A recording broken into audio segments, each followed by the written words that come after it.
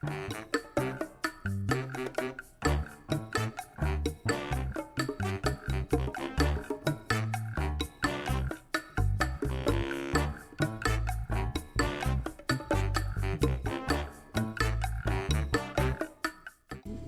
are we ready? Was that a yes? Okay, we are on. We are live broadcasting to the world, universe. Board of County Commissioners work session Tuesday, June 25th. And we have a joint meeting with the Open Space and Trails Board. Welcome. Who's here? And what else do we have on my thing here? And we have a working lunch. And this today's topic is the Sunfire Ranch Open Space Preservation Master Plan. Dale and Suzanne, you are on while we all graze here.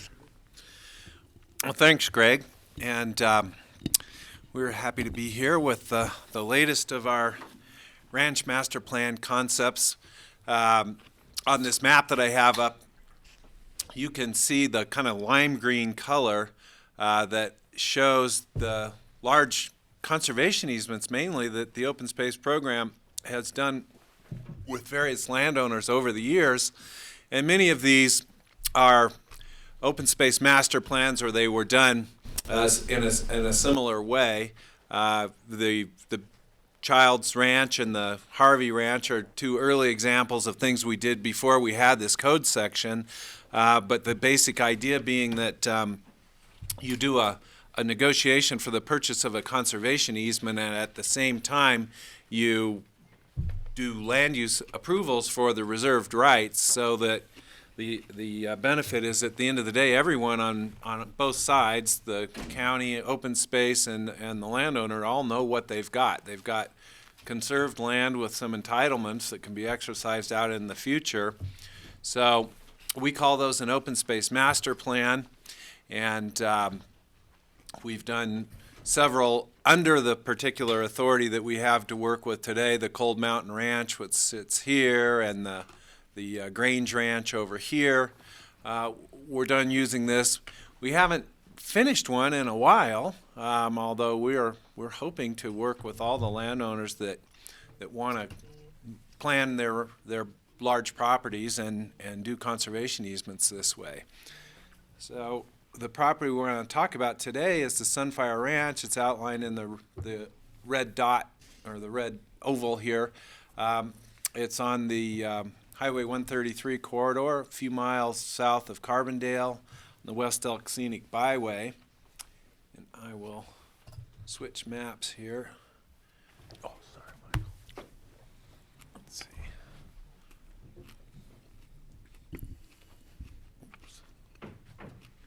You can just close current tab. Do you want to? Oh. Yeah, sorry. Too. I guess I threw you off by adding Doug's stuff in. That's yours. Okay.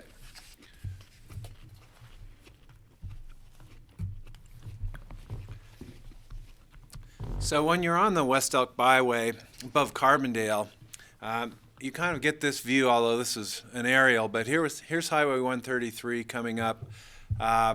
And the open space program has been pretty active in conserving property around this area. As I mentioned a minute ago, Cold Mountain Ranch was done with a open space master plan. It sits just to the north.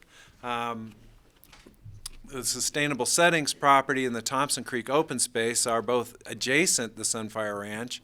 The Sunfire Ranch, I'll kind of outline it with the little cursor here, but it's kind of the middle part of this photograph with Highway 133 on one side, and then backing on to the BLM lands of Thompson Creek and finally the Thompson Divide.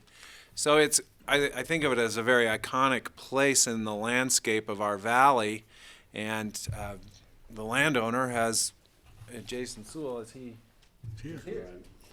Welcome. Snuck in.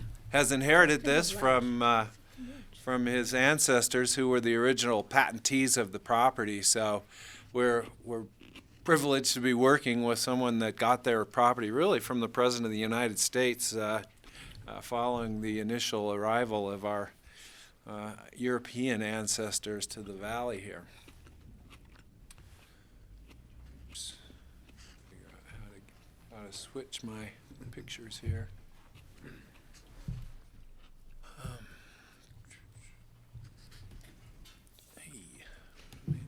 Tell me what you want. The one Sunfire Parcels with Sopris.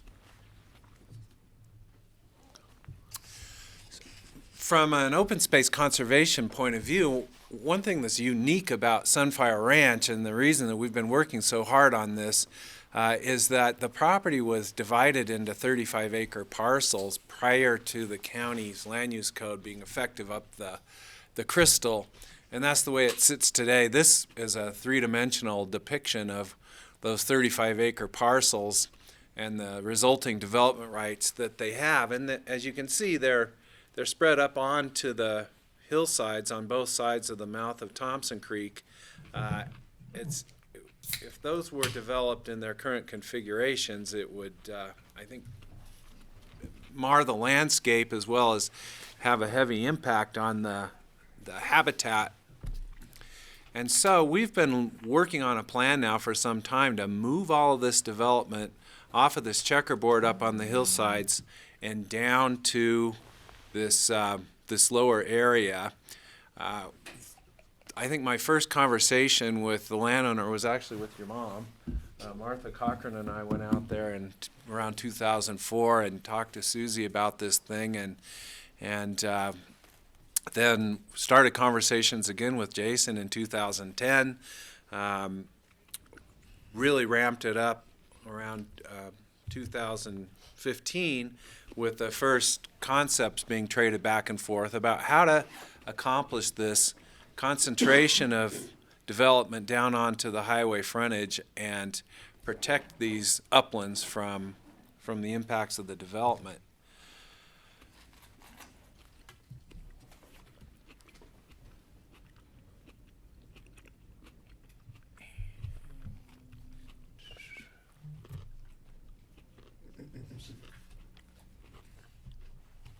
So where then the development would land would be down in this area here that's depicted in this photograph, and that's really going to be the heart of the discussion about this master plan. From an open space point of view, the elimination of all those lots up on the hillsides and the movement of everything down low is a huge win for the conservation of habitat and scenery in the Crystal Valley. Now, I mentioned that we've done several of these ranch master plans, and until we got to this proposal, they've all included reservation of a handful of home sites, and the development reviews have been fairly simple as a result of that. What we have in front of us today is a more innovative, creative desire to retain various kinds of activities down in these activity envelopes, and we've not tried to do anything quite like this before, and consequently I think everyone involved, from the landowner side to the staff side, are in somewhat uncharted waters, thinking about the range of uses that that the landowner wants to reserve here, and they're going to get a chance to tell you about those in a minute. We were not able to get to the point of making a recommendation on this today, really because of this novel aspect to this land use application of seeking to have flexibility to look at educational facilities, intensive agricultural facilities, and some guest accommodation facilities down in these activity envelopes that are down in this lower region, the ranch. And I think the challenge that remains for us is to figure out ways to define those things so that the cumulative effect of an approval that would flow out of this is going to be something that everybody is comfortable with and will look back on as having been a good idea for us to do in the name of open space preservation. So that's really my introduction, and Suzanne has been looking at this from the point of view of the county code. The memo in front of you is a lot of Suzanne's work. After 20 years at the county, it's the first time I've been able to co-author a memo with Suzanne Wolf, so that's been fun. So you've got Okay. you've I got guess the you're county code handing to it to I'll think let you about. take your sandwich. Okay. What else do you have loaded here? Because I guess we didn't. I Well, didn't if see you want to what- look at Do you the just wanna map pull up from the- look at that Sunfire Ranch map, that is the that the one main- from at least the initial master main. plan concept from the contract. And that's where we start to get down to the, Okay. the nuts and bolts of how to make this work. Okay. So maybe just one step back in terms of this process for the open space master plan, open space preservation master plan. Obviously is a pretty unusual process for us. It's set up in the land use code for a one-step review by the BOCC, approval by ordinance, so 2 readings. But before that can happen, community development has to first make a recommendation to the open space board that is then affirmed by the endorsed and affirmatively approved, recommended based on our conditions of approval. So you all are used to seeing resolutions from us with draft, conditions of approval. It's a little different here where the open space board actually reviews those conditions of approval as well and has to make a recommendation based on those the community development recommendation. And then that comes forward to the BOCC. And essentially the code states that the BOCC basically has to adopt essentially the same conditions of approval at that time. If there was any, I think, substantive change to that, it could have to go back to the open space board for a reaffirmation of those conditions.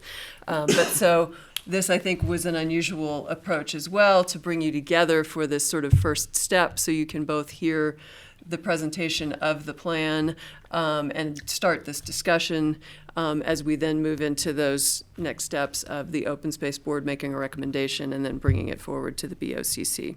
So just it's a little different process than I think we're all used to.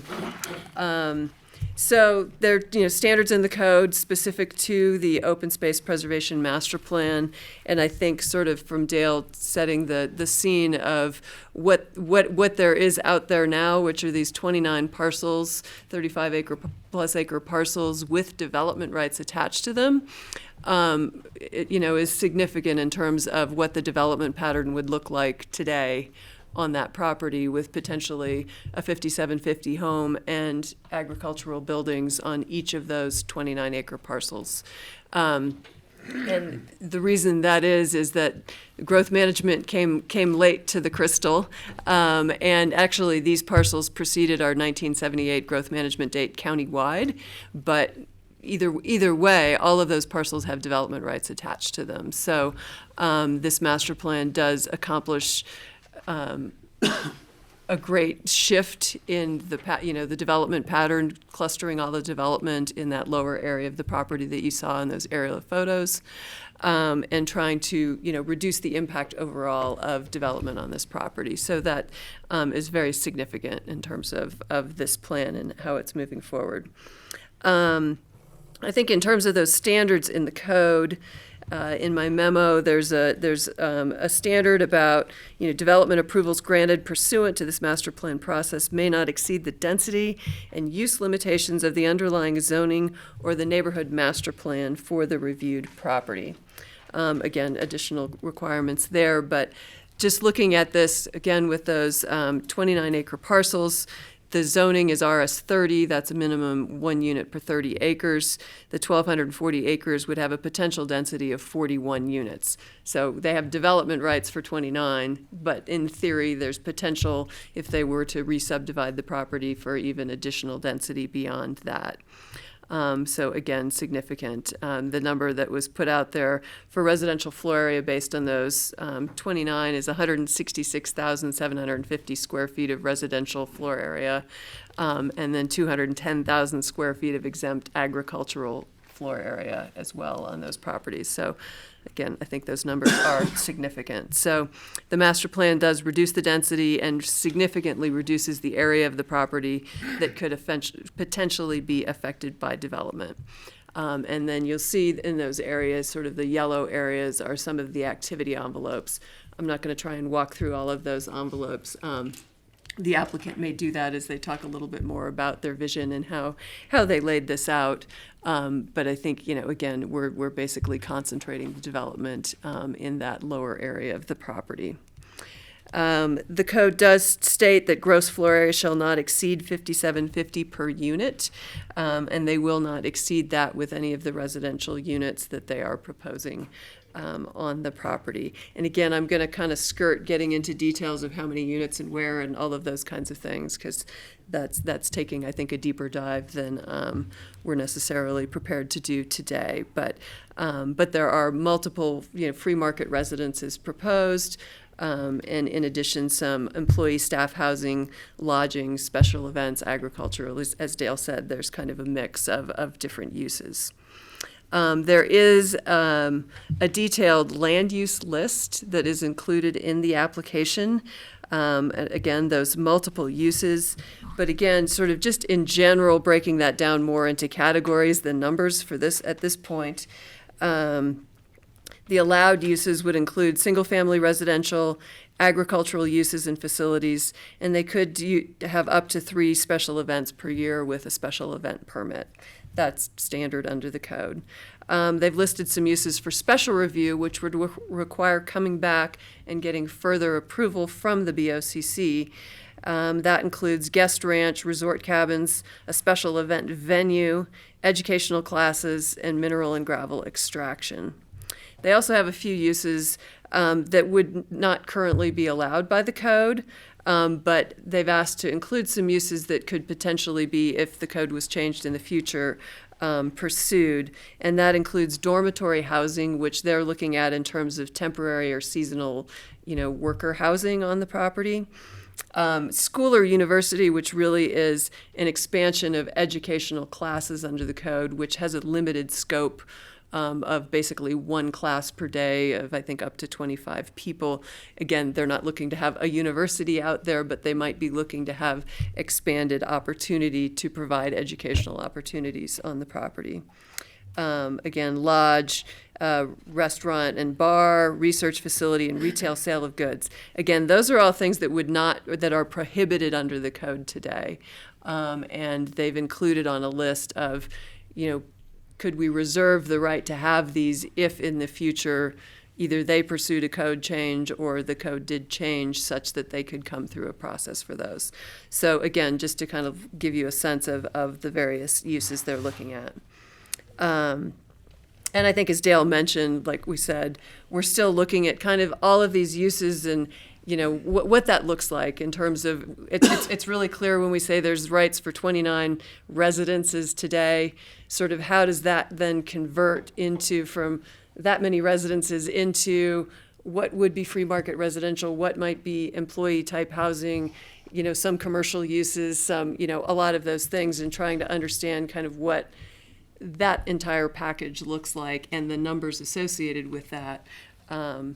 In comparison to the 29. It's easy to look at on a map and go, it's all going from all over into one location, but it's a lot of different pieces to kind of then understand, I think, the cumulative impact of those things. And again, a lot of those uses would require further review, but this would set the stage, including those in the master plan. I think the BOCC is familiar with this conversation with things like the Aspen Mountain, ski area master plan.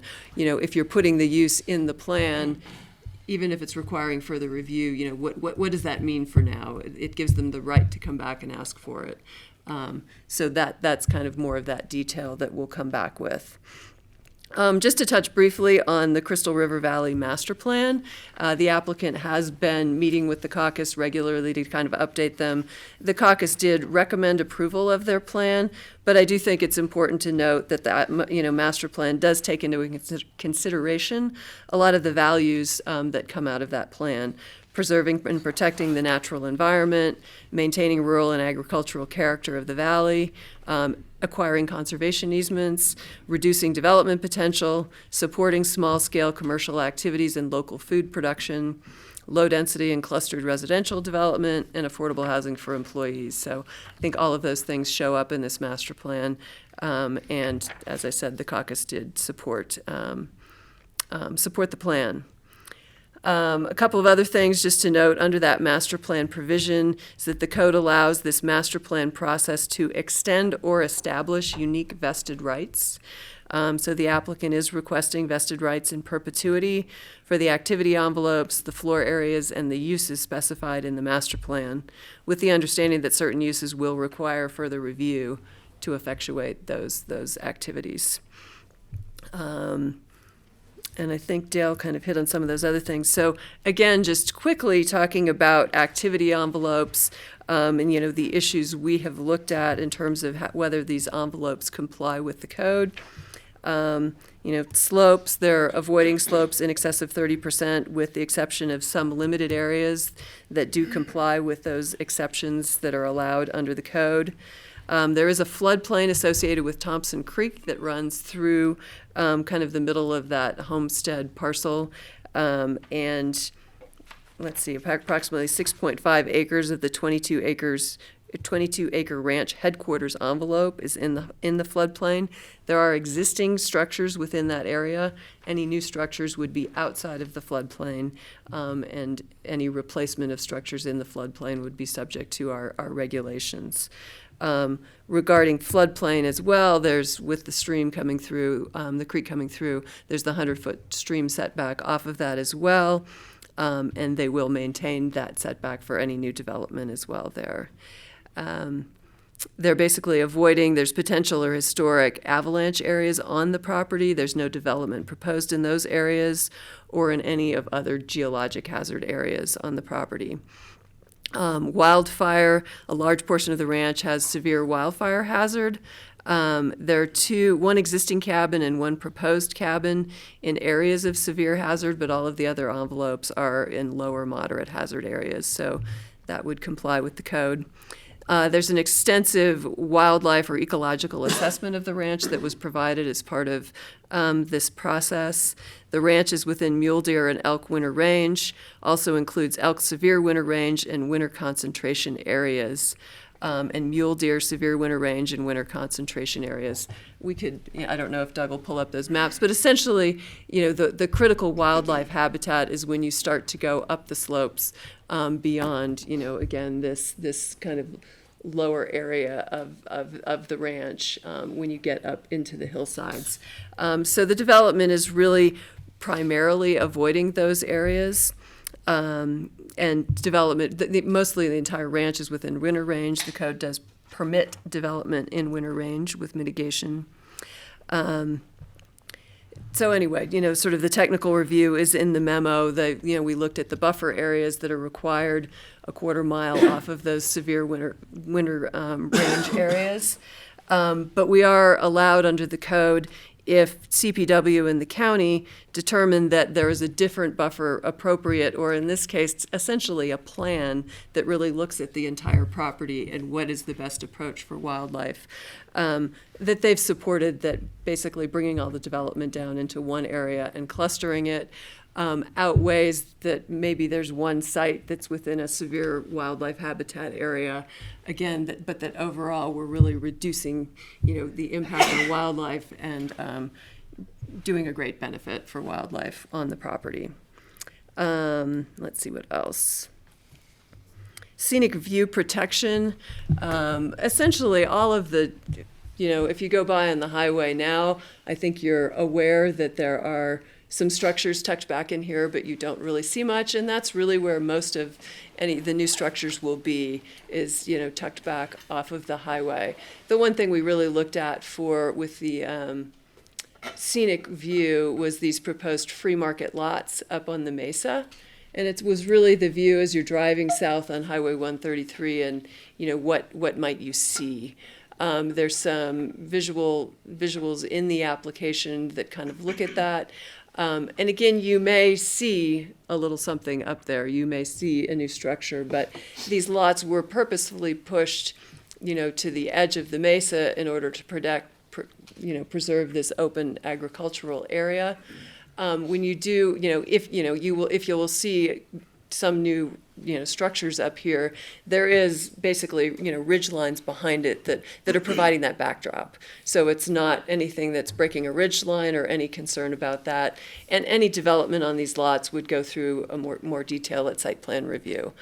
So again, we would be looking at that. But just to know at this point, we wanted to make sure that we weren't mostly doing something that would have the potential to break a ridge line as you saw it from the highway.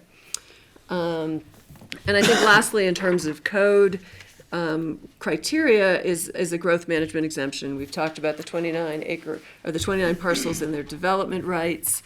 Essentially, the applicant is asking sort of that those rights convert into a growth management exemption for what they're proposing here. So again, some residential development, some commercial or tourist accommodation type development. And the structures associated with all of that would be growth management exempt moving forward, rather than have to come back in and compete, say, for if they needed space for a special event venue, that square footage would be exempt moving forward. And so I think that's important to note, that would be established out of this master plan. And I think that's why we're really wanting to pay attention to dig a little deeper into all those numbers and the amount of square footage, so we can really convey very clearly to you, what that is when we're saying if we're going to exempt from growth management their future development on the ranch. We need to be very clear exactly what that is and how much that is in terms of square footage and units. So I think that's it on my end. Okay, Is there we anything can- else to?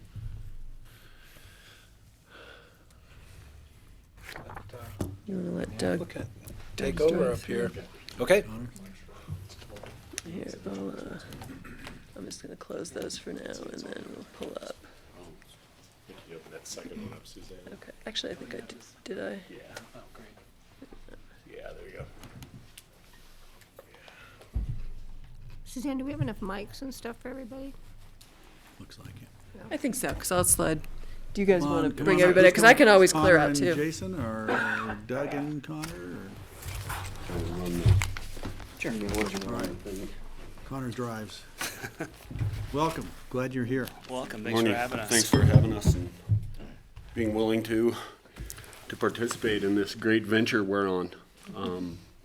We've presented to you guys before, been here, and as Suzanne and Dale mentioned, we've presented our application, and there's some new innovative concepts within our application that Connor and I have worked very diligently to fully understand what it's going to take to operate this ranch for the next 125 years. So we've really come from a place of understanding what may be necessary for economic sustainability in the long run. With the proceeds from this easement in the future, we recognized that the influx of capital in the ranch is not in and of itself an absolute sustainable model. So we worked diligently to understand what we could do with the property to be both agriculturally productive, but as well as create the ability for economic generators so that the ranch could survive into the long term. So with that, wanted to give you an overview presentation of what our vision is and what our plan really tries to capture. Great. Before we go any further, just identify yourselves for our viewing audience and the record, if you could. Just Okay. I'm Jason Sewell, owner of Sunfire Ranch. Been in my family 5 generations and looking to continue that on for at least the next 5 generations. And I'm Connor Coleman. I'm a consultant that's working for Jason. My business is Resiliency Lands out of Carbondale, and I've been working on this for 3+ years. Great, And thank so you. most of you have heard some of this. Amy, Michael, I know you guys are newer to the board and haven't seen this, so we just kind of want to provide as much information as possible, and feel free to interrupt to ask questions. And we missed the beginning of Dale's presentation, so some of this might have been shared today, but the location of the ranch there in the green hash, you can see is pretty centrally located in the lower Crystal Valley. And while there are, you can see a lot of conservation easements, public land, yellow being Picken County open space owned lands. There are some other gaps that you see, but when you fill it in with land that's owned by the Wexners, Tom Bailey, and Crystal River Ranch, you can see Sunfire Ranch is the last really unconserved land not owned by a billionaire. So this truly is kind of like the last piece in the puzzle, Lower Crystal. Again, this is how the ranch is currently subdivided into 29 lots, and we're looking to, as Dale and Suzanne mentioned, consolidate that. This is the master plan that we've worked and put together. This is the one Dale showed you was from the contract. This one is updated, and this is from the application. Just minor adjustments showing some roads that exist, roads that we aspire to develop or realign, and then the expansion of the agricultural area to encumber the space, the bench that the free market lots that we're reserving on the mesa currently sit in. As Suzanne referenced, this is the wildlife habitat critical winner for elk and or deer. And so, as Suzanne mentioned, it's mostly the upper part of the ranch, primarily on the north end. And you can see in the white dashed areas that's where most of our concentration of development is located. There is one cabin proposed in the critical habitat, but we've talked with CPW and would really only use that outside of critical winter times as defined by them. And this is defined by whom? Colorado Parks and, or the winter, that would be Colorado Parks and Wildlife would set the dates. And then going back, you can see in the lower corner here of the overall master plan, this is a zoom in of the headquarters envelope, which is 22 acres, 6 of it being within floodplain. And so this kind of breaks down different zones we have in there that are listed out, the uses and rights that we're requesting in detail within the application.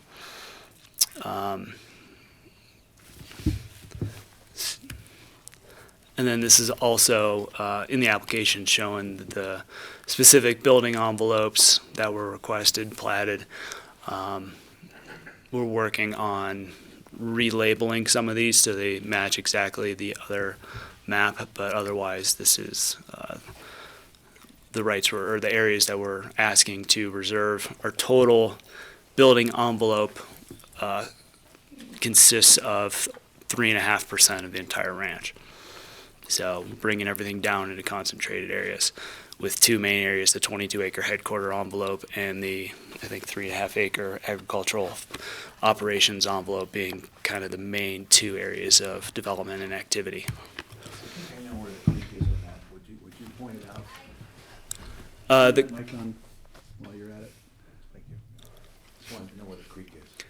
The creek is, if you look on the left end of the screen there, it says activity envelope and that strange polygon.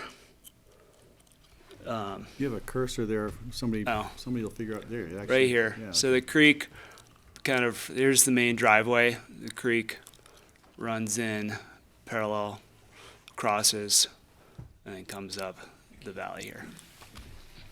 Can I ask a question? Sure, Patty.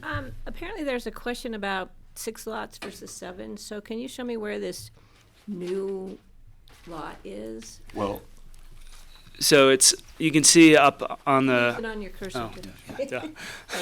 up here, lots 3, 4, 5, 6, 7, 8. Yeah, These are the free market lots right, that up on would that bench. would be on the bench, encumbered by the easement, but would be able to be subdivided and sold off at any time. Right. The lot in question is this lot 2, which is the gravel pit area.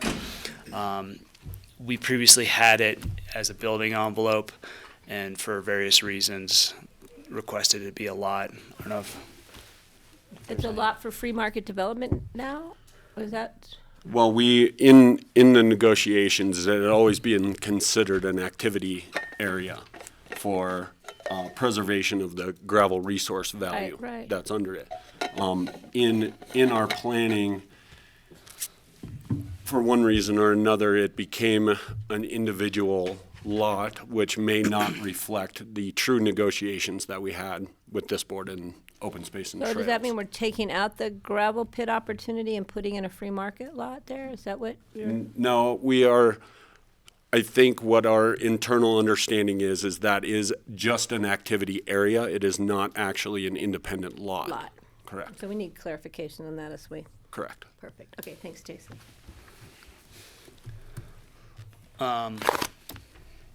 We spent a lot of time over the years reaching out to local community groups, nonprofits, government entities, caucuses, and really presenting and vetting this idea. I know George has seen our presentation to some extent or another at the Crystal Caucus probably 3 or 4 times, and has always been met with unanimous support. And we worked very diligently to work with the Crystal Valley Master Plan to make sure that this plan was in line with the goals and aspirations of the people in the Crystal Valley. And then we just kind of pulled this, and that the agricultural objectives in the OST policies and objective is to work with agricultural landowners. And as Dale said, this is something different. This is something completely new, and we're really looking forward to working with Open Space, BOCC, County Attorney's Office, everyone to really get creative and think about agricultural, as Jason said, in planning for the next 125 years. So we're really excited about this. Some of the other issues that have been brought up in the memo is staff housing and the number of staff housing and guest ranch accommodations. We could certainly provide you with a lot more information on the needs of young farmers, both locally and a national level. If you would like that, we certainly could. But the National Young Farmers Coalition has identified these points as some of the main barriers to the next generation of ranchers and farmers. And while we can't solve all of these problems for them, our main goal at Sunfire is to provide land access, the ability for adequate labor and housing, especially in an area where housing is at a premium, and really forcing a lot of people into other professions or geographic areas simply because of that. And then lastly, we also have great senior water rights, which will be tied to the land via this conservation easement, which is a tremendous asset to any agriculturalist. And just to give you guys kind of an idea of what we're thinking when we're talking about putting residences within agricultural structures, we would like to create, as Suzanne mentioned, dormitory type housing, so that way we can have a bunkhouse type facility that numerous seasonal workers, interns, student researchers would be able to come out and not have to worry about the issue of finding affordable housing or finding housing near the ranch. And so we would create mixed use structures where the upstairs, maybe in a case or two, a downstairs unit if for handicap access and that, but something that's tastefully done and has a mixed use approach, such as something like these. One of the other issues too is I think our 7-unit pocket cottage community that we would like to develop over time, potentially for the use of more perennial staff, people like Casey, who's with us today, Casey Biscaro with Wild Mountain Seeds, and individuals that work with his operation, additional operations, doing farming, livestock managers, hospitality individuals, whomever is a more perennial presence. And kind of what we're thinking in a pretty concentrated area is these, I believe it's 1,000 square foot max cottages clustered pretty closely together, creating this little pocket community on the ranch so that people, again, can have access to housing that's adequate and is nearby. And this is pretty concentrated, less than an acre or something like that. So just to give you guys an idea of what we're looking at.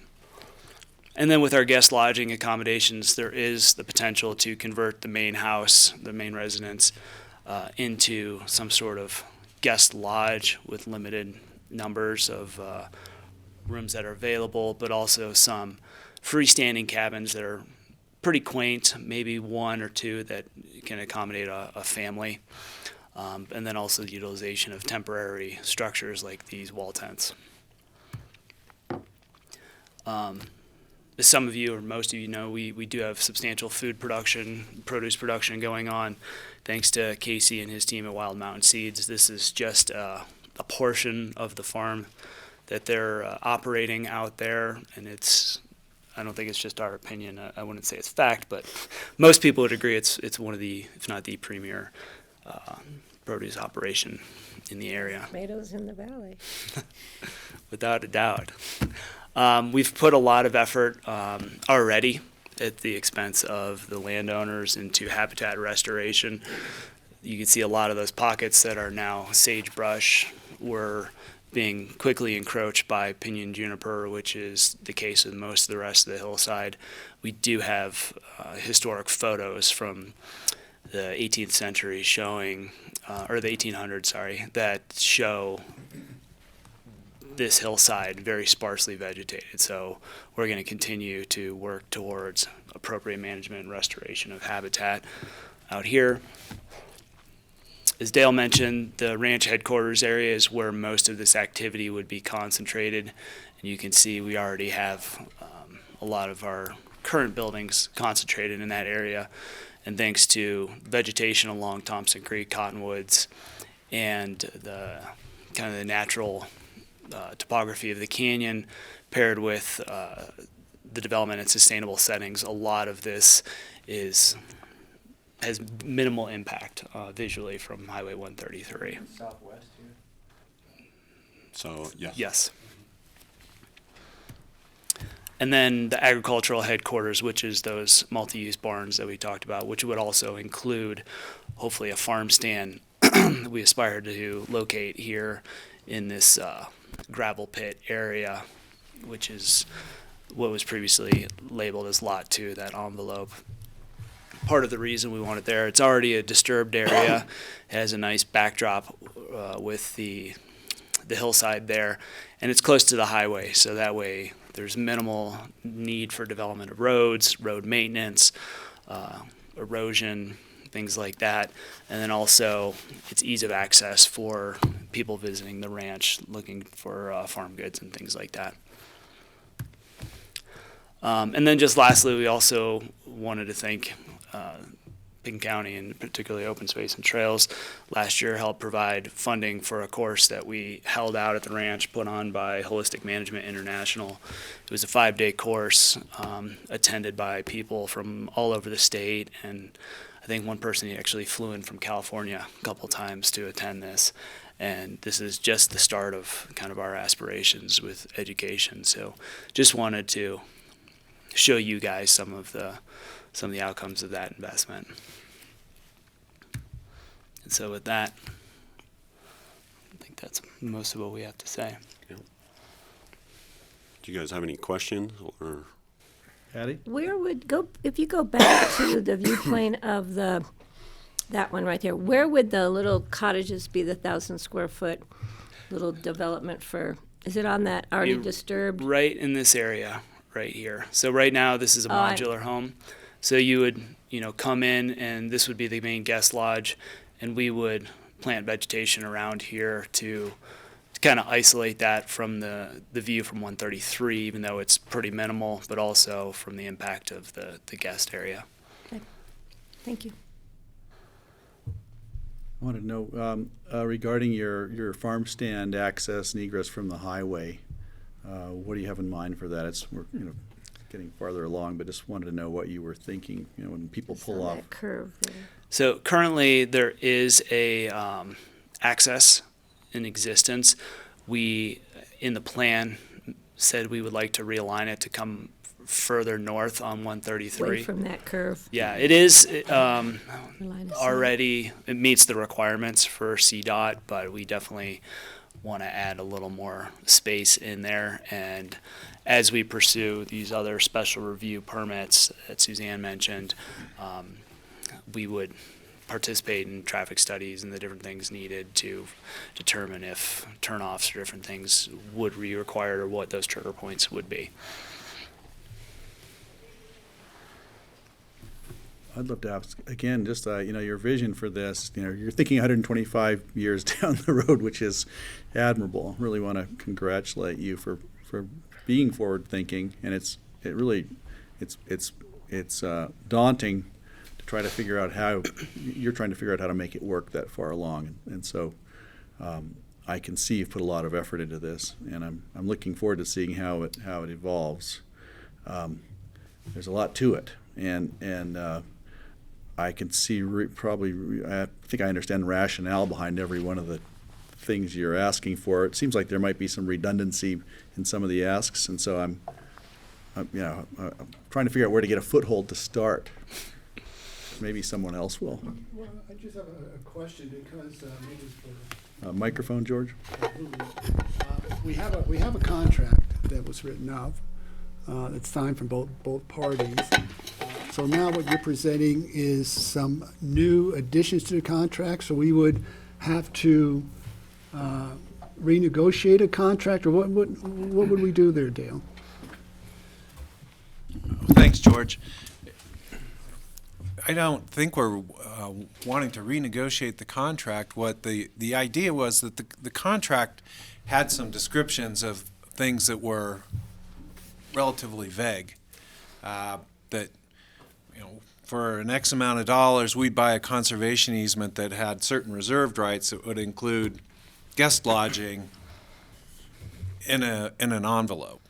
Well, this is the first time we've started to talk about how many units of guest lodging and the layout and that sort of thing. So what we're really trying to do is put the detail into some of those categories that were in the contract that we just didn't know at that point. The overall design of the code section is really gauged to reach a conceptual agreement at a fairly abstract level, and then spend the time and energy and expense to drill down. And again, we've not done one quite like this. With these other ranches, we were simply looking at a few home sites, and Right. everyone knows what those are. This is innovative, and therefore we're kind of grasping for some ways to define this and measure whether the concept we were talking about at the contract level is represented in some of these details. Right, and I can appreciate that. And to Greg's point, trying to figure a way to make this property, this ranch, work for the next century is difficult. But it's hard for me to visualize down the road, even 30, 40 years ago, what this ranch would look like and the impacts it might have. Visual, highway, when we're looking at undecided number of residents and tourist accommodations and agricultural housing, units for tourists, units for staff. It's hard for me to visualize the end result. If everything came to pass, what would this property look like? And is that sort of following our guidelines or open space and trails guidelines in terms of their vision for a conservation easement? I think it's an excellent question, and if I had an example to show you of how we've worked this out, I would. But again, it's something that on the agriculture piece, we've been looking at it on our own properties of realizing if we want local food production, we may need greenhouses, and certainly the question about housing for the young farmers has come up in our own program. So that's one element to this. But I agree with your characterization that we need to be comfortable that the layering of all of these possibilities together is going to be something, not Sperry Farm, not one of those things, but something that really does fit. And I think Jason feels the same way we do, but we're just trying to define something that's not quite been done before. And also to clarify, George, in the contract, the only two envelopes that did not present limitations on number of structures and square footage are the headquarters envelope and the ag operations envelope. Every other envelope did present a cap and a number of structures that was in the contract. The contract stated we would figure out those two envelopes through this process.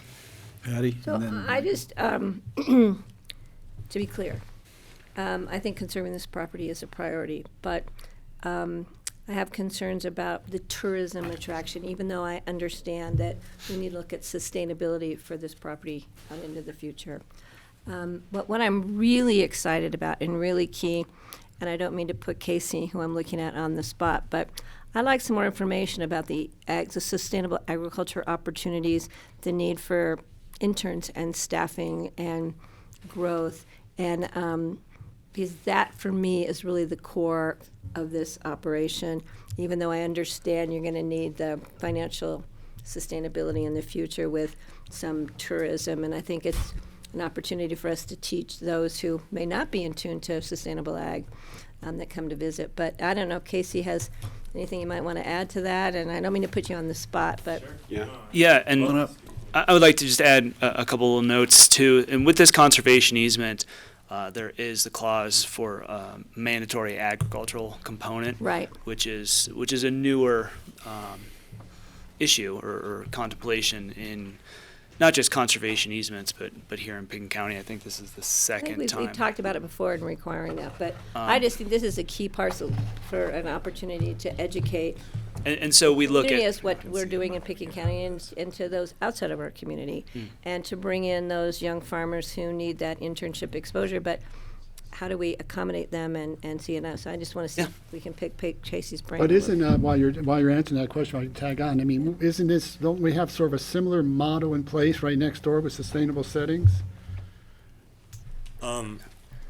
And Casey, identify Give your name yourself for if the you record. would. So I'm Casey Piscure. I'm owner of Wild Mountain Seeds with my partner, Kirsten Keenan. This is our 6th year of full-time production agriculture on the Sewell Ranch.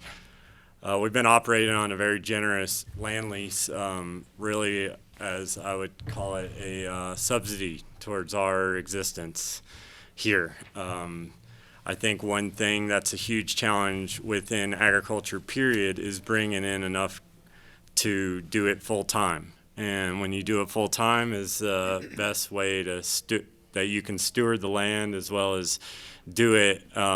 If you're half in, half out, it doesn't really work the way and have the community benefit than when you're full time on the land seeing things happen. Just to give you an idea, just kind of like what it takes, at least for our operation, we currently have about 1.5 acres of bed space. We'll produce somewhere between 40 and 50,000 pounds of produce. Last year's gross sales were just shy, it's like $105,000. Of that 105, we had $20,000 in loan payments to make on infrastructure and tractors and things that are essential. $40,000 in operating costs. You look at what we have for labor. So there's 3 full-time people working on the farm from March until November. So those 3 full-time people work, we said on average about 65 hours a week. That's an understatement for me. I'm 80 hours a week, probably 90, I don't know. But it's part of ag is part of enthusiasm that gets inside of you, and it's tough to get the equity for the time because you want to go do a good job for the land. And so what I'm trying to make a point is that of those three people, when you do the math, we have $45,000 in gross profit to split between 7,500 hours of total work. So that's with our part-time people, which are apprentice types, which sometimes have lived with us but can be a strain. Equates to about $6 an hour in pay. So when you look at like what Jason is trying to do within allowing for housing and things, is how does someone working this hard, creating, I think, a huge community development, find enough money to stay here in this valley, to want to do it here, when you have the challenge of climate, when you have the challenges of where do you put your people to help. And I think the big difference between like our operation and the sustainable settings operation is we're a for-profit business that's operating at a very high level. And I think that if you've been at the Aspen Farmers Market and seen the Two Roots Farm stand and the Wild Mountain Seed stands, it's some of the best stands at the farmers market. And one of the coldest places and one of the coldest springs that we've had, which is a testament to our skill levels. If you look at what we're bringing in and the amount of time, we're at the top tier of small-scale agriculture production per square foot. How do we catalyze that into the next generation? Is allowing, I think, parcels to be innovative with how to get the people on the land. And the way I see it is that the housing improves the stewardship.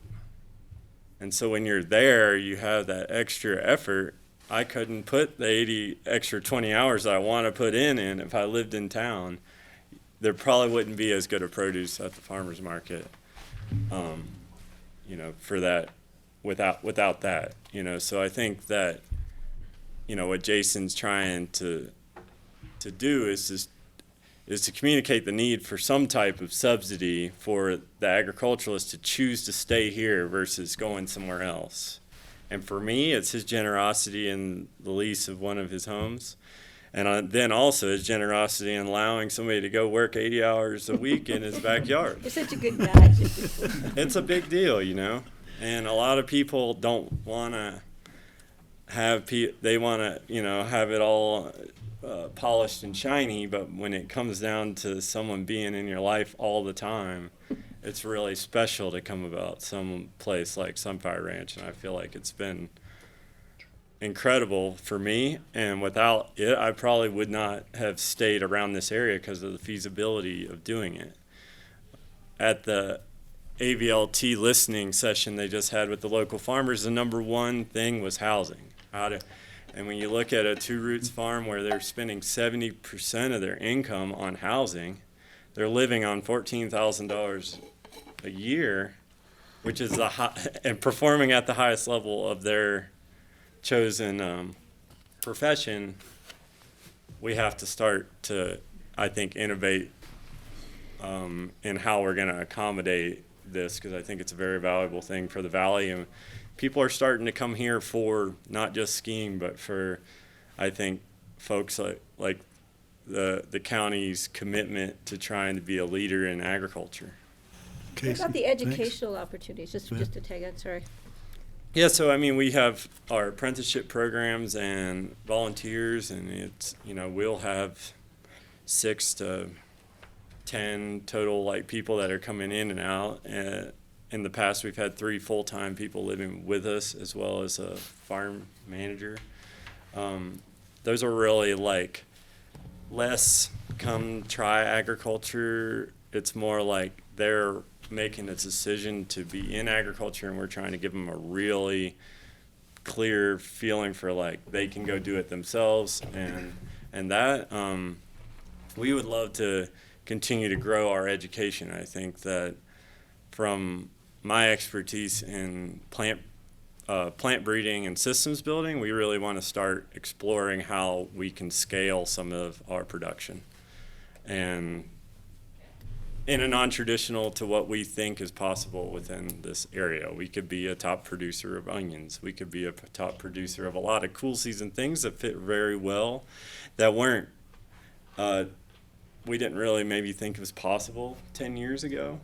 And what we have going is actually trying to breed the plants to fit the systems and then train the farmers to and give the information. That's kind of how we want to shift our operation, is to really start doing some innovative things on scale and looking how we can do that ecologically, maintain soil balance, and then share that information so that we really create a new a new production system in the area for sustainable agriculture. What about general community education? I mean, I think that we need to see how this might evolve into an educational opportunity for just your fundamental community members. Well, and I'd like to speak directly to that, because I think from my perspective, our entire vision is really based in education.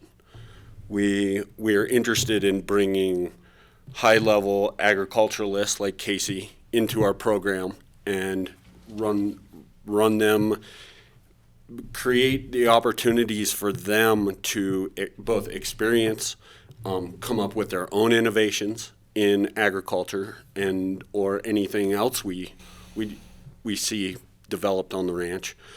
That it's also part of our vision for the tourism piece.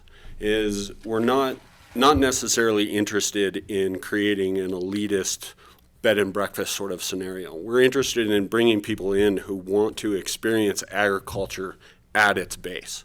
So it's more of an agritourism, where if we can get people interested and excited about things like Casey's doing, if they come in and they stay and they go out in the field and they work with Casey for a day or two, and then maybe they go with our livestock manager and work with him for a day or two, and understand the full gamut of what the food production industry and model actually looks like, then we can educate our consumers to go out and make wiser decisions and purchase from their local producers, wherever they came from, wherever in the world they came from. Maybe they'll go home and decide that they need to know their farmer. And so those are the root of really what we're trying to create here, is educating our consumer base through our tourism accommodations so that they can go out in the world and make wiser choices. So that maybe there's a big shift in the industry itself. And this could allow other operations or ranches around the country, even in Colorado, to see our model and understand and really start to create a paradigm shift all the way across the board. So those are really the basic fundamentals that Connor and I have worked on for the last 3 to 4 years, to understand what it's going to take to, first of all, shift a local industry, maybe shift a regional industry, and then could we be on the forefront of actually shifting something on a global scale? Michael had a question. I'm thrilled Thank we're you. having Thanks, this Casey. conversation with a really exciting idea, especially with somebody who's got roots deeper in the valley than all of us in the room. So thank you for your vision. Could you shift over to that topo map again? I think agritourism can be really positive. Which one? The topo, the black the and one I white. was asking about before, yeah, the black and white. Oh, yeah. So agritourism can be terrific. The education you talked about can be fabulous, and even the tourism can be done in a low-key way. And I think what you're hearing, if I can interpret a little bit, is that we need to be really clear about what the real impacts will be, regardless of the terrific feelings we all have for what you all intend, because we have to think about what that'll be in 20 years if you get run over by a bus and we don't depend on you anymore. If we just depended on you, it kind of wouldn't be any conversation. But this is I am superficially familiar with this area here, having walked through it once. I wasn't trespassing, by the way. But Yeah, right. the only point I'd like to make is that to everybody in the room is, if it isn't obvious, is that from here down, you can't see anything in here from the road. And if you all, sometime in the future, ever decided you wanted to put solar electric up in there, nobody would see it. And I would hate to see us do anything to preclude that option in the future. We did put in the application that I understand, yeah. we would very much aspire to do that, Good. where appropriate, obviously within envelopes. So I'd like us to be, I don't know what that means. Activity envelopes are sort of, seem formal and permanent. I'd like us to be flexible about what that might mean in the future. Graham? I agree. It's been inspiring to hear you guys talk about that vision. I think there's some really great benefits, the clustering, the sense of open space, the benefits to wildlife, and the sustainable ag is something that I, think is really a tremendous benefit of this. But as Michael says, we do need to look down the road and try to define this thing so it doesn't kind of get out of hand in some way. And for me, sort of reading the applications and stuff, it's a little hard to grasp because there are so many different uses. If all those uses happen, what is this going to look like? And I read that the activity envelopes are limited, I think, to 3.5% of the CE area. And then I read that there's a maximum allowable impervious surface area of 2%. And, I may not be reading this correctly, but, and tell me if I'm not, but it seems unless some of this impervious surface is in the agricultural areas or something, that potentially in that or in the activity envelope, the 3.5%, you could have more than 50% impervious area. And if you have dirt roads, you literally would have more buildings than you've got open space. Yep. So it's sort of a site coverage issue.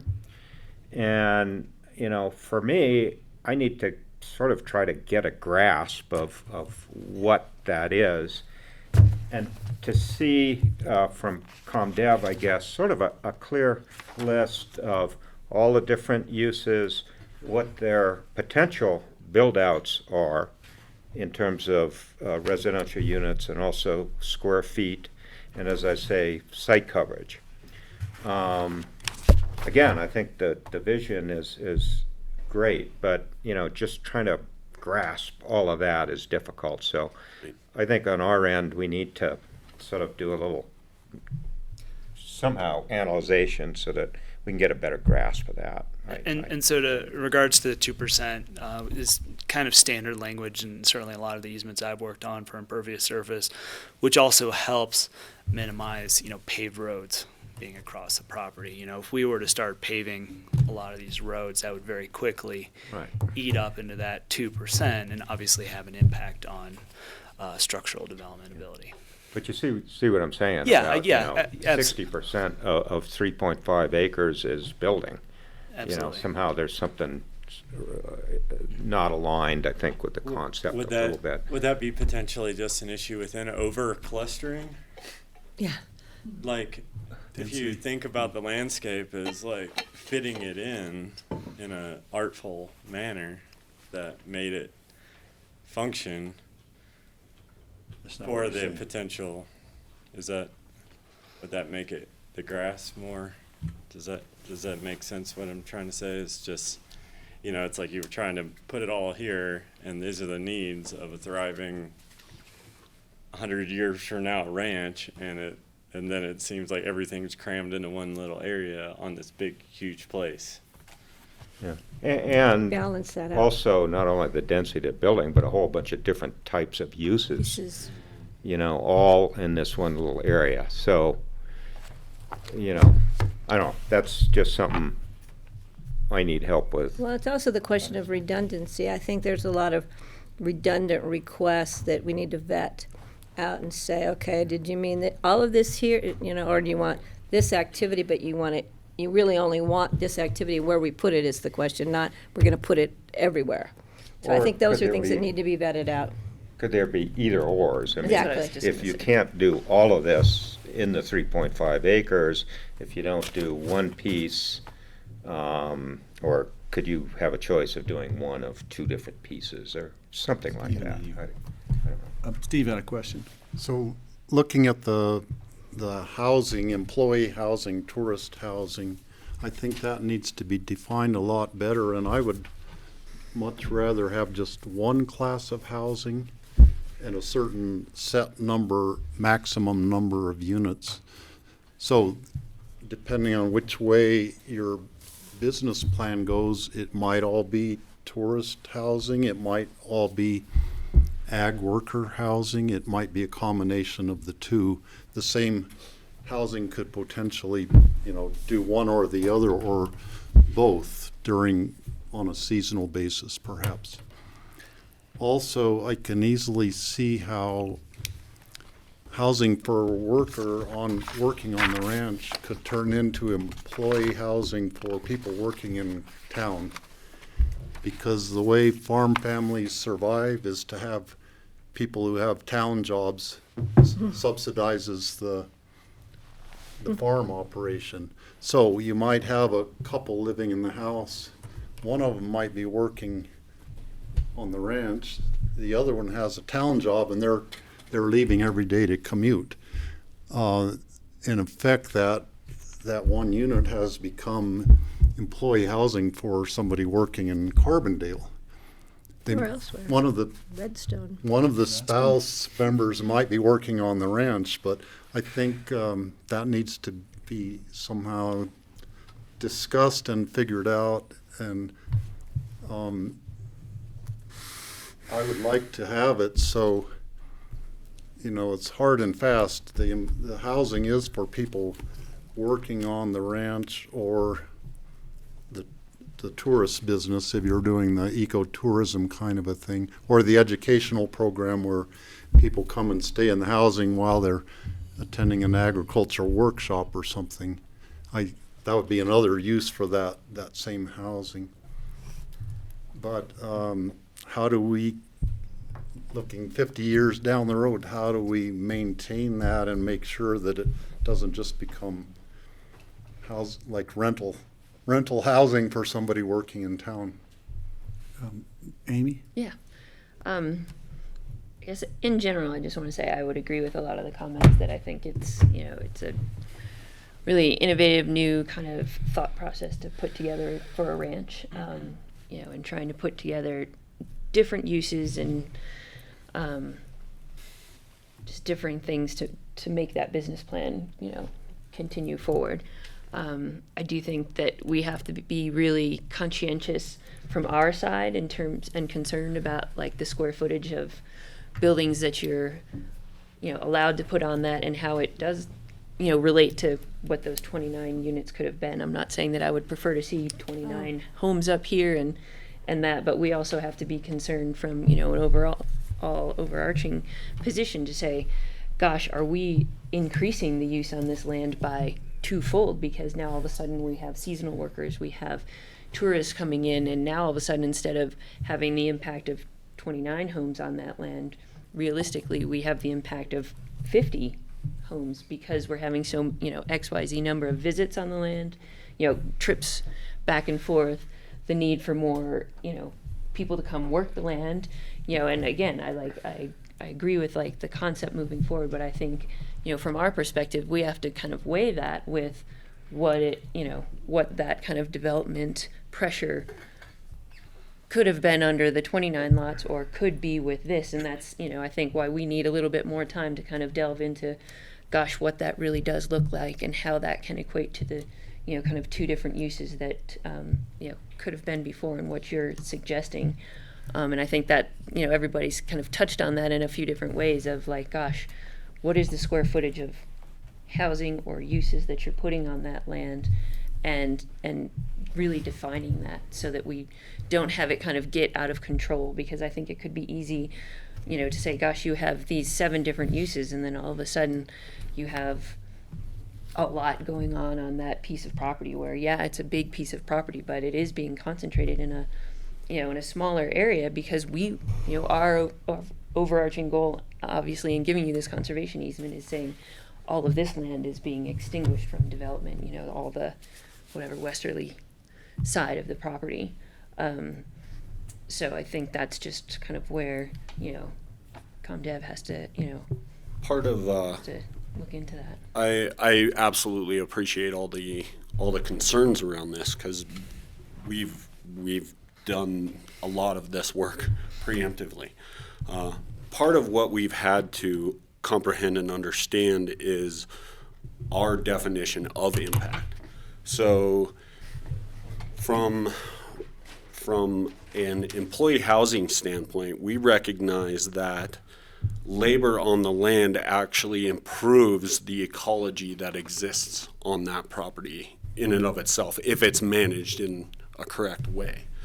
So we realize that the more labor, hands in the dirt, that we could get on the ground at any one time, the better managed that ground will be, and then the better the soil profile becomes, the water retention of the soil, the better production that we get across the entire piece of property. So the impact that we saw from having more employees on the ground was actually a net benefit to the environment and the ecology that exists on the ranch in and of itself.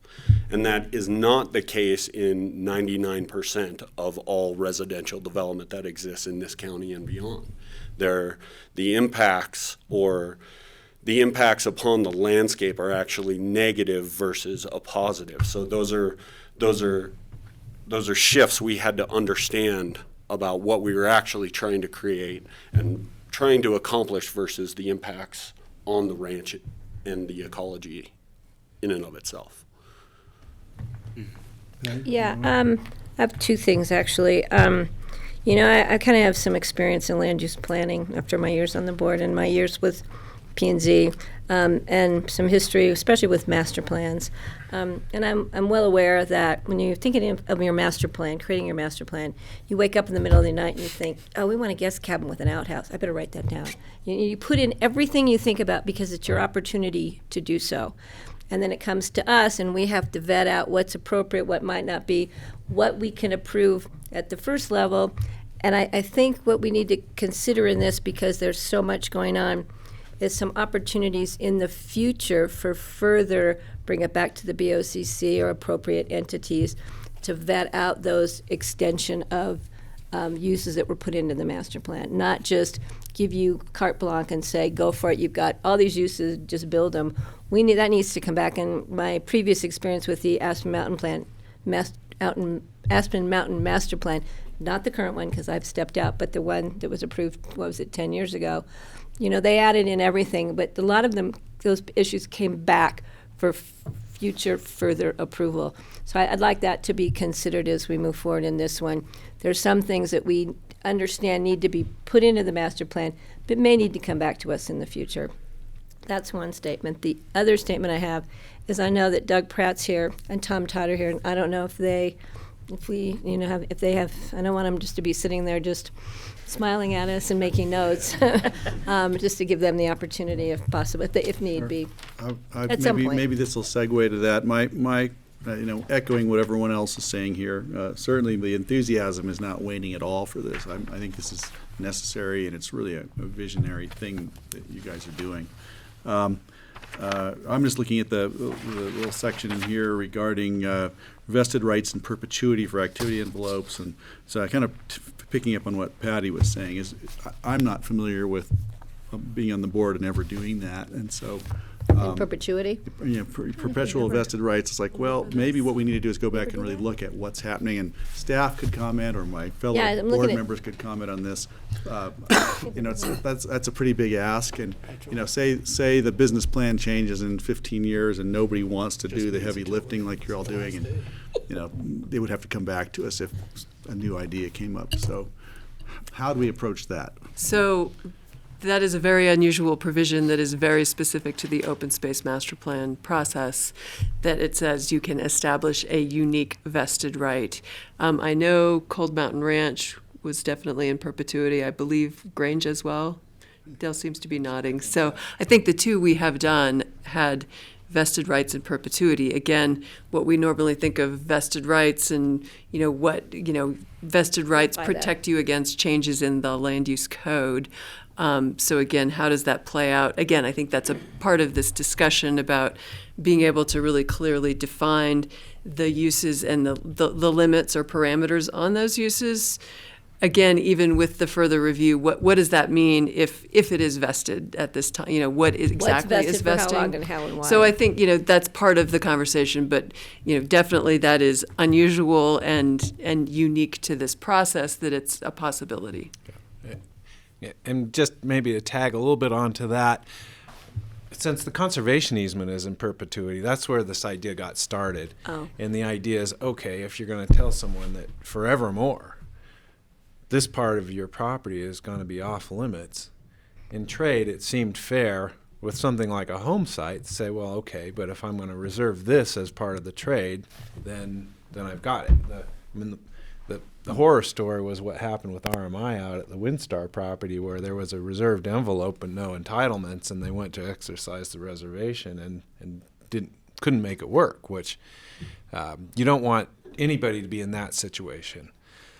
That said, I agree with what Suzanne was kind of getting at, that with a simple concept like a home site, permanent vesting makes a lot of sense, and we've done it before. Where the challenge, I think, for all of us here is if we're talking about some conditional approval of something that really is going to need to be revisited in terms of scale and impact, what aspect of the approval is vested? So maybe there needs to be some exclusions and some inclusions in what's permanently vested or not, so that we don't inadvertently trap ourselves in a place we didn't want to go. And vice versa. And trap them, Yeah. right? Yeah. Exactly. Thank you. That's where I was going, and you did it much better than I did. Other questions? I was just going to get back to something Steve said before about lumping all the units under one residential definition. Part of the benefit of keeping it separated from guest accommodations and staff, and there are some that it's either or, some units that we've reserved, but we understand that we could shift to an all guest ranch, or we can shift to an all production operation. If we shifted to an all guest ranch, we don't want to do that at the expense of housing for staff. If someone down the road decided it's just not worth it to the ranch's bottom line to subsidize this housing, we're going to turn into a guest accommodation. We get more bang for our buck that way. So we kind of like it that this can only be staff housing, or this can only be guest housing. If it's not, then it either goes away. We also have in there that we would, if there's a change in the use of the original intent of a residential structure, that we would require approval from the county. So if we had something that was built for the family, and the family no longer wanted to live there, we can go to the county and say, we have this available, can we use it for staff?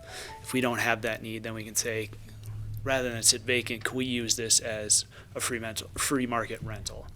So we're wanting to make sure that anything that's developed has a certain amount of intention moving forward always, and that there is some flexibility working with all of y'all to make that happen. I also wanted to add too, on top of Casey, I personally, benefited from subsidized ranch housing. When I moved to Colorado years ago, it wouldn't have been possible for me if I didn't have that. I lived in a bunkhouse. I was making 49 cents an hour, $50 a week. Well, you're high paid. Well, was that? Well, yeah, we got paid $50 a week in beef and housing, and that experience changed my life and changed the trajectory of my professional career. So, there's a lot of value to just that clustered intensive housing, and that's why we're so adamant about it. Well, there's some history there. My grandfather had 13 men working that ranch back when it was in full production, when it was sheep and potatoes. So it took manpower to get that, to raise 8 train car loads of potatoes and raise 2,500 head of sheep. So there is a history there of requiring housing for manpower. And we were just trying to understand what that meant in the management of the entire ranch. It's a big place, and I'll tell you what, I can't do it all by myself. I've tried. Don't forget, it's man and women power. Men and women power, absolutely. Forget that these days. Absolutely. Couldn't do it without the ladies. Which I think it's 60% of young agriculturalists are female now. And Most it's, of our operation is woman powered. I was just gonna We're say. more reliable. As I'm sitting here picking the dirt out from under my fingernails, not from yours, but So, go ahead, I Greg. got a few miscellaneous Don't forget Tom. comments. Greg, if that We're going to call them up. One has to do with the remote areas, remote ranch land envelope, I guess you call it. And, obviously that's one of the things we really value about this whole thing. And there are a number of allowed uses in there, one being grazing, and I just, think we should make sure that that doesn't interfere with the wildlife, the values that we're paying for there. And then also, something they talked about campsites and campgrounds, and I think it would be certainly applicable to have maybe some campsites for people working on the land, maybe some smaller campsites, but I think we want to stay away from the vision of big RVs and stuff like that. Absolutely. And so I just think that we need to make sure that we're protecting that's clearly defined. those areas, which I don't think is a problem, but I think we need to kind of flesh that out. And then in your application, I just read that the water rights, are intended to remain on the land. Well, I would think we'd want to be a little more Clear than sure that intended. they're on the land. And then lastly, there were a couple of options about getting rid of the gravel operation and the free market houses, and that doesn't seem like that's going to be exercised the way it was intended or thought it might. And, I personally don't have a problem with a gravel pit. I think it's part of the civic landscape, and gravel's going to come from somewhere. If it doesn't come from there, it'll come somewhere else with impacts. And it says that the gravel was used on 133 and the trail. And so having a gravel pit in that valley, I think is a good thing. So I don't have a problem with that. But the free market houses seem to kind of be at odds with the rest of your vision. And I'm wondering if we couldn't, work together to try to figure out how to get that part of it out.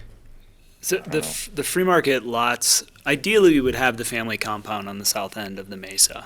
The free market lots came to be because of the gap between the offer and the appraised value, and so it was recommended that we retain some development rights.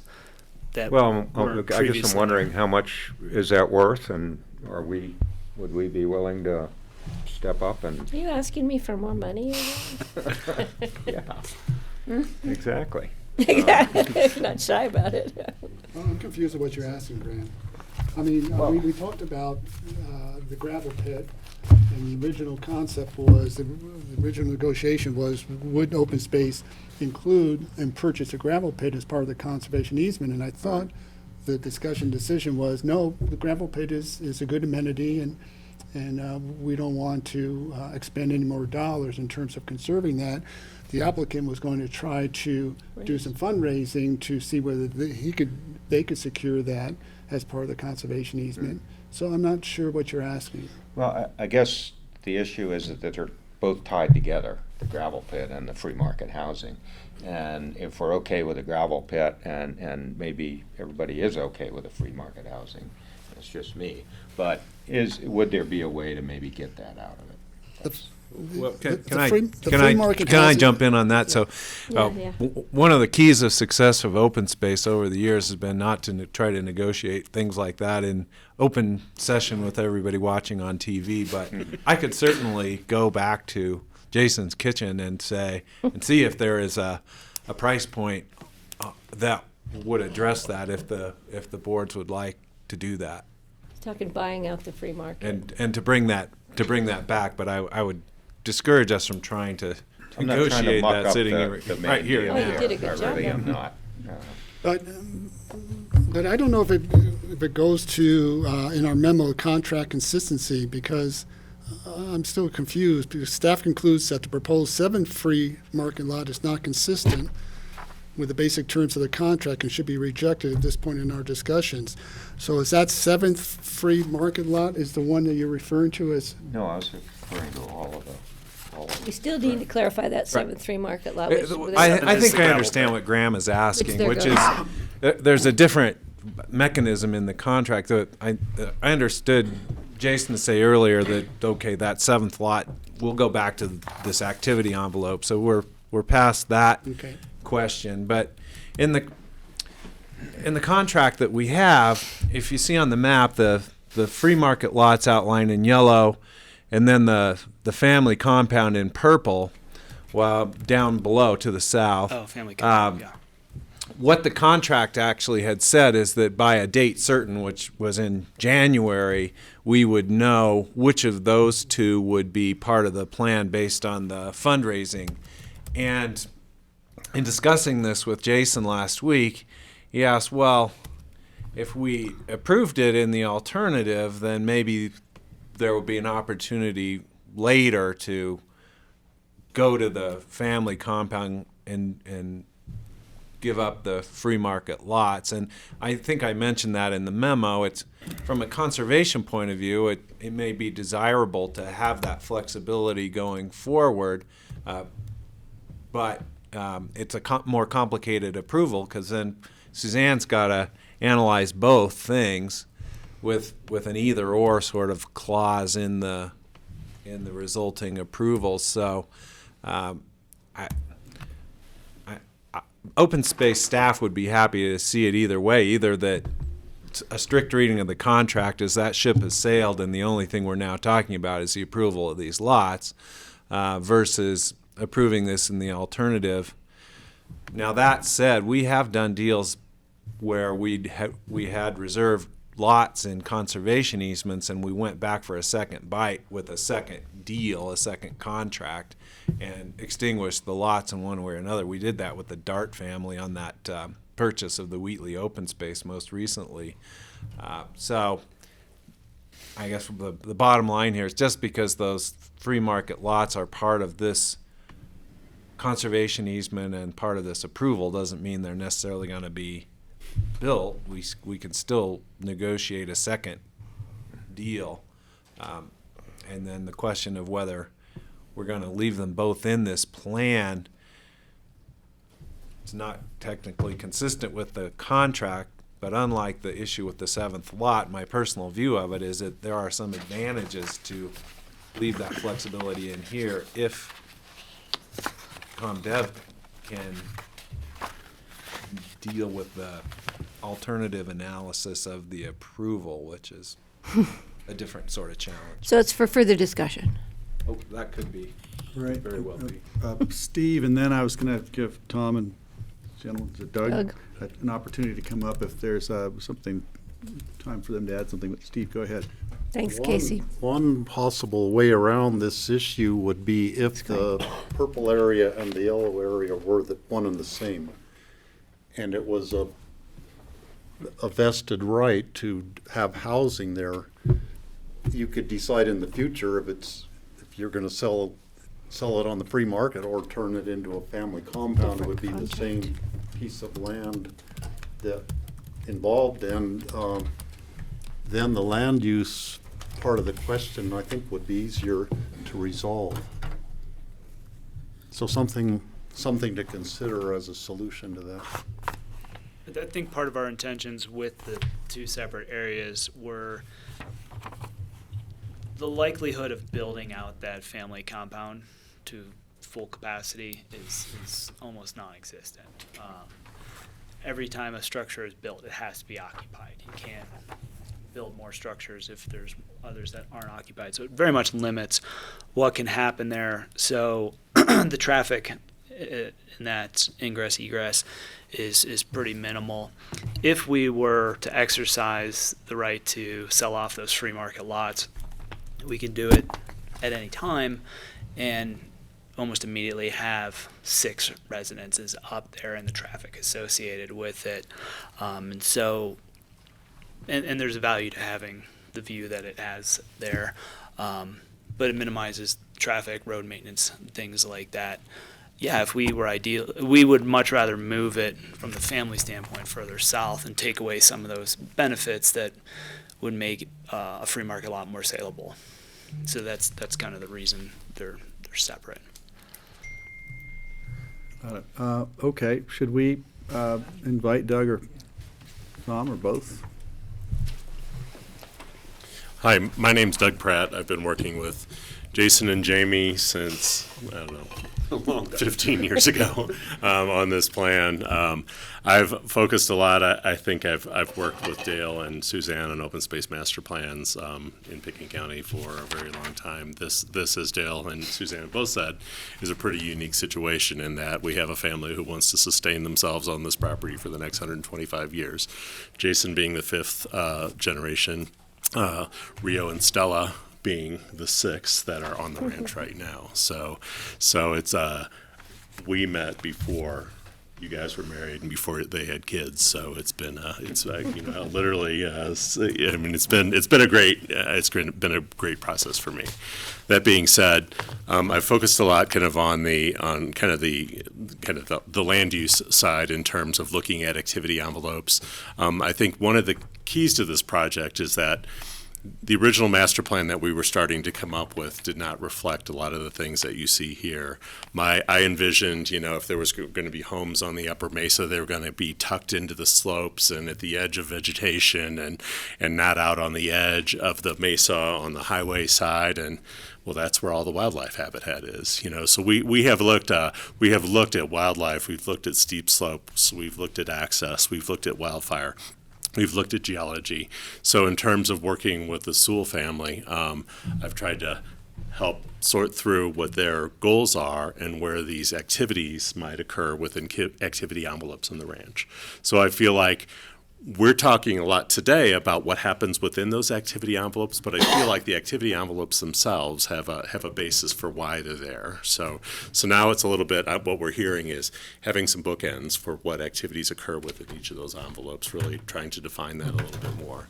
And I'm hearing that clearly, and I think these guys are too. That being said, the fact that those activities will be occurring in envelopes that are outside of hazard areas is kind of the key to this project also. So I'm trying to make sure what we're hearing today still allows some flexibility for what happens within those envelopes, but clearly defines the activities have to be within those envelopes because that conserves the habitat that is both agricultural and wildlife habitat on the property that the easement will cover. So I know this is all redundant, but we'll continue to work in that regard on what those activities are within the envelopes, try and provide additional definition for them. We've had to write some of our own definitions because they weren't in the code. So I kind of said, okay, this is what you want to do. Go find, this is the definition section of the code. Pick it out from here. Well, it wasn't all there. So we have worked through that process together as a team. And I think we're hearing, we have a little more work to do. We appreciate the support that we have from both of these boards because I feel like we do have the support and we need to fine tune things with staff and come back to you. So Suzanne has some clear conditions of approval that she can present to the Open Space and Trails Board, and they can refer those on to the BOCC. So that's our goal. We're trying to get there, and we'll keep moving in that direction. Thanks, so, Doug. Thank you. Succinct. And I'm Tom Todd. I'm Jason's attorney. I've been involved in this almost as long as Doug has. And it's been a great labor of love. In fact, I wouldn't call it a master plan process. It's more of a masterpiece process on Jason's part. But to echo John Wooten, the famous UCLA basketball coach, he used to say, make every day a masterpiece. Well, Jason is making this ranch a masterpiece, and I think it's really special. And I was also thinking about if we turned the clock back 50 years and Elizabeth Pepke and Tom Cardamone came in here and said, we've got this great idea for an environmental education center with nodules up and down the valley that's really going to change the lives of school children. We'd be asking, that's all great. How are you going to staff this? How are you going to house those staffers? And how are you going to make this profitable? Well, 50 years in hindsight, we can say they just knocked it out of the park. But to this day, they still have limits in terms of where they house their staff. And by hook or by crook and through generosity because of the charitable nonprofit nature of ACES, they're able to maintain. Here, we've got a slightly different model. It's for profit. And so Jason is carefully looking at how do you get the guys like Casey a long-term presence on this ranch to really make this a masterpiece farm-to-table agricultural production without the corresponding housing opportunities. And we all know that one of the watchwords of your two boards is avoid the unintended consequences. And I think when we come back next time, we can have some ideas about how we can modulate the creation of affordable housing or employee dwelling units to match the production so that poor Casey doesn't have to work 80 or 90-hour work weeks. He still will. Yeah, we can have more people. So with that in mind, I think we've got some great ideas and suggestions to go back to the drawing board to come back and fine-tune this masterpiece. If I could, I wanted to, the couple things that resonated with me earlier, I wanted to make sure we bring back in as Michael brought up the energy, renewable energy possibilities out there. It looks like you've been considering all that. Energy storage, certainly part of it. When I look at housing, every time anybody talks about building anything now, the first thing that pops into my mind is is it going to be net zero or is it going to be net positive? Is it going to be an energy conservation model? And this is another opportunity you have to be visionary and forward-thinking, is that as we go forward building new structures, that energy, responsible energy use is maybe the buzz. Going forward, it saves you money in the long term. Over 125 years, it'll be a winner. Sooner than that, we hope. We hope. But that's a big important thing. Second thing Wait, is. Craig, on that note, are you in Holy Cross or are you in Holy Cross. You are, Yeah, that so was that's just a even great, better. great benefit with CORE and Holy Cross. There are probably some great opportunities. Then regarding the housing mix, as Steve brings up, yeah, you get, life goes on, and you have a couple living in one of the units, and one of them works in town. How do we accommodate that so it still makes people's lives work for them? And then also car trips. Somebody mentioned car trips. One of the big questions we have when there's development or redevelopment of anything here is how many car trips a day, and for the big luxury homes, second homes, we're thinking about the florist and the plumber and the security people, and it's 100 trips a day per house sometimes. We should probably look at that because we're increasing some density there. What's it going to do for the highway? Unintended consequences. I don't know. Maybe it's a great solution will come forward. They'll get a bicycle with their house or e-bikes. Who knows? They've got a great bike trail across the highway. Stop trying to put me on a bicycle. Just thinking about those things, you're doing such a great job with this so far. I just want to make sure we're looking forward. But the energy aspect is huge. Anytime anybody brings it up, that's like my first question. So. And we're certainly considering that even just with the layout of the building envelopes. Casey's operation right now has switched over to using primarily bicycles or an electric golf cart versus hopping in a truck or gas-powered vehicle. We got hydroelectric possibilities. We've hydro possibilities. A lot of easements that I've seen in the past have put restrictions on what you can do with energy development as far as, if you become efficient with it and aren't impacting other conservation values, you should be able to put it back into the grid. Technology is improving daily, and You know, a lot of this thought that putting solar panels or hydro or different things out there is negative.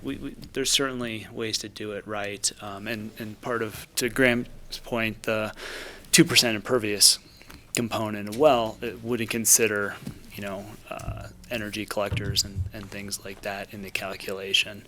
So it's certainly something we're interested in. We hope to really be pioneers in setting standards of utilizing our surface area as energy collectors or whatever we have to keep energy collected on the ranch or developed on the ranch.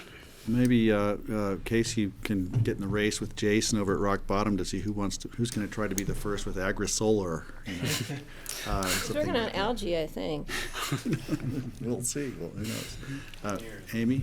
Just a quick question. I think, you know, speaking of energy and that type of thing, I think there was one piece in the application about the gravel pit and mineral extraction as well, leaving that as an open kind of caveat. So I guess I just wanted to ask what that would entail. Are you talking about the smaller gravel allowance for on-site use, or? No, there was like I thought there was a caveat that says you could do mineral extraction as well as gravel extraction in that envelope. Within the activity area of the gravel pit, the gravel activity envelope. So if you find gold there, we get a percentage? That's not in the contract. If you find oil, We should amend it. just don't even think about it. That was in there for the understanding that the gravel resource valuation there is a potential value in that resource, and so it was more of a placeholder for us to be allowed to go in and extract the gravel for the market value of it, if that made sense. Yeah, I guess my concern was more like, what other mineral extraction Yeah. are you looking at, and does that then say you're going to start drilling there? Yeah, that's, I guess, a concern and a Right. question, just because it It's seemed clarification. open-ended to me, and I just didn't know what your intentions and thoughts were on that, and that would, I would say, probably be a concern for most folks if that ended up being the intention was to go and start drilling, since that has been obviously a large item Right. in that area. Divide area? Yeah. Okay, I think Thanks. there'll be more. We're going to continue this. Really looking forward to it. Sounds like you guys know where it's going, and there's a sense of confidence. Good discussion. We've asked the right questions, hopefully, and looking to find out what the next set of questions will be.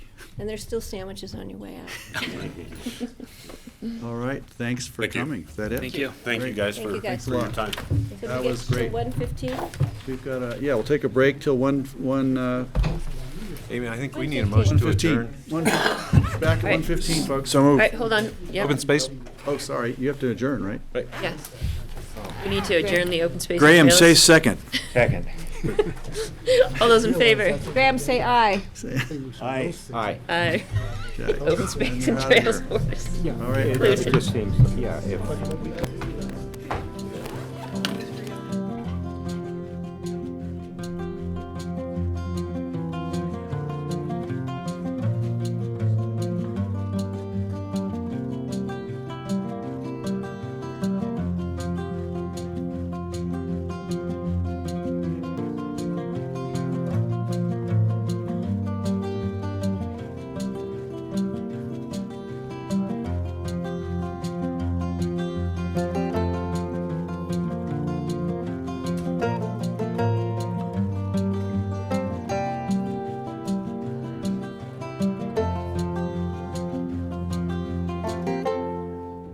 This is the Let Them Eat Cake portion of the program.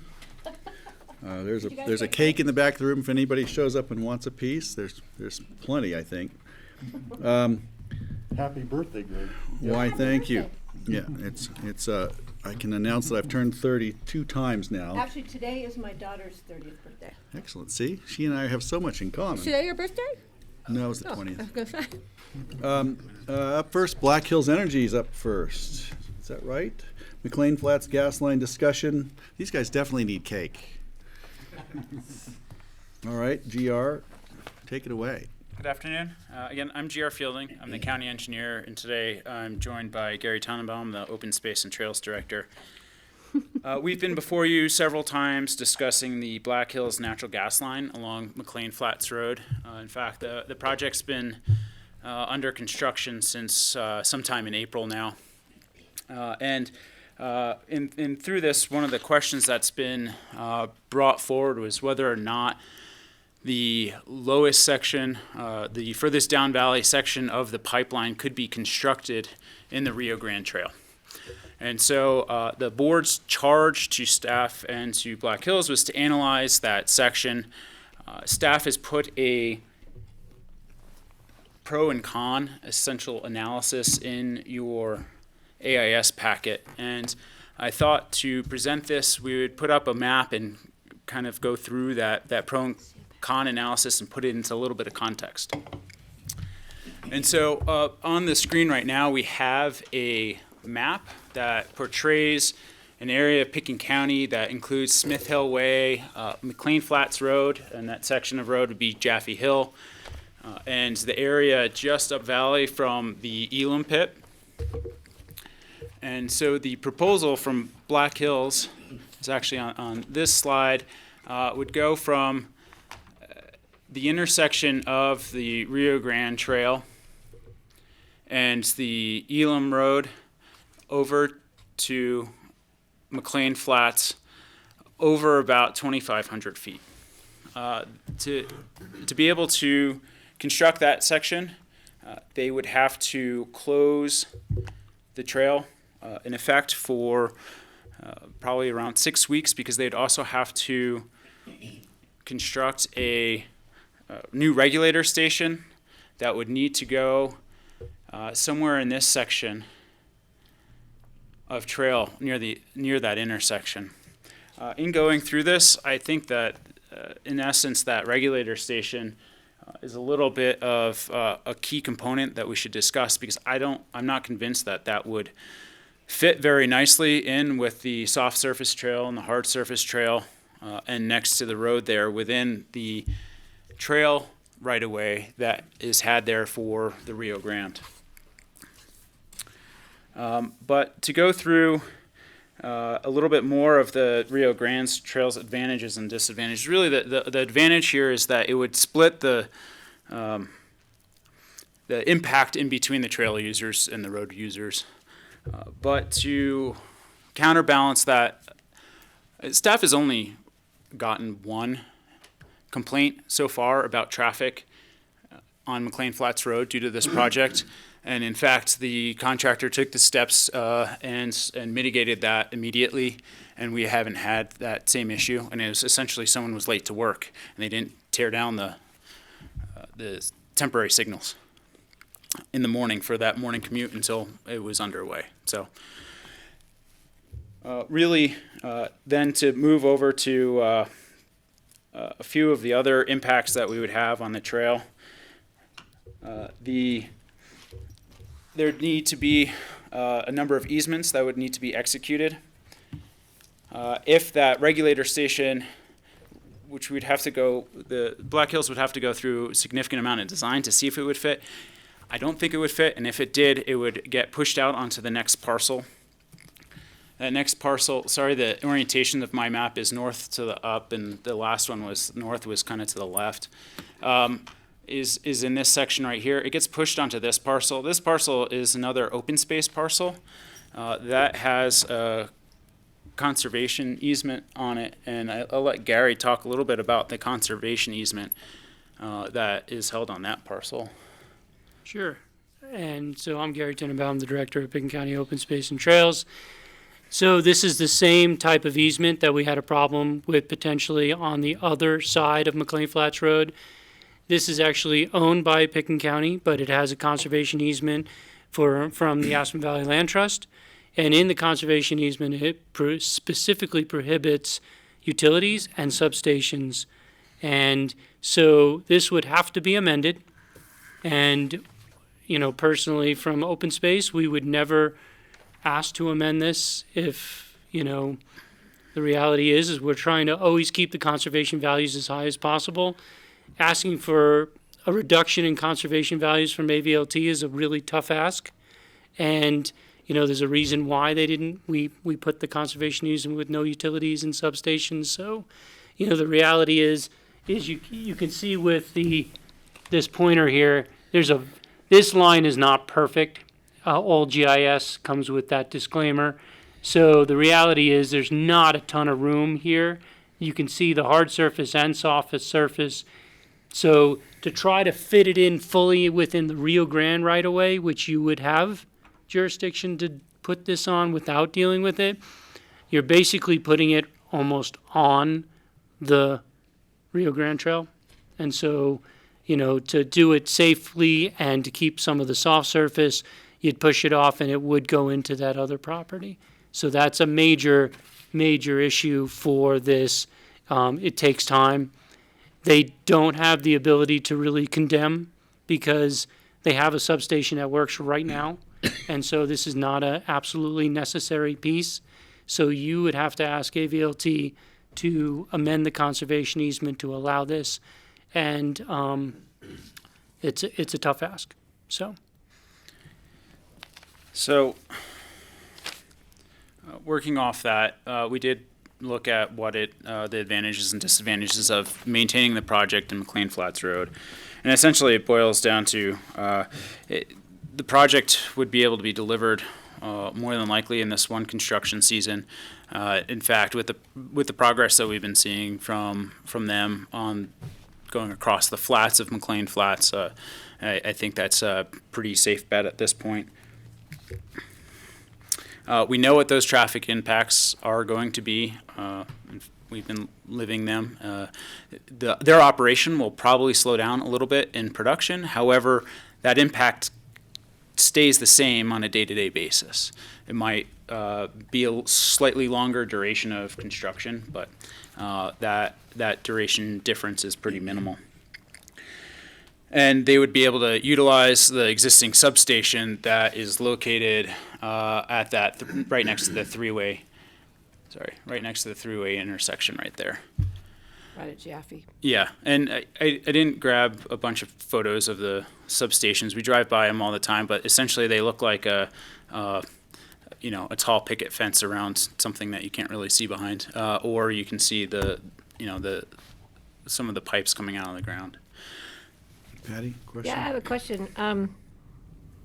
The time frame. So if we were going to keep it on the trail, the time frame to process the negotiations with AVLT, we're talking about extending this out to probably next season would be we're already at the beginning of July.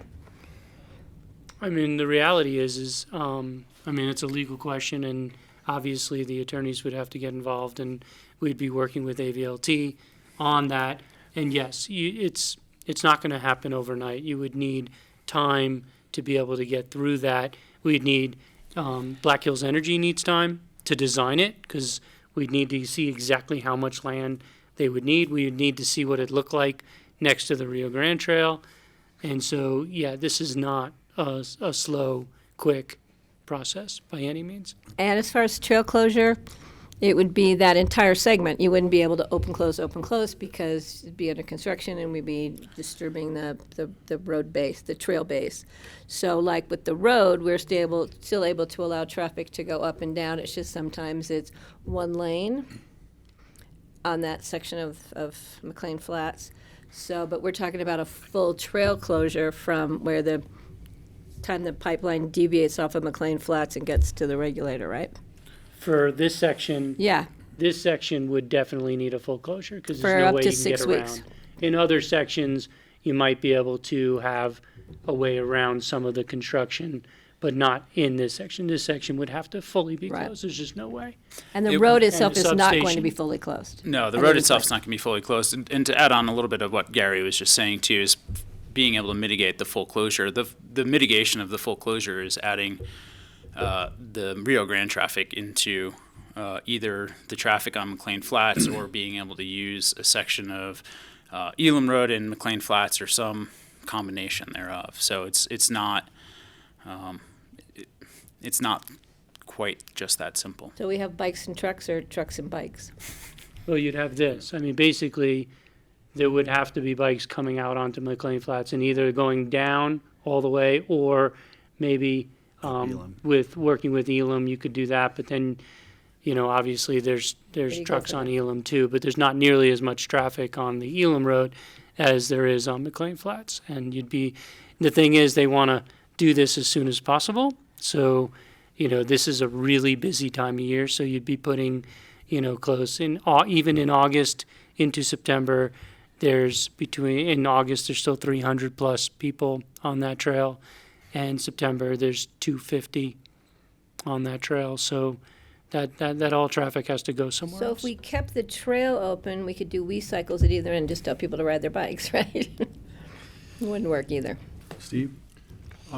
First of all, I drove by McLean Flats Road yesterday, and the job looks really nice, like the finished grading and everything.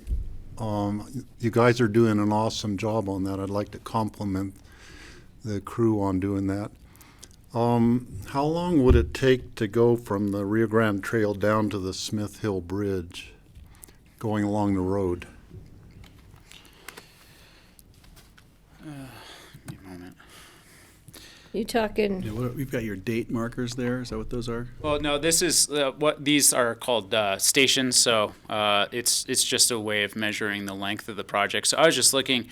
Essentially, you're looking at 1,800 feet in the road template, and so I think Bless worst you. case scenario they were figuring on about 80 feet a day. All their even their production rate up on the flats when they were in the road was higher than that. But that 80 feet a day as a worst case scenario is about 22 and a half working days. Mm-hmm. So considerably less time than it would take to go down the trail part, because it's only putting a pipe in and not having to do the whole new substation. Right. Yeah. so we're looking at a decision. I'd be totally in favor of following your recommendation and just go down the Smith Hill Road, along the side of the road, and that seems to be the logical way to do it at this point. George? I was always not in favor of closing the Rio Grande Trail, and I didn't think this was going to be a great traffic impact to the residents, and as it turns out, one complaint only so far. But my question is, for Black Hills, which is their preferred route? Their preferred route is what they've proposed yours to go up McLean Flats Road. Okay, because we're getting feedback from at least, I think, the president of the HOA up on the, what's the name of that subdivision? W/J, and he expressed to me that Black Hills said, oh, no, we would be happy to go along the Rio Grande Trail. And so seems to be some miscommunication going on between Black Hills and the HOA. So I would like to see that clarified, and probably from Black Hills, if their representative is alluding that, oh, we could do it on the Rio Grande Trail, but the county doesn't want us to do that. I'm not sure that really is the case. You have to come up. George, You have to come up. Yeah, you have to come up, though. You've got to come up to a mic so we can record it. Thanks. My name is Mike Moore. I'm a contract landman for Black Hills Energy. I've been in touch with Wayne Etheridge for a number of weeks now over possible alternate routes on this pipeline. As of last night, Wayne and I spoke, and I told him it's very, very clear, without basically streamlining what it is we have off of a 2015 easement we got from Pitkin County on the other side of the Elam Road, the time constraints don't work. We wouldn't be able to do this as much as we'd like to, because it's going to be a little bit of a challenge with as many cars as we have on McLean Flats Road versus the bike trail and just coming off of an existing 10-inch line we have there that we built in 2015. That being said, the timeline just doesn't work. We thought we'll just go ahead and stick to our original alignment. Mr. Etheridge understands this. We've walked a number of different routes, possible routes through White Star, the trail, of course. All of it involves community development to a certain degree, and we just don't have the time. We've got a little 2-inch line feeding all those people up there, and we do need to finish this project this year. He understood, Okay. you know, but I have been in touch with him on a very regular basis. All All right, right. thanks for clearing that up. Thanks, yeah, because I'm not sure he was apprised of the need perhaps to have a new regulation station placed along the Rio Grande Trail, nor of our conservation easement, so. He's aware of it. I think everybody in W/J Ranch would like to see it not impact them as much as it already has, and it's going to even be more of an impact as far as vehicular traffic in the future, the next couple, 22 and a half 2-3 months. It's let's face it, it's a narrow road. That being said, he understands our point. We certainly appreciate him trying to go to bat for us, and that maybe this could be looked at, but when we get down to it, the time constraints are just too much. So, You're good with the red alignment here, the original plan. yes, sir. See I nodding heads. did have a RAFTA bus driver call me this last weekend whose patrons that are dropped off and picked up at W/J Ranch are concerned that they won't have bus service. I have not addressed this with RAFTA yet, but I believe that we can accommodate them during construction. We always have steel plating. We have some great operators, some great personnel on the job.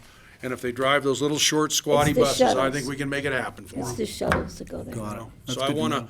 I wanna squash that idea that we weren't communicating, because we have been. Thanks, Thank you Mike. for your time. Thank you. Appreciate it. That's very, very useful. It's glad to know that RAFTA is in the loop on this as well. Okay, we'll continue. Are you waiting That's for all For that us to staff give really had. for If- direction? Okay, does anybody have a? I see no reason why not just to continue. Let's just get it done. Yeah, I'm good with following the red line there. I think we're in agreement, George. Yeah, I'm sorry for the inconvenience, but you know, sometimes these things have to happen, and it's a matter of inconveniencing one sector or another. And this was already in the plan, and it makes better sense to keep it where it is for many reasons. So again, I apologize to the traveling community. We're gonna have bikes on there too with cars. We know that they're gonna be using that section of McLean Flats, that hill. They always do. So it's just a matter of choice, and we have traffic congestion on Highway 82, so we're kind of coming and going in all directions, so let's just get it done. Yeah, if we decided to go down the Rio Grande Trail and put all the bicycle traffic on the road, that's gonna be impeding the traffic. More than the anything. motorized traffic anyhow, so, it's like inconveniencing everybody to some extent, rather than just a portion of the traveling public. Not to mention the safety issues that come up when you think about dump trucks and bicycles and a lot of traffic on that narrow road together. So I'm in agreement. It's, where do you want your energy to come from? It's got, we're all using it.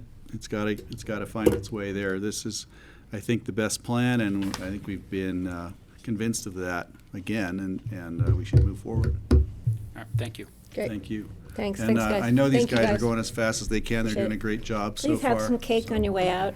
Yeah, take a piece of cake on your way out, right? It's Greg's birthday cake. I'm giving it away.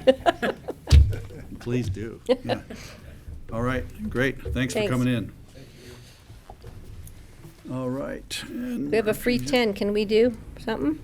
Well, let's keep on moving. Is Ann here yet, or she's not here I yet? just texted her that we're running early. Maybe we can move ahead. You want to go do a future agenda review? To future while we're- agendas. Yeah.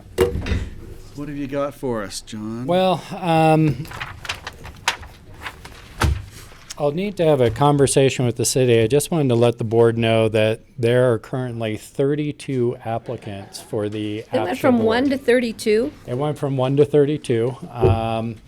So that may be a few more than you guys would like to be interviewing. And so we just distributed this information to the city. And so I'm going to visit with Sarah, but I might suggest that we set aside some time at the next work session to share that information as far as the applicant information, and have maybe some process between this board and the city council to prioritize folks for interviews.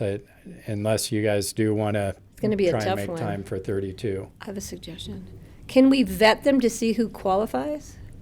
Maybe some of those people don't live here full time. I mean, are there some, I know the last list I saw, they all look valid? for the most part, yeah. George? I had a question a couple of weeks ago, John. You were out when we saw how that decision was made in terms of having the applicants be interviewed by both the BOCC and the city council together, because I don't recall us having that discussion. Yeah, and so if that wasn't clear, I had expressed this to the board in your absence. My apologies. The intent of scheduling the July 9th meeting was to schedule time for you to interview with the city council. The city council is doing all of their board interviews that day anyway.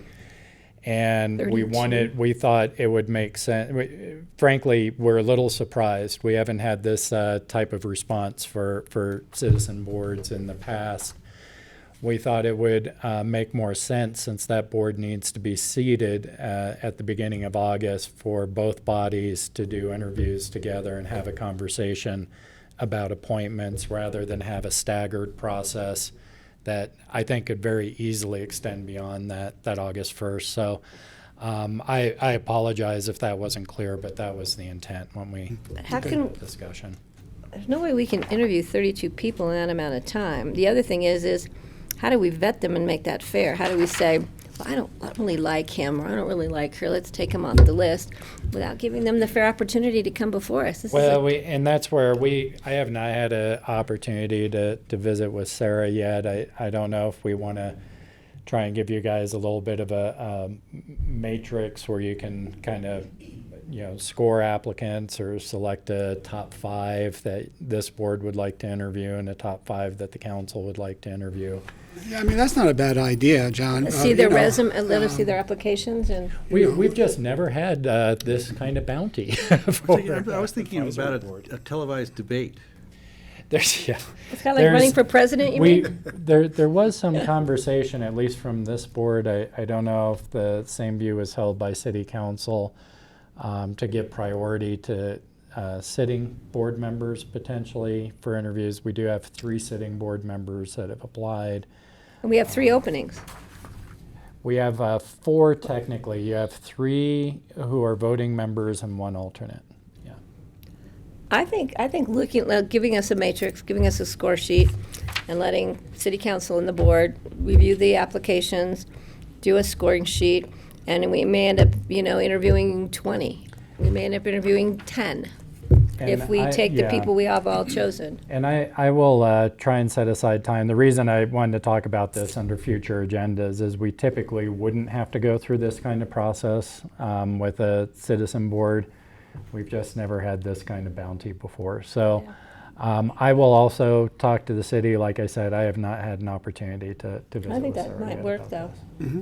No, I think it's a good idea. I think that's a good idea. Give us a matrix, let us look at all the And applications we and can vet set them. aside time for you guys to talk about it next week. Well, kind of like we did with the airport, we all kind of picked our top ones in this group and that group. Exactly. Yeah. What we did there was we had you do them by groupings. Right. And that's kind of what I Yeah, had let in us- mind is. I think that would work, but we need to you get that can group information them, soon.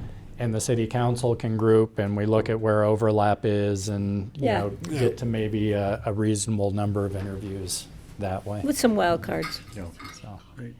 What else you got for us? that was it on future agendas, actually. I have something. You do. Shocking. On the 23rd, it needs to be noted that our meeting is not in the BOCC meeting room. It says where our meeting's being held. It's the day we go to Basalt, we go to Garfield Garfield. County, Tuesday. Oh. That needs to be corrected to show that we're actually meeting at Basalt Town Hall for the public to know.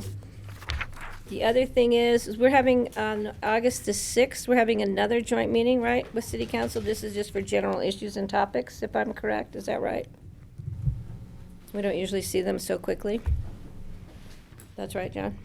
That is the plan now, unless you guys want to. No, so we'll have a work session ahead of time to discuss what we're gonna discuss. Yeah, we'll have some prep time set aside for that, and that will be post. I think the city council is going to be doing a retreat, so we'll probably be able to get an update on And that. then the third thing, which is pretty simple, the 28th, at our regular meeting, we have a one reading, I believe, for the Aspen Consolidated Sand District. Is that their solar proposal at W/J? I'm going to need to double check that, Patty. Yeah, because it's just a one read, which seems like a kind of a big deal for. No, that falls under special review for us, so Yeah. that would be a two read anyway. Yeah, can we just double check if that's the issue at hand? It just says activities of state interest. So I'm not sure what that's about. So if you could just, it's Leslie's item. So that would be, that'd probably be a 1040. So if we could just find out what that is, get a little more info. And I think, and then we have the Sunfire Ranch is on for 2, but that's probably gonna get pulled, so it'll give us more time, so, but we can address that at a later date. Okay, that was it, thank you. Steve? I noticed that the joint meeting with the city council on August 6th is one day before our EOTC retreat. We might be sick of each other if we have two back-to-back. After interviewing 32 people, we might be sick of each other. Yeah, so maybe that joint meeting should be moved to another date. Just so when we get together as EOTC, we're all fresh, we're happy to see each other. Unless we're gonna talk about the recycling center, which I think we need to talk about, so. So, yeah, it depends on what we're talking about, and it's just something to consider to maybe move that. Yeah, I mean, I don't have a problem. I won't be sick of our new city council members seeing them 2 days in a row. So if we have an agenda that needs to be discussed, we should discuss it. Points well So, taken. yeah, 1-1, okay. I agree with George. I'm neutral. Assuming, I would just like to No, move no, no, on. no, no, no, no, no, no, you can't, you're the Somebody tiebreaker can't be vote. neutral. You cannot be neutral. We'll let Kelly meet with them, since she's gonna miss seeing them. Kelly can interview these people.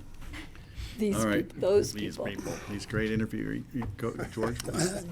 John, I mentioned this again a few weeks ago. I don't know whether you discussed it last week for future agendas, but we normally have an annual update with the Forest Service. It's on our agenda coming up. It is when? I'm sorry, I missed it. Yeah, It's on future agendas, George. it is on future agendas, and since I don't have mine printed like Patty, I'm going to. Okay, so it's coming up in July, do you think? We're working on those. Yeah.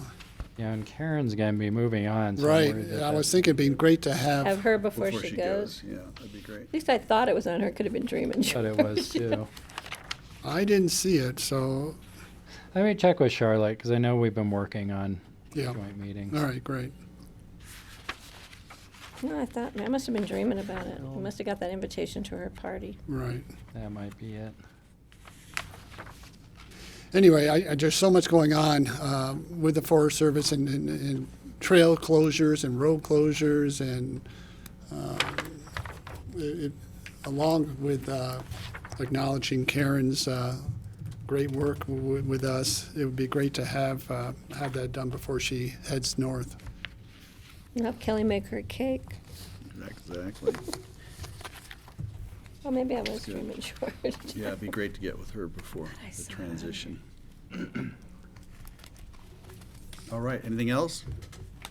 Oh, moving right along then, let's go back and go to comprehensive annual financial report, and we're right on schedule. Is this, you just handed us what was already in the packet? Come on down. Yeah. Ann and Connie and distinguished guest.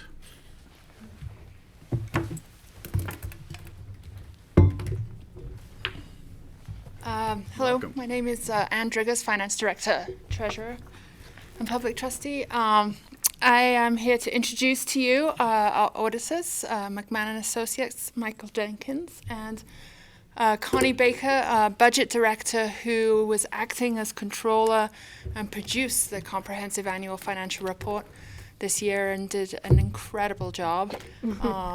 And Mike's got a presentation he's going to go through, and he will give you more details and insight. And I just wanted to congratulate Connie on a fantastic job. She did amazing. It was her first time producing a comprehensive annual financial report. It's a lot of work.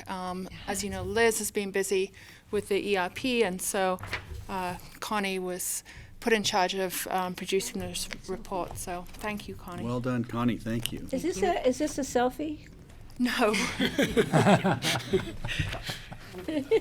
Couldn't resist, sorry.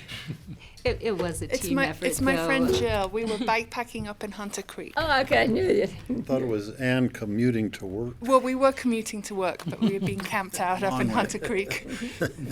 It was a team effort, though. Everyone in the finance department participates and works hard on getting it all done, so not just me. Take any cake. Great. Oh, carry on. Great. Thank you. Well, thank you very much. It's my pleasure to meet with you today and walk you through the county's CAFR for 2018. The CAFR is the Comprehensive Annual Financial Report, which is, I've sometimes described to my clients as a financial statements on steroids, because in addition to the basic required financials that all governments must provide, this really goes above and beyond. And again, this kind of circles back to Anne's appreciation of the effort that Connie and the finance staff put into producing this document, in that this goes beyond the minimum required in terms of providing readers with a lot more information in terms of the county's operations, in terms of the environment in which the county operates, as well as both a current standpoint and a historical perspective. In addition to the audit opinions on the financial statements, there's an introductory section which goes through an overview of the organization and the county's operations. There's a management's discussion and analysis section, which, you know, if you are looking for a really succinct narrative discussion of the financial statements and the environment in which the county operates, I would say that would certainly be a good place to refer yourselves. In addition to that, there's the financial statements, which look at the financial position at the end of the 2018 calendar year, as well as results of operations for the county and all its funds. And it also includes the library district, which is considered a component unit of the county. The financials include kind of two perspectives on the financial results and financial position. That's the government-wide, which is a broad overview similar to the private sector, full accrual, depreciation, all the debt is there, all the receivables have been accrued. And there's also fund basis financial statements. Those are the budget basis reports that you're more accustomed to seeing on a regular basis, just looking at near-term inflows and outflows of resources for the county.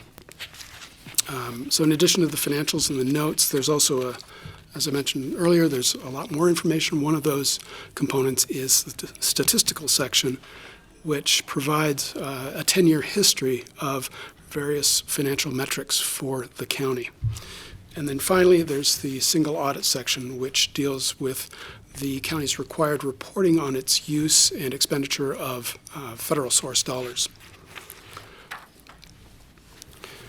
So our job as the independent auditors is really to provide an independent examination of the county's financial statements and speak to their compliance with generally accepted accounting principles as applicable to governmental entities. While it is a statutory requirement that local governments such as the county have an annual audit, there is an upside to our annual invasion, and that is it does provide comfort to those who look to the financial statements of the county in terms of a broad spectrum of stakeholders, whether it's yourselves as a board of directors, if you will, of the organization, management team, taxpayers, debt holders, vendors, anybody who purchases services from the county. So quite a wide range of people can look to the financial statements and gain some comfort from the audit perspective.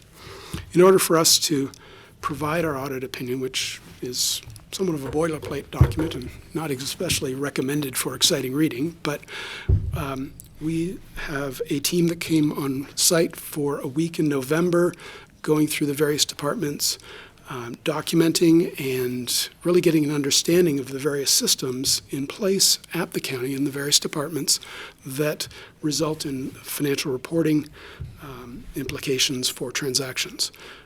We also then had the same team come back again in April,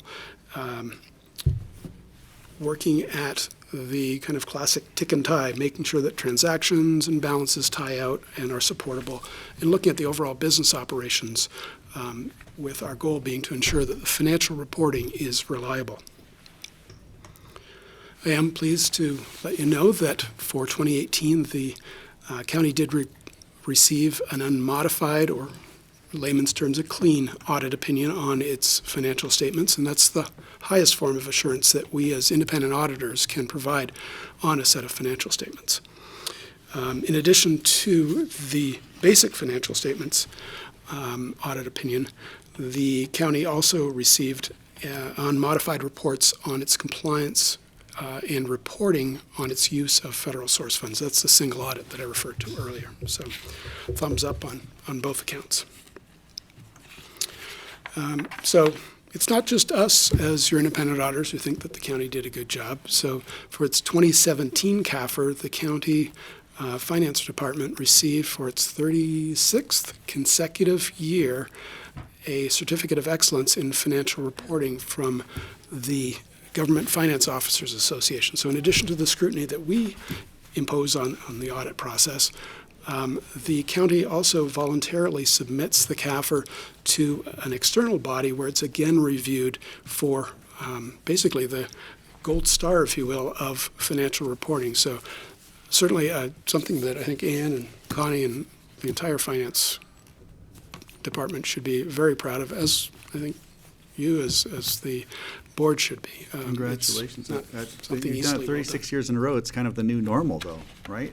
Right, that's the pressure, you know. The pressure. Yeah, where do we go from Be here? the first one not to get it. So what have you done lately? Right. Thank you.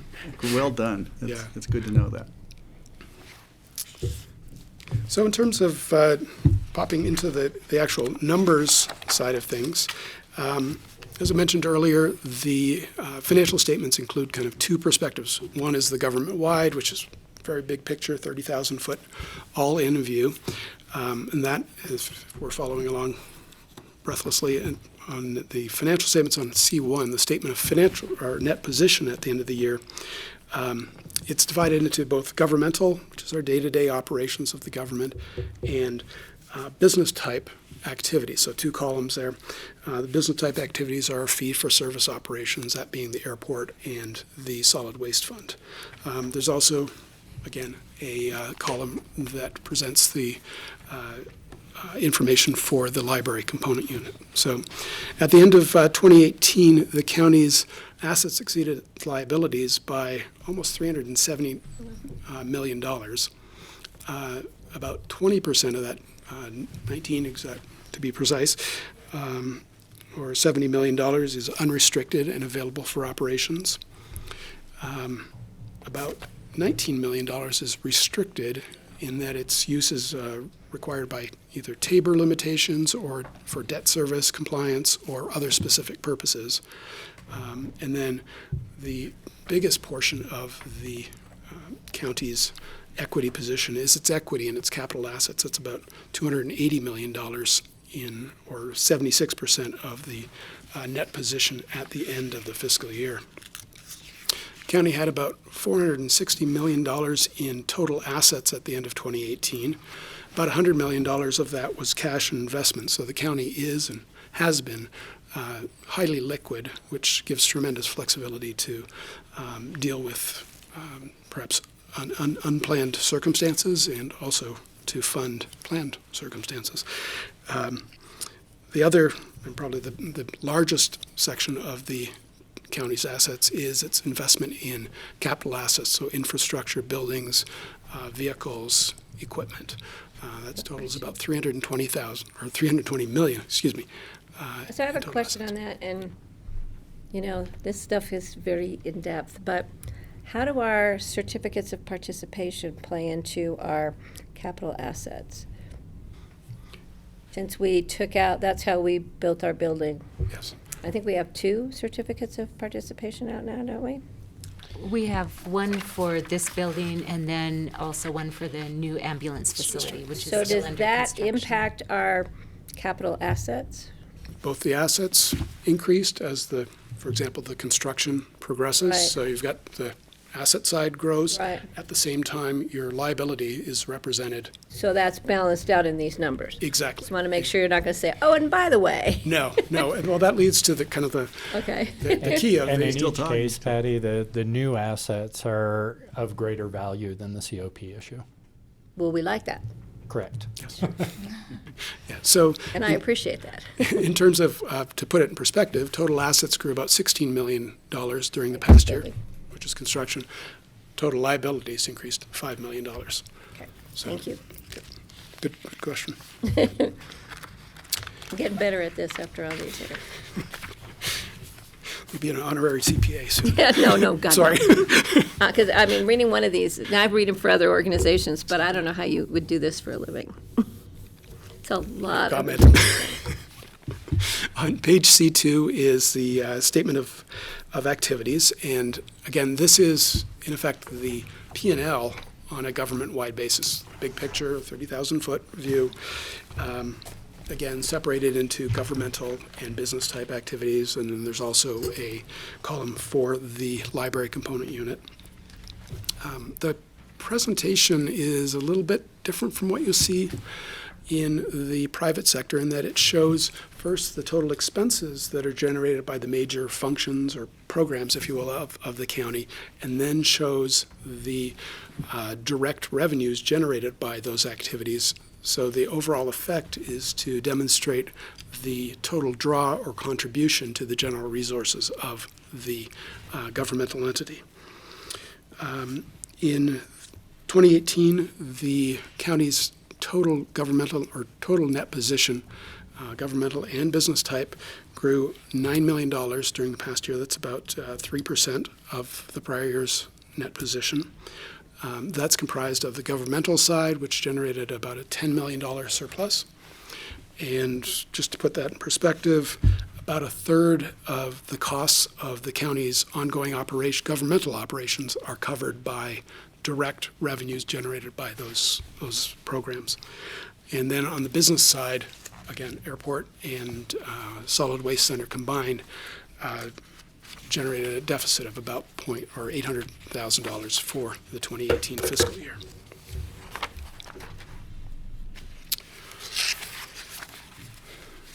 There's also, as I mentioned earlier, a presentation of the fund financial statements. So again, to put the numbers in perspective, the fund financial statements look at how did we as a county do during the past fiscal year relative to budgets, both the original budget that was adopted prior to the fiscal year and then the final budget after any and all supplements are accounted for.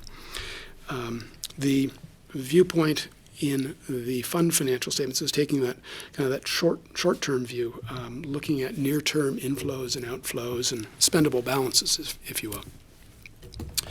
C5 shows the aggregate fund balances for 2018, and when we look at it at the fund level, that shows a net decrease of $9.2 million for 2018. And then keep in mind that this presentation in the governmental fund level is showing the expenditure or the county's investment in capital assets. So as the county is buildings, for example, that would be reflected as a budgetary expenditure and a reduction of fund balance. So that's kind of explains the difference in the outcomes there. One of the ways of putting the county's financial wherewithal in perspective is to look at the financial strength by comparing fund balance at the end of the year as a percentage of the current year expenditures. So on the governmental side, across all governmental funds, fund balance at the end of 2018 was about 74% of 2018 expenditures. That's largely driven by the general fund at 70%. You can see there's several different metrics there in terms of the percentages. As you look at more capital-intensive funds, for example, open space and trails, employee housing impact, capital fund, those tend to vary pretty significantly year over year as the county accumulates resources and then expends them on capital projects. So nothing to be alarmed about the differential there between the percentages in the capital fund, for example, versus on the general fund. Again, that theoretically, to put it in context, at let's call it 75% across all governmental funds, that would mean that at the end of 2018, the county theoretically could go 3/4 of the year operating at the same level as 2017 without having to take in any new funds. So, thank you for that. And would you call that healthy? I would, definitely. Very healthy? Yes. Okay. Yes. Probably very comforting. Yeah. Yes, absolutely. Just for the public so they understand the ratios. So Exactly. That's And that, significant, though. That's yeah, a and that significant amount. one wants to keep in mind that it's not like the government should be working at a break even and everything should be zero. Brian, get some cake. Sorry, I saw you. Can't leave the room without cake. It's a rule. Sorry. He'll be back. So as I mentioned, many of these funds will be accumulating resources with respect to long-term plans of the county. So it's perhaps short-sighted to just merely look at one point in time and say, well, that's it. And I just note for the board, you guys have been pretty aggressive in terms of making capital improvements and capital investments and modernizing a lot of that. And we've been able to do that while maintaining a strong financial position. So I think it's important for the public to understand, for you to understand that you've been making solid decisions there. I guess the question that comes from that is just if things were to change, say we had a downturn, how nimble are we in being able to change the mix? We start a program with a certain expectation of expenditure. If we have to change that, I don't know if that's a metric you have or not, but I'm trying to. Part of the reason we maintain those percentages of fund balance is we do have reliance on a couple of things, more elastic revenues, for example, like sales tax. We're also in just a more elastic base in terms of being a resort-based economy. And so one of the reasons we target keeping these healthy fund balances, we're about providing service at the end of the day. But one of the reasons we target keeping these healthy fund balances is so that when we do have those downturns and such, we don't need to make the precipitous change, because typically what happens to us as a public sector organization is as our revenues go down, the community's needs are actually going up. Right. And so we try and preserve an ability to continue to invest and not have to make those types of changes, Greg. There are times where those economic corrections last longer than our normal. We kind of plan for, we tend to have 12 to 18 month cycles. And you never lose 100% of your revenues. That would be catastrophic. We'd probably have different issues going on. But in that case, we tend to be able to manage expenditures first on the capital side and then, if necessary, on the operating side. But one of the positions we try not to put ourselves in is that we do have to act as nimbly in the face of change, because that's usually when the community is relying on us the most. Thank you for that. Yeah. Okay. Very true. Thanks. Carry on. Thank you.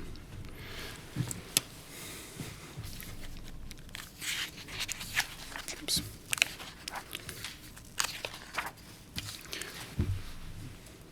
Press too far. Sorry. So in terms of just putting the revenues and expenditures in perspective across all governmental funds, the county generated some $79 million of governmental revenues last year. That was up about 8% from the prior year, largely reflective of higher tax revenues, as John mentioned, driven by sales taxes primarily on that side. On the expenditure side, total about $95 million across the governmental funds. That was up about 20%, driven largely by those capital investments made during the past year. Just in terms of wrapping up, I think overall the county's financial health is really quite good. The general fund, all the other governmental funds, able to maintain a strong and healthy fund balances, as John mentioned, that gives the county the ability to be nimble, to react in a planned manner as opposed to a reactionary manner. Solid and certainly better than expected sales and property tax numbers in 2018.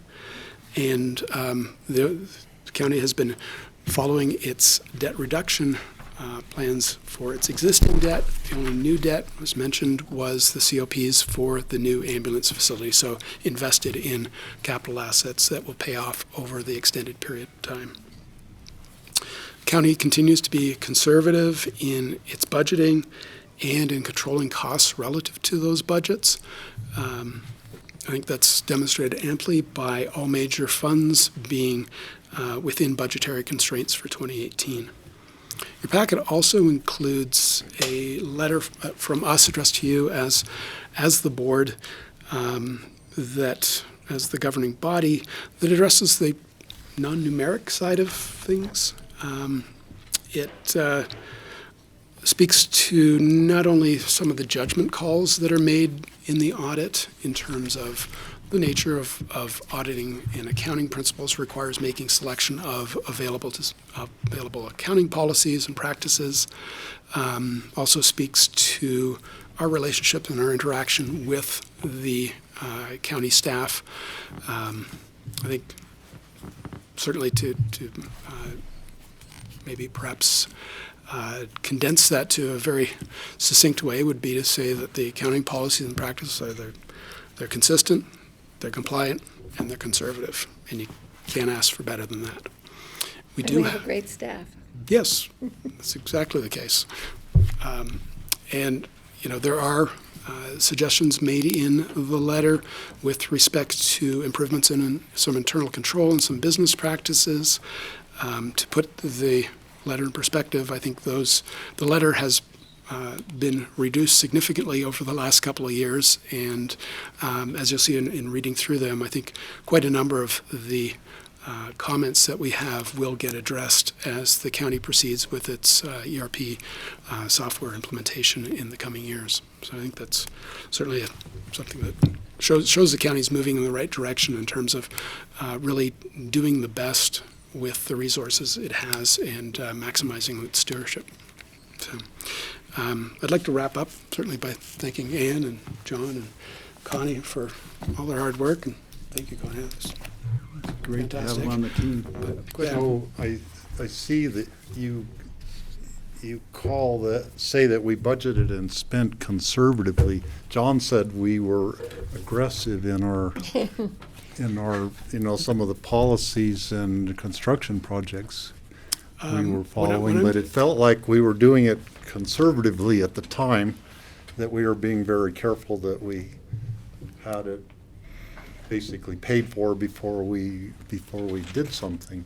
Exactly, and that when I'm saying conservative, it's not a political judgment of any sort. It's it's merely that you have both long-term and near-term budgets, and the county is spending within those, which means there's a lot of foresight that goes into those investments, and that's what one really must look at when you think of the capital expenditures that the county is incurring, is that those are investments that will pay off in terms of service provision to the taxpayers, and it will also, ultimately result in, I think, more efficient delivery of those services over the longer term. I've been enjoying reading through your letter with the various recommendations and management responses, and it looks like we pretty much have good answers for everything. But are there any things you want to highlight or point out beyond what you already have in the letters? Anything you'd like us to? I think as I said, they are pretty straightforward, and as you mentioned, management has a plan in place to address them, and I think that's important. I think that would be comforting to certainly you as the board and taxpayers, that management acknowledges that yes, there are ways that we can improve, but management is also taking steps to make those improvements. And you see that on an annual basis. Thus, the shorter letter is what you referred to earlier. Exactly. We're refining it as we go, and things that come up are usually dealt with fairly quickly. Exactly. If anything was recurring, we'd probably hear about it. Right. Well, it's great. It's great to see that. I wish the rest of my life was as organized. Especially my finances. Thank you very much. Thank you very much. Coming. A lot of work, you guys. Any I other don't know questions? how you I do think it. we're good. Yeah, it's actually Please, before you enjoyed. leave the room, you have to take a piece of cake. Take a piece of cake. Our commissioner's not here today. Kelly baked that, so it's. Ellie baked that. If she's not going to show up, she has to bake a cake. That's the new rule, regardless of her reason. Hopefully she's having that baby today. It's my daughter's birthday and it's her older brother's birthday. And when we expect that she's watching live. Thanks, Kelly. I doubt she's watching us. That's what. Okay. Right, thank you. That's it? We done? Thank you. Thanks for Thank you coming. very much. Appreciate it. See you. You made that somewhat painless. We try. I'm gonna have a piece of cake. Okay, yeah, get a piece of cake. All right, up next, we're going to have the prep for our joint meeting with CDOT.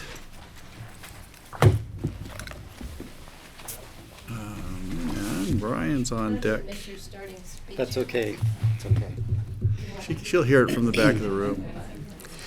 I'm Brian Pettit. I'm the Public Works Director. And so CDOT has an annual meeting with the Board of County Commissioners, and this one's going to be a little different because CDOT's going through a statewide planning process. And this is an opportunity for CDOT to engage the Board of County Commissioners at a very high level. And so while normally we talk about operations and financial condition, this meeting is going to really be about what the statewide priorities are for Pickens County and the Board of County Commissioners. So I just talked to their presenter today. Their presentations have been running about an hour and a half in the rest of the counties. And we have an hour budgeted for this agenda item with the board. I did say that I would be meeting with you today, and they said, get any kind of action items the board has and get it to us so we can respond to them during the meeting. But just know it's going to be different this time. It's really going to be the DTD or the Department of Transportation Development out of Denver doing the presentation. So, Brian, so that their normal presentation has been taking about an hour and a half. Is that is that a discussion, or is that just a presentation on their part and there's no opportunity for discussion or questions afterwards? That was both. It's a combination. So the presentation may be an hour. I think that that's what they said today, this morning. Yeah. So Mark did say they would try to shorten it for us because, and it's a compliment to you all, they said that your feedback is always well organized and they appreciate getting it ahead of time. So maybe for today, if there's any other questions about the specific meeting, I'll be glad to answer them. But if there are things you want me to kind of put on their agenda so that they can prep for those, this would be a good time to brainstorm what those items could be. Yeah, I mean, one thing that comes to mind is sort of the constant question and need for funding. And so, last year, There was a sales tax that fell through. There's always been talk of other sorts of funding mechanisms, and I'm sure that's probably part of the presentation, but it'd be good to sort of hear from them and perhaps from CCI, what's coming up in terms of legislative actions, if that's going to be a discussion for funding, for a stability source, a stable source of funding for CDOT, because we know they haven't got the money to maintain our roads, and not even think about improving without going to toll roads. Okay. Funding mechanisms and just the constant need and how they're going to be addressed. Steve? When we were having a discussion at CCI this year at the summer meeting, the comment was made that CDOT could either do one big project or they could do 100 small projects across the state. They can't do both. And I think on our local level, we'd rather see them do the 100 small projects than spend all the money on whatever big project, adding one lane to Vale Pass or adding one more lane, which they're planning on doing by Idaho Springs, or doing the overpass, I-70 overpass in Denver. All those are going to just suck up all the money in the whole state for any projects, and every community across the state probably has one or two little projects that would really make people's lives better and different and better and improved if they could get them built. So that's really the crunch for CDOT, is to try to figure out how to spend the money wisely to benefit the most number of people, I guess, is how they look at it. But if they look at it as the most number of communities they benefit, they should do a lot of the small town and rural area projects. Got it. Patty? I'm going to ask again that they look at that left turn lane coming out of the acceleration lane coming out of the boat ramp. I don't remember the name of that road. It's the boat ramp just downriver from the Carbondale Bridge. Because it's still, and with the use of the river picking up all the time, every year more and more use, it's just a matter of time that somebody gets nailed at that. And there, it looks like it wouldn't be, I know everything is a big deal, but it's, it might be doable to do an acceleration lane. That's the only one they don't have, is for people pulling out to go down valley. There's no acceleration. There's a deceleration and an acceleration on the other side, but there's not one making the left turn out of the boat. To go down valley. Yeah. Out of the boat ramp. Okay. I know they've looked at it, but I've never really heard anything concrete that came back. Okay. Thanks. George? Just to follow up on Steve's comments, do you know if CDOT's looking at any sort of reallocation of monies going to TPRs? That's a great question, and I think it goes to the statewide planning effort. Right. So I'll make sure I get that. I don't have the answer here. That's a really good question. Yeah, and then again, Colorado Department of Transportation versus the old Highway Department, are we allocating beyond pavement in terms of other multimodal uses for transit? Thank you. See, that's a good reason for that boat ramp thing. That's right. Is that it, George? Yeah. Who's the current director? I don't even know. What's her name? We It's a just she, I do shipped. believe, isn't it? And I think she may show up in 2 weeks. So that's the plan. Yeah. I don't have the name off the top of my head. I'm just thinking about the topics that have come up in the last couple of years that I've been paying attention while being on the board. Are we comfortable with what's happened and how the resolution on the Smith Hill Road intersection with 82 is taken care of, and do we need to address anything with CDOT there? Now, we've got some mangled barrier there, I think, and the intersection hopefully is safer now, but it's a big question mark. George mentioned multimodal transportation. I'm just thinking, as we have an airport, we should alert them. I'm hoping they're a big part of our conversations regarding connectivity to the airport in whatever form it takes. down the road.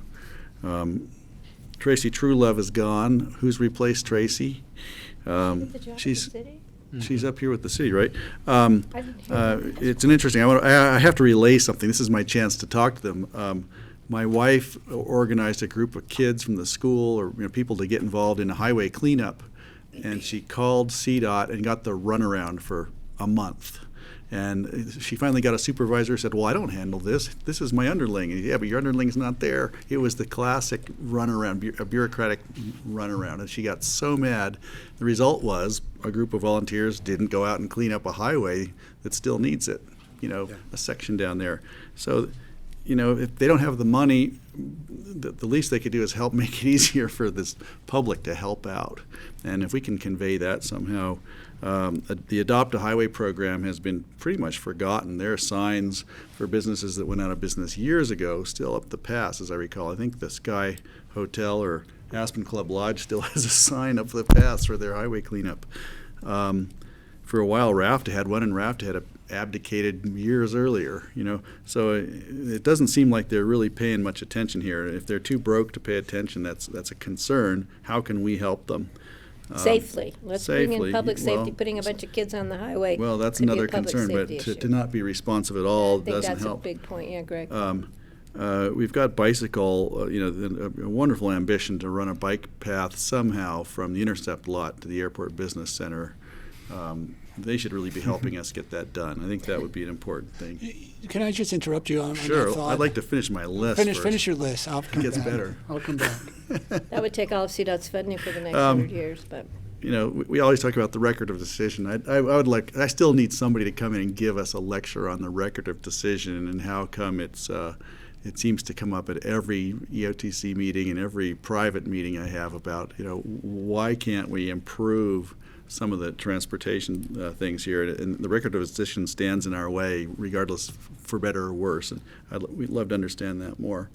Finally, the last thing is, I don't know how we're doing regarding connectivity for wildlife corridors and overpasses, but I'm sure CDOT talks about it. I know they've done some great public-private partnerships with wildlife overpasses around the state, and if they came to us with a proposal, I would be so grateful to hear it. I think that's all I've Let's got. put Now it you at can go Cozy back. Point where Well, the city wouldn't even let us put a sign in. Emma, there are so many places where we're basically killing off the elk population, which, as we know, has been pretty severely, degraded in the last decade or so. There is a big, I presume it's a wildlife underpass at Shale Bluffs that you can't see when you're driving over it. It's a They don't use human, it. that's a It's human bike path, yeah. underpass. So I don't think the elk use it. And I'd be curious if any wildlife ever go through that Human. or, Do they? Yeah. Yeah. bike Unfortunately, too path? many don't and get hit. yeah. Yeah. It's a small one, but we put a camera up there for a few years ago, and that was pretty impressive to see. At certain times of year they would use it, and other times they would not use it at all. So it's the problem is it's narrow. Right. Well, as But if Patty you have the fences to get them there, Patty suggested at our last meeting that we put up signage for the elk so they know where to go. But they have to read it, remember, that was my. That was the But concern. they used the one at the Grange, don't they, Gary? And Emma? They Anyway, used the that's underpass what at I the Grange? that's what I thought of when he said, "Oh, CDOT's coming to visit." Great, let's give it. What else can we unload on them? Looking forward to it. Anything else? George has George had I was just going to comment on your My bike path. on your bike path because I know Open Space has looked at that in the past and come up with some dollars, but I rode that a few weeks ago from the Intercept lot to the AABC. Actually, we've got some great Medians or not mediums, Shoulders. shoulders. And all they need to do is be swept and cleaned. And I don't know if it's CDOT or Picken County can help, but it's a short distance, and we've got great shoulders. And a lot of That was debris. the shoulder prepared for the train. Plenty safe, Wasn't it, at Brian? least initially. But right now, you're sort of dodging between rocks and shattered glass and things like Yeah, that. it's the messiest section of highway. Yeah, but there is a way to do that, and even with some bowlers or something in the summertime, but you can make that as a bike access from the Intercept, from Snowmass Village, the Intercept lot, into the ABC, and then connect to the Rio Grande Trail. I At think the that would be signal. great. Yeah. Yeah. That there's no Good pedestrian, suggestion. or I've the been afraid to underpass, bring that that one there's up. no pedestrian crossing at the signal. No, but there's an underpass you could ride through. Yeah, the underpass. Yeah. Yeah, but the highway's really messy there. Yeah, it You're is, right. yeah. Just So have to duck all the I'll try to shit. take care of that maintenance item unilaterally from this next meeting, but maybe we can get that done in the next 2 weeks. Within our own house. With, well, somehow. And then get that record of decision thing figured out for I us. can tell you how to amend it. I did ours 6 or 7 times. We're putting you on that. I can tell you, I've been saying it for years. George's comment just spurred a memory for me on the dam road, the Dillon Dam Road in Frisco. Going along there, they have, part of that road, they have a bike, it's the same pavement, but it's a different color, just off on the side, and that's the designated bike lane, and that might be a way to make it safer, just have a different color and signage saying, you know, this is a bike route right here, be careful. Not gonna keep the rocks off of it, though. No, it still has to be swept, but. Yeah, it still has to be Just swept. delineating it's But really important. delineating it, Yeah, somehow to delineate it But would be still, you're important. taking a chance, yeah. Signage too, a sign that warns people there are bikes going through there, not a bad idea. Not that I like signage. But what about coming this way? Are we going the other way? What about coming up Valley? I mean, what There's a about good going shoulder. down Valley, on Widen the both down Valley way? directions. There's still a good shoulder. Yeah. Thanks, Usually where you Brian. have construction What else trash. you got? That's it. That's it. All right. Moving right along then, folks. We're going into, let's see, discussion items, open discussion. Castle Creek Trail. Castle Creek Trail funding follow-up. Gary and GR are in the house, in the building. You gonna tell us something new? I'm going to tell you something new. I'm Gary Tenenbaum. I'm the director of Pickens County Open Space. I'm here with GR Fielding, who's the county engineer. And we're here today to give you just a quick update on, we've been working really hard on doing the final design of the Castle Creek Trail and the Castle Creek Corridor. And in this final design, I warned you a few weeks ago that the price has gone up. It has. We are still absolutely finalizing numbers, but you know, right now it's looking like for the open space portion, it's going to be between 10 and 15% higher than the original cost. So, and but for the rockfall mitigation has really expanded, and I can let GR explain why. But the reality is that rockfall piece, to make it much safer, it's a significant chunk more than what was originally intended. Thanks, Gary. I'm GR, the county engineer, and just to discuss a little bit on the rockfall pieces, the preliminary engineering, they assumed that you're mitigating for pretty small rocks, and with a couple of the large ones that are in there, the current engineers are pretty skeptical of that. They want to actually do more of what we see as a full-fledged system. We haven't done any projects like that. We didn't have any data to go back towards. That was a small project like this, that it was local right here to look at, to bounce that 30% number off of. And so that's basically doubled in price for the rockfall from, I think the preliminary estimate was about $344,000, and the guaranteed maximum price that they're thinking right now is somewhere in the tune of $690,000. And you're speaking about doubling the price of just the rockfall mitigation, not the project. just Right. so And people no, are not clear. Right, and so right, so that piece is basically we had 344, we'd be net difference of about 346,000. So, you know, and for the open space piece, you know, right now, it's about 275,000 over. However, one of the ways that we looked at, you know, since we're all one county, when you guys approved the music school campus, the new campus, you got $250,000. And originally that was coming totally to the open space department for this trail. I have not bounced this off the open space and trails board yet. They will see all these numbers too.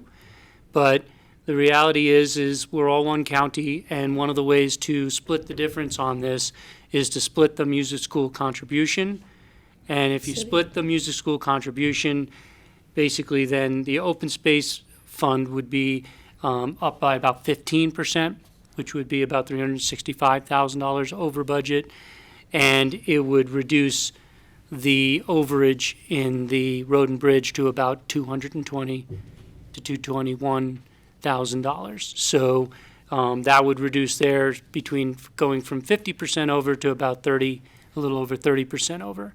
So anyway, we're at almost guaranteed maximum price, and so we're at that point where we've been working with the contractor themselves to get that number, and we're working on, obviously it's been delayed as we're working on these final numbers and final designs, and obviously they don't feel they'll be able to complete the whole project this year, but we'll have guaranteed maximum prices and be able to move that into spring of 2020. George? So you have to remind me because it was so long ago, but when we first had this discussion about the Castle Creek Trail, why wasn't, or maybe it was, that the road and bridge, obviously it's an integral part of the trail system. Why wouldn't we be looking at this holistically versus segregating out trails and what actually needs to be done to ensure that the trail is usable? Well, George, I think when we had the initial conversation, we were looking at building the partnership. And I think you're right, that we picked out a portion of the project for the Road and Bridge Fund to contribute towards. And I think that probably that estimate number of $344,000 for the rockfall mitigation fit to about what we were thinking there, and that's where that came up from. So. Okay. And then is there any opportunity to go towards the city for some additional dollars? Well, I didn't tell you the city's over too. The city portion is over too. So they're going to have to go back and ask for more. Okay. They're working with the engineers right now on reducing their costs, because right now what I'm looking at is they're about 27% over. And so that's in the $250,000 range. So they're over too. So it's not, in the end, we made a decision that we'd pay for the county portion, they pay for the city portion. City portion is relatively small and it's gotten expensive. However, the housing project is a partner for them, and they're working on their design elements to see if they can reduce their costs. So I don't want to say where they're going to be at, but they're not going to contribute more than that. I understand. So in the end, what we're not totally trying to get, we're just seeing, we're giving you an update and just saying, obviously this is a priority and we all wanted this to happen. One of the things we did see here was construction costs overall are accelerating at a pretty hefty pace. When I talked to Gould, he's looking at 10 to 15% minimum a year of construction costs going up. So obviously, when we proposed this back in 2007 to today, there's an escalation, but even the numbers they were using last year have expanded more than the contingencies they put on the overall project. But overall, because the project changed, and I told you about the change, and we moved it over, the walls got bigger. So for the Pickens County piece, 10 to 15% over, I was kind of hoping we'd be in that range. We are. And so I don't think from the open space fund piece it was that enormous of a change, but from the rockfall mitigation it was. So I have a question. Are they increasing their cost because we've increased the project, or is there a employee finding workers, so they're having to pay more to get workers here? That's got to be part of it. And what about the fear of the unknown coming from the federal government as far as increases in any kind of materials and things like that they don't know where they're coming from, and if there's going to be a imposed tariff increase? And is everybody kind of running cautious because of that? I might jump in on that one. I thought if that's maybe you okay, would. Patty. And yeah, it also just encourage the board. We're this is an update. You're going to be getting another update about the courthouse project, and I think we're seeing increases beyond what was expected on a lot of our projects right now. Castle Creek, I think, was both a scope issue because there was a redesign, and I do think what you're seeing is as contractors are rebidding subs and such, it is going up much more significantly. What we found on the courthouse project that you'll be getting briefed on, so I don't want to go into details because Rich has them down better than I do, is that cost of labor has gone up substantially over what was estimated. We do have certain contractors who are adding a percentage because of uncertainty created by tariffs. So particularly our electricians, plumbers, I'd imagine anyone working with steel. That was one of my concerns. Yeah, which would probably affect this project. Everybody's a little skitterish. Yeah, and so we're seeing up to 25% being added on for uncertainty around those types of issues. And so I think you're going to see a couple of projects. We've been really able to manage a lot of major projects and avoid those issues, but I think we have some coming up where we're seeing those labor cost issues, uncertainty around tariffs and scope changes really coming in and affecting budget. So this project will be one. The courthouse will be another. We'll be sure to make sure that those are packaged so you can see those impacts together. Well, and to go on John's, in this budget, there is a 2020 escalation cost. There is also, even though we do guaranteed maximum price, there are still a 5% contingency on top of that.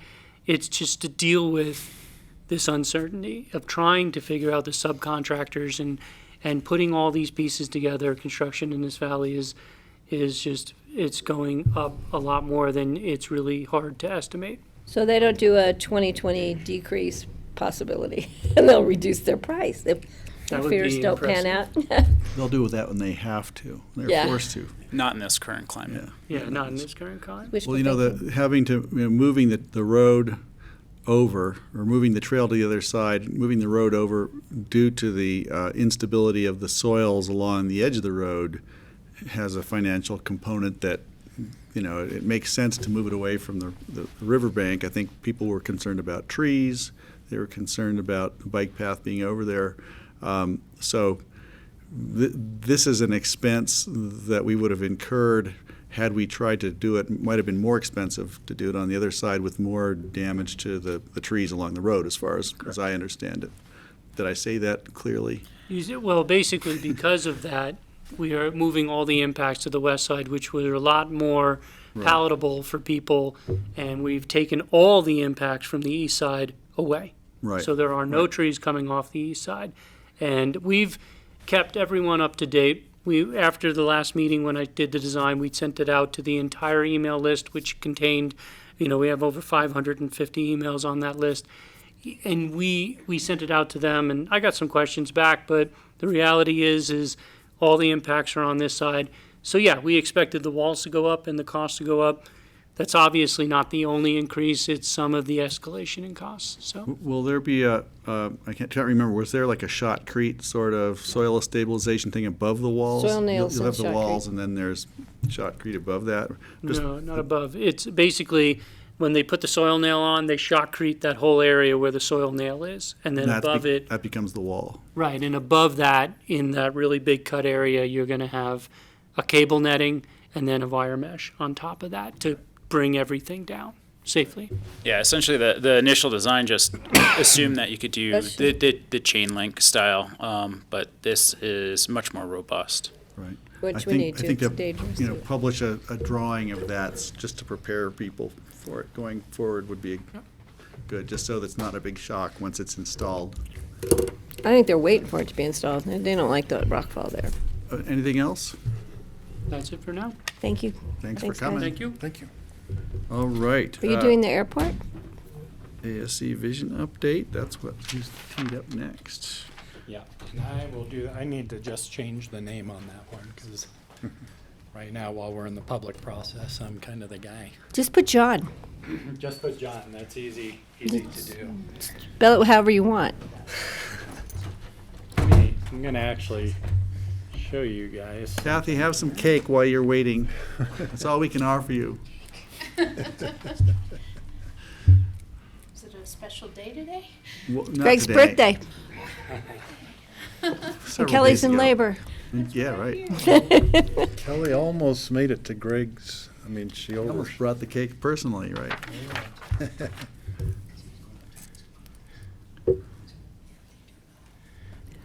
I thanked her for your cake. Thank you. It's a Yeah, I great did too. cake. So, just a quick update. Can you put it up on this one too? Oh, is that not? Sorry, on you gotta that? I change thought that's yours. what you were doing there. Right, so what are you, the AV guy or the county manager? Which is it? Yes. He's the airport guy now. Oh, now he's the airport guy. I'm better at one than the other, but I'm not And he's, sure. and he's leaving town as soon as he's done here. And Shazam, there it is. Okay. Well done. Somehow you got a shadow on there. I don't know how you. It doesn't matter. We can still see it. Because these lights are so bright. Well, I'll go into this in just a second. Just this is looking ahead to July. And just real quick, we did have another advisory group meeting on June 6th. That advisory group meeting was really centered around safety as a topic. We had a panel discussion that included Greg Feith, who is a former National Transportation Safety Board inspector. We had Wayne Hall, who's the current chief of the Aspen Tower, and Alex Siebold, who does flight and technology analysis, and so new emerging flight technology and aircraft analysis. And so the panel discussion was very good. We had a number of questions submitted ahead of time. The panelists answered and discussed all those questions, as well as taking a number of questions from the audience. There's then breakout sessions with each of the advisory groups where questions were further considered and really priorities identified for safety considerations at the airport. We also previewed the exercises that we're going to start doing in July. We've been working on these with our Vision Committee leadership. These are still in draft. They're getting finalized right now. Our next meeting is July 11th. But in essence, we did a values discussion in April. And out of that values discussion, we pulled out several areas that need to be discussed and quantified what the community means by their values statements in a more specific way. So, for example, one of the things that was talked about a lot in all of the advisory groups was, look, we understand that there may need to be some improvements at the airport, but we want them to be just big enough. And so that was a constant theme across all of the advisory groups of either just big enough or right-sized.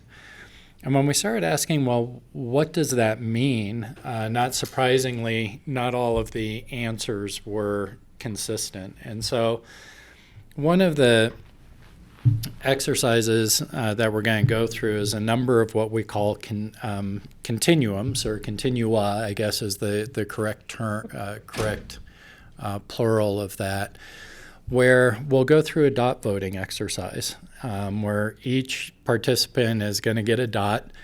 And for example, on this continuum, it's about quality of life, defining just big enough.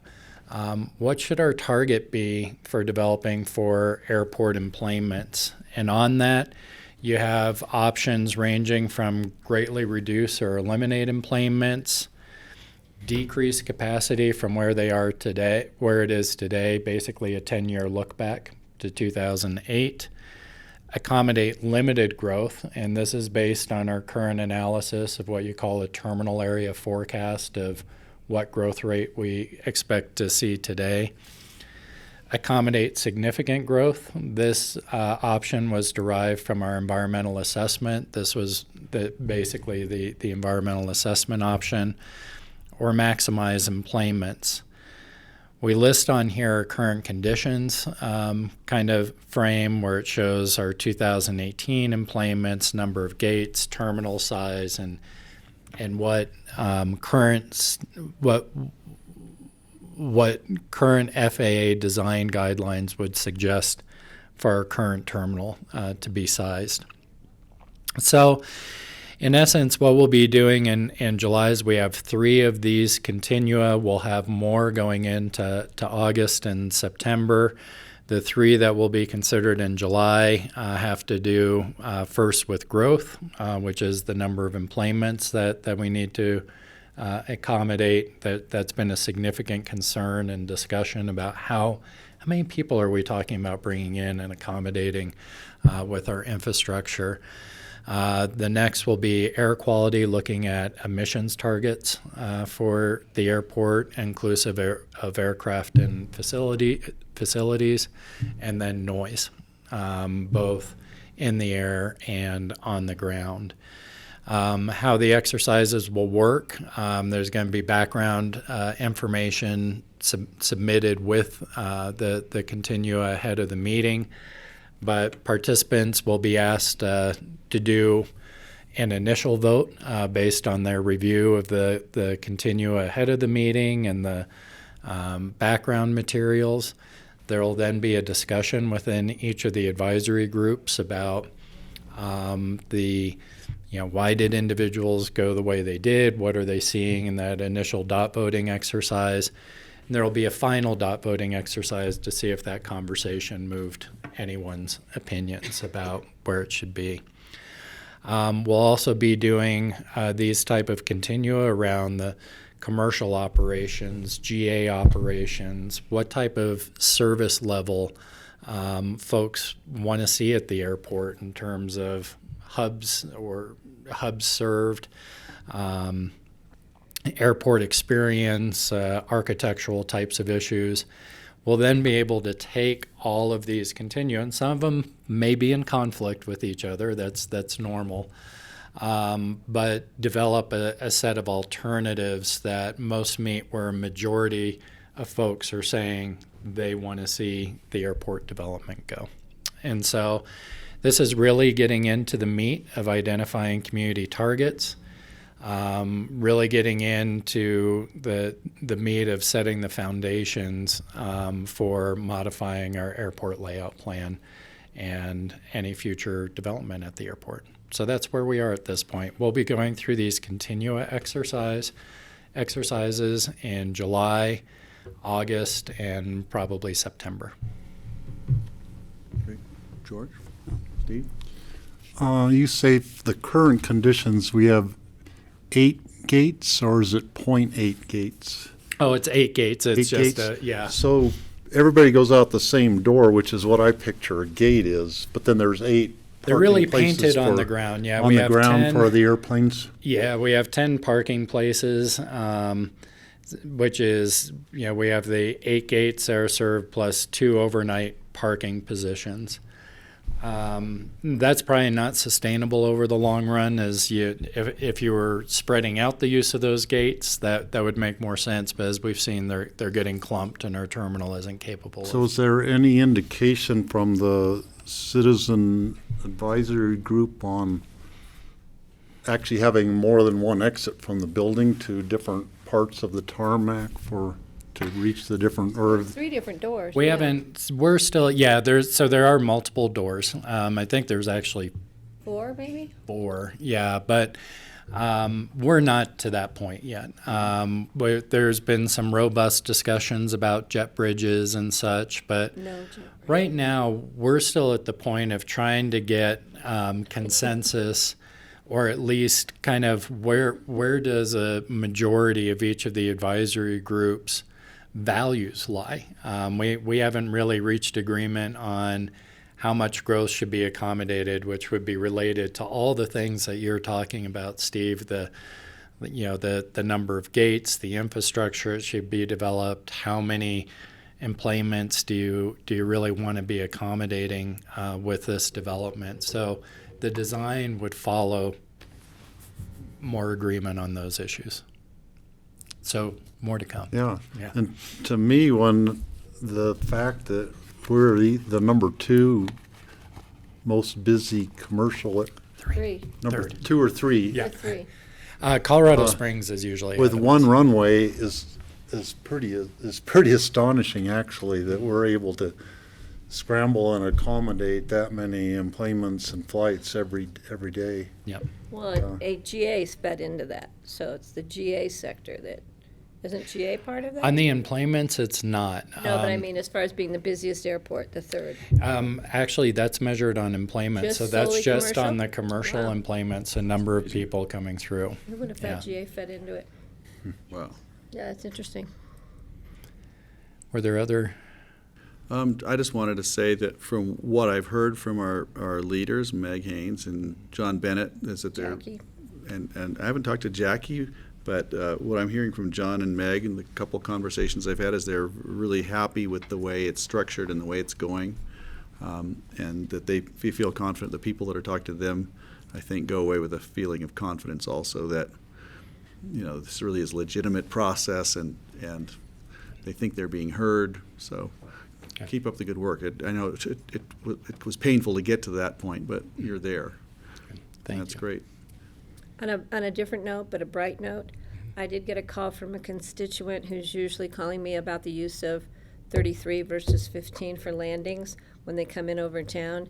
And apparently the other day, a significant GA came in and actually used the right approach, and it was a whole difference. The other ones have been making a wide approach and almost coming in right over the top of the high school, and they're way too far, right over Tie Hack and those houses there. This time the guy did the appropriate approach, and it really decreased the impacts coming across town. So that's a positive. We can maybe encourage the tower to say, if you're going to use 33, you have to come in on the correct approach. So it was a positive, which was nice.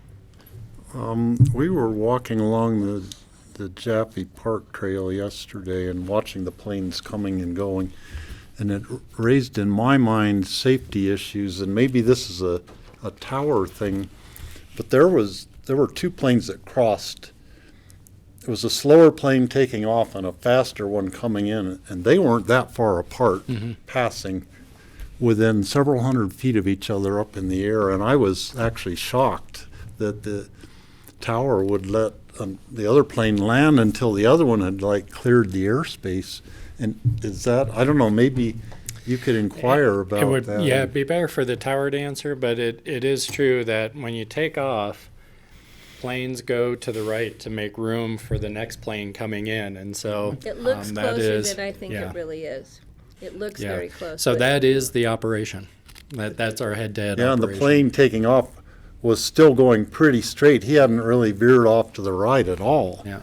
And I was shocked that they were letting another one come in so close to the flight pattern. Yeah, that is how the head-to-head operations work, and that's why our capacity is lower than airports that are able to operate. Opposite directions. The benefit and the curse of a single runway. And to change that creates significant new impacts to others. I just wanted to bring up, because I just remembered the air quality thing that Ellen Anderson brought us regarding, certainly tied to the airport, but maybe it's not only airport, it could be highway, but there's a citizen request to do air quality testing in that vicinity. I think it's difficult to differentiate where the air quality issues are coming from. Therefore, that's why it's difficult to do this kind of testing. Yeah, how we're kind of couching that is really our targets for emissions reductions or not. We think that there's quite a bit that can be done to improve air quality, but it probably requires new infrastructure. So, for example, we have aircraft now that will run their auxiliary power units, their APUs. That's certainly of concern to the folks across the highway and the North 40, both from a noise and air quality perspective. If we had the infrastructure to plug those in, they wouldn't have to run the APUs so long before they were getting ready to go.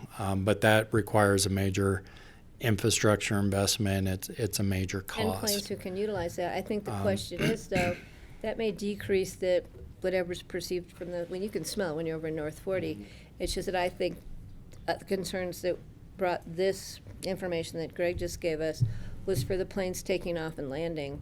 And there's only so much control we can have over that. We're a little bit preempted there. What we do, so there is some preemption issues that what do you do with that information, even if you can pinpoint it and such. However, we do know that the newer aircraft, particularly the commercial aircraft, but also the GA aircraft that are being developed, are also more efficient. And so there are trade-offs to be had there. Bigger wings generally mean more efficiency, as well as the newer bypass kind of engines. And so just to understand where the community's goals are on the right of this continuum, we talked about improvements over their useful life. Towards the right, you get closer to the level of reduction that's suggested by the UN report. That's kind of how we bracketed that. And the 30+% is just in excess of that. And so where do you want to fall in trade-offs? Electric planes, Steve, right? We need plug-ins right. out there for those electric planes. Somewhere off the right side of the page. Well, and in August, we are going to try and include, we're looking at timing issues, but we're trying to figure out a panel where we can bring in both the airlines to talk about what their investments are looking like for fleet, but also somebody who can talk to exactly those future technologies and timing. I was just throwing that in for Steve. They had a few at the Paris Air Show, but I didn't see any operating that could seat more than 9 people yet. So Yeah, that one Israeli plane.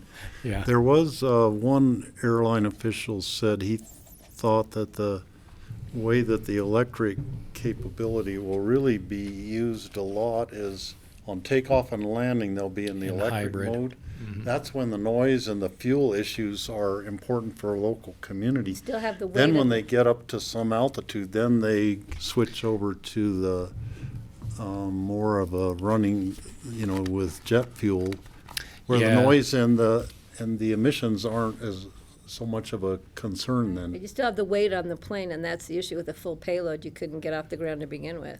There's hybrid technologies being discussed. There's full electric technologies. I think the reality is as those technologies mature, their adoption is probably going to take 2 to 3 decades is my guess.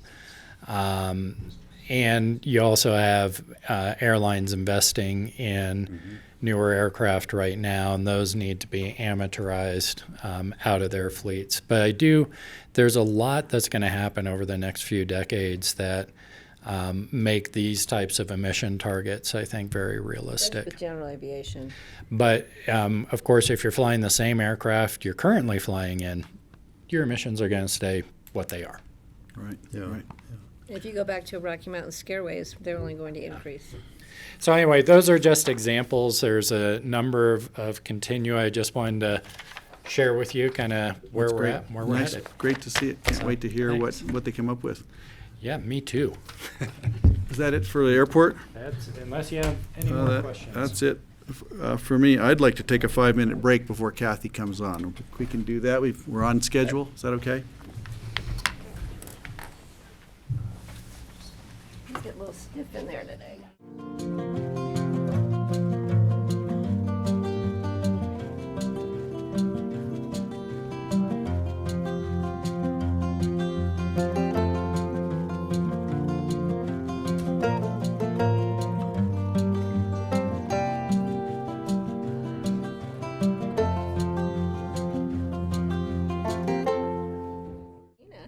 today we have the Waste and Recycling Code follow-up with Kathy Hall. Did you know that? People watch us all over the world. Doesn't your mom watch us all the time? Pasadena? So we have a presentation, I don't know. Do you have the presentation in front of you? I No, you're on apologize, I Elmo. can make Oh, that happen. you changed it, all right. Where's Elmo? See, I guess I'm not a very good AD guy. All right, Sorry about that. that's okay. Here you go. Okay. Hi, I'm Kathy Hall, Picken County Solid Waste Manager. And I'm Brian Pettit, I'm the Public Works Director. And today, we're just going to refresh the board's memory on our waste and recycling ordinance that was passed at the end of last year and went into effect this year. And we were hoping our other commissioner was here to learn this as well, because I don't think she was present for Probably that watching process. us So Look out, she's watching us, yeah. so this will be kind of a tutorial for her. But with that, Kathy will kind of go through the highlights. We're not going to go through the whole ordinance again, just kind of the high points. And right now, the waste haulers are beginning to adjust their rates We heard. based on these changes. And so the customers and residents of Picken County may be feeling and seeing those increases in their billing. So we want to give some speaking points to the board and refresh your memory on what the ordinance did and why we put it into effect. Okay.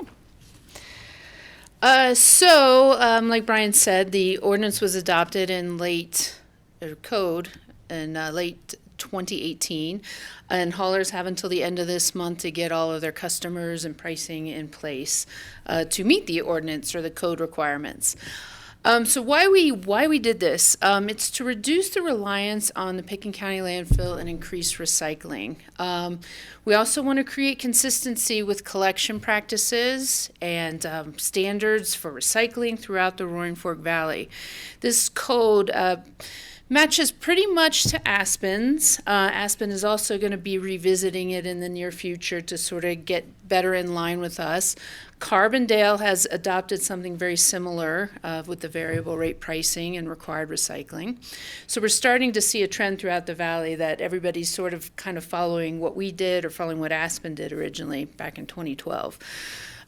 So we also need to obtain information necessary to assess waste diversion and opportunities and successes. So the old waste hauler code from 1991, this is an update of that, didn't allow us to get information from the haulers. Private haulers are very close to their chest. Territorial. Yes, their information and data, but we really needed to see kind of how many people were recycling curbside, how much was coming to the county, we know that, how much was leaving the county is what we didn't know. And that's all part of the data we need to collect.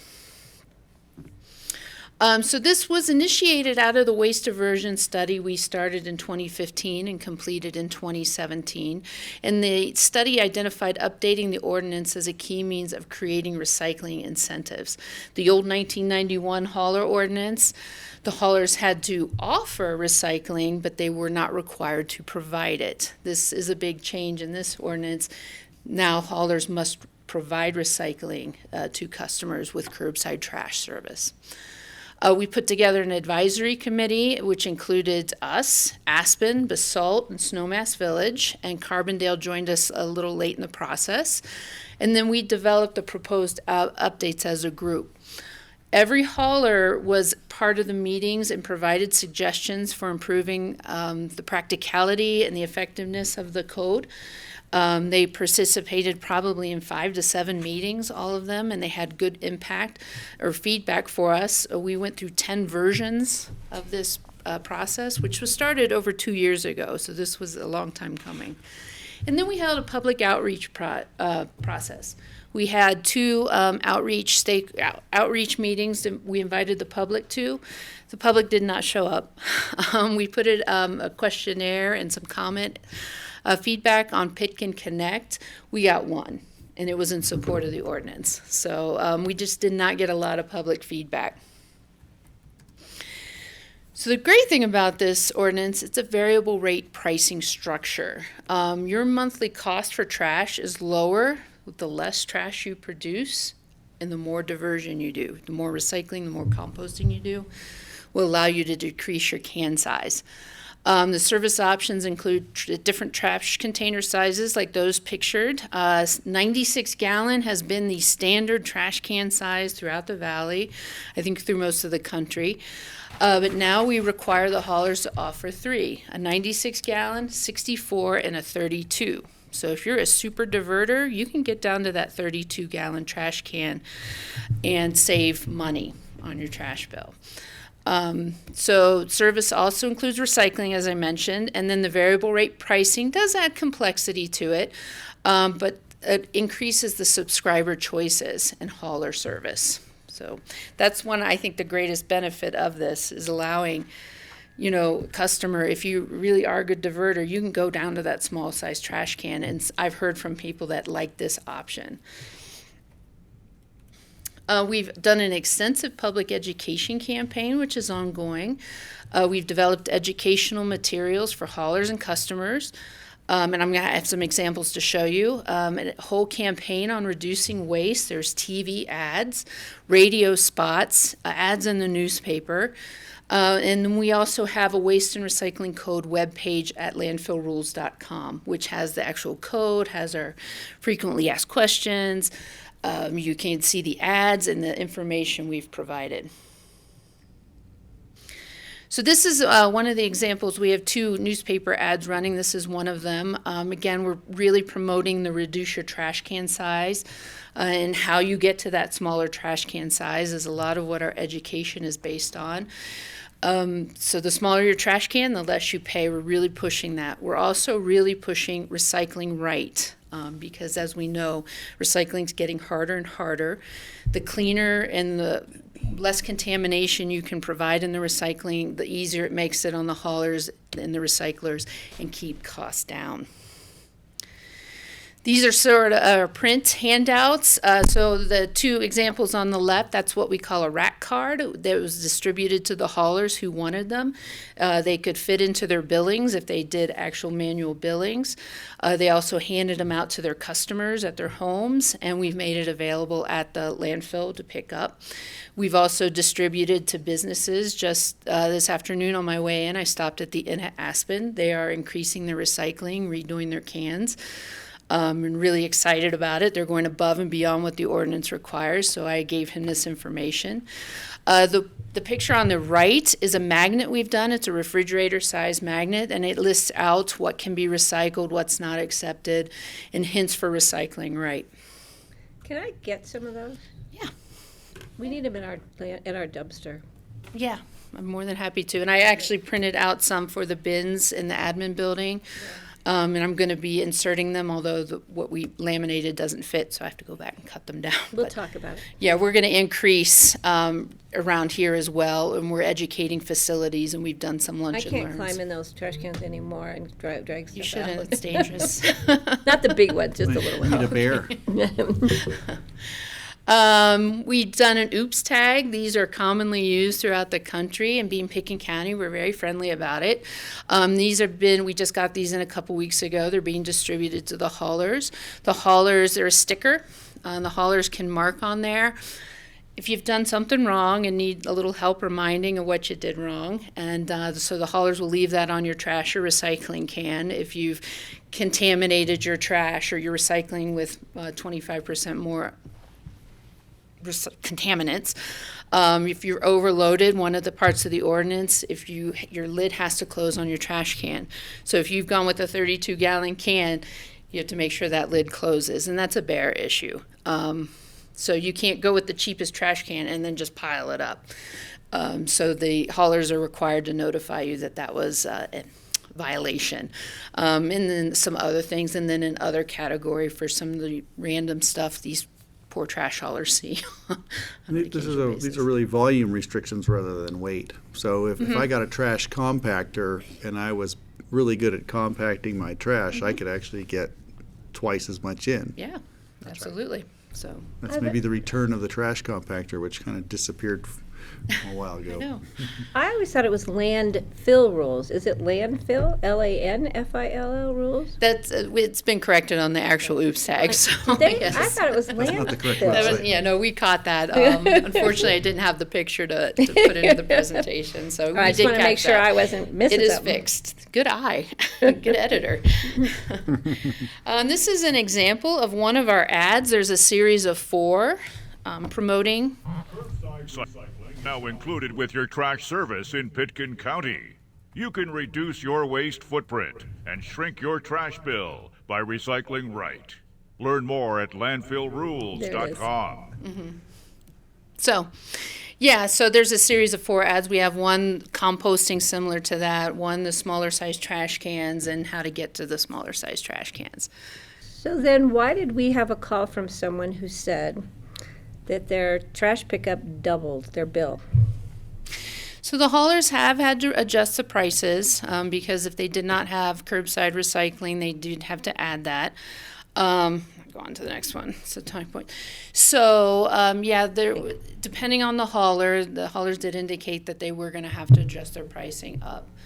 But you know, one of the incentives is to divert more, get to that smaller trash can size, because we do have a guaranteed rate increases for the larger trash can. So that's a diversion. In recycling, we wanted to promote, you know, to get the word out there. Recycling isn't free, and we've given the haulers options to put it on the bills that, you know, this is the cost of your recycling. So they need to individually contact their waste hauler and say, okay, wonder if I go to this size can or this size can, what will my ultimate bill be now that I have to have recycling? Yeah, so the residents can go ahead and do that. The haulers should be educating their customers at this option. We're going to start. Billing them. We're going to start Just our doubling the bill, enforcement. yeah. Yeah, I've touched base with the haulers. We're going to start our enforcement to make sure that is happening and getting out there. So that family lives at Gateway Mesa, and they were used to taking their own recycling. They would take it to probably Willits, and so now they're saying they're required to have the recycling container. Their bill doubled, so they were supposed to get back to me on what size of container are they using, but you'd have to see on their stuff going to the landfill, are they filling their container clear up? Maybe they can't use a smaller container. But the other thought I had for that subdivision was maybe they could do a community, like an HOA dumpster or two, and share the joint cost of that. Might be a better solution for them. And we do have a subdivision that did that. They have individual trash, and this is HOA managed. They do have individual trash containers, and they put in a recycling dumpster. And then I felt that satisfied as long as recycling was being offered and So provided. they still get their trash picked up individually, but their recycling is all picked up at one time and they Is split that in cost. a That's a great common idea. area. Oh, I like that idea. Yeah. George? You know, that question came up at the Frying Pan Caucus last month, and the concern was the contamination when you have a group like that. And so and even if you don't have a group like that, I mean, when you said the haulers can determine whether 25% of the recycle is contaminated, how do they do that if you've got, let's say, food left in jars or things like that? It's a visual inspection, really, for the haulers. I mean, they're just not picking it up and dumping it. I mean, you think they're actually Usually looking? they are. I've watched them. They're supposed to be looking. And again, we're going to increase our enforcement and kind of going around and checking the bins and meeting with the haulers. Some haulers have told us they don't want to. A lot of haulers don't like to upset their customers. So they're like, we're not really going to let them. We'll just pick out the recycling. I'm like, it's up to you. You can find them.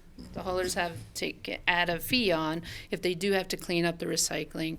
That is up to the hauler. We don't provide that level of, county's not going to go out and ding a homeowner because you had contaminated. We're going to leave that up to the hauler. So yeah, it's really hauler based. Pitkin County has learned we've had some contaminated recycling issues. Waste Management has informed us and actually tacking on that $25 fee. And so communities have to learn pretty quick, hey, if we don't want to keep getting charged, if we're an HOA, we really have to clean it up. We're going to have a huge bill. I went to recycle the other day, every single one of our recycling cans was overflowing. There was bags of recycling. I don't know if they must have missed a pickup day, because unless somebody had one heck of a party over the weekend. It was, I'd never seen it. I mean, it's great that people are recycling to that extent, but we must have missed a date. But so everybody left them in their plastic bags, so the recycling guys are going to have to take them out of the bags, dump them. Some I think will, they and must have some missed a won't. pickup day, and so the onus should be on them. We've got the similar problem out in Brush Creek. We've got the consolidated, one dumpster shed that has, 3 regular dumpsters and recycling, or maybe 1 recycling and 2 regular. I noticed we get docked, is it $15 extra per load or per ton? What's that $25 charge? If it's contaminated, we pay an overage. But the problem I see is there isn't. I made my own sign on an old pizza box to say, hey, separate. But we really need. Recycle that pizza box. We need better. They don't retake them, actually. If you read the thing, they don't take pizza boxes. I kind of think it might help to reach out with some really good, clear signage on the dumpsters throughout the community. Talked about that a lot. We see often it's always a problem. Somebody doesn't really pay attention when they throw stuff in, or it gets to be overflowing, and I don't know if our HOA is on top of that. So it's probably not your department to deal with it, but it ends up down there. Well, we're trying to provide this information on cleaning up recycling because it is getting harder and harder. If we could put some laminated signs up in the dumpster sheds, that might help. Well, she's coming up with that. I just Yeah. asked her if I could take some to mine. Or a talking trash can like you had in the video would be perfect. Yeah, I can go, but I'm in Throw the something city. in and it spits I'll it go to back. the city for mine.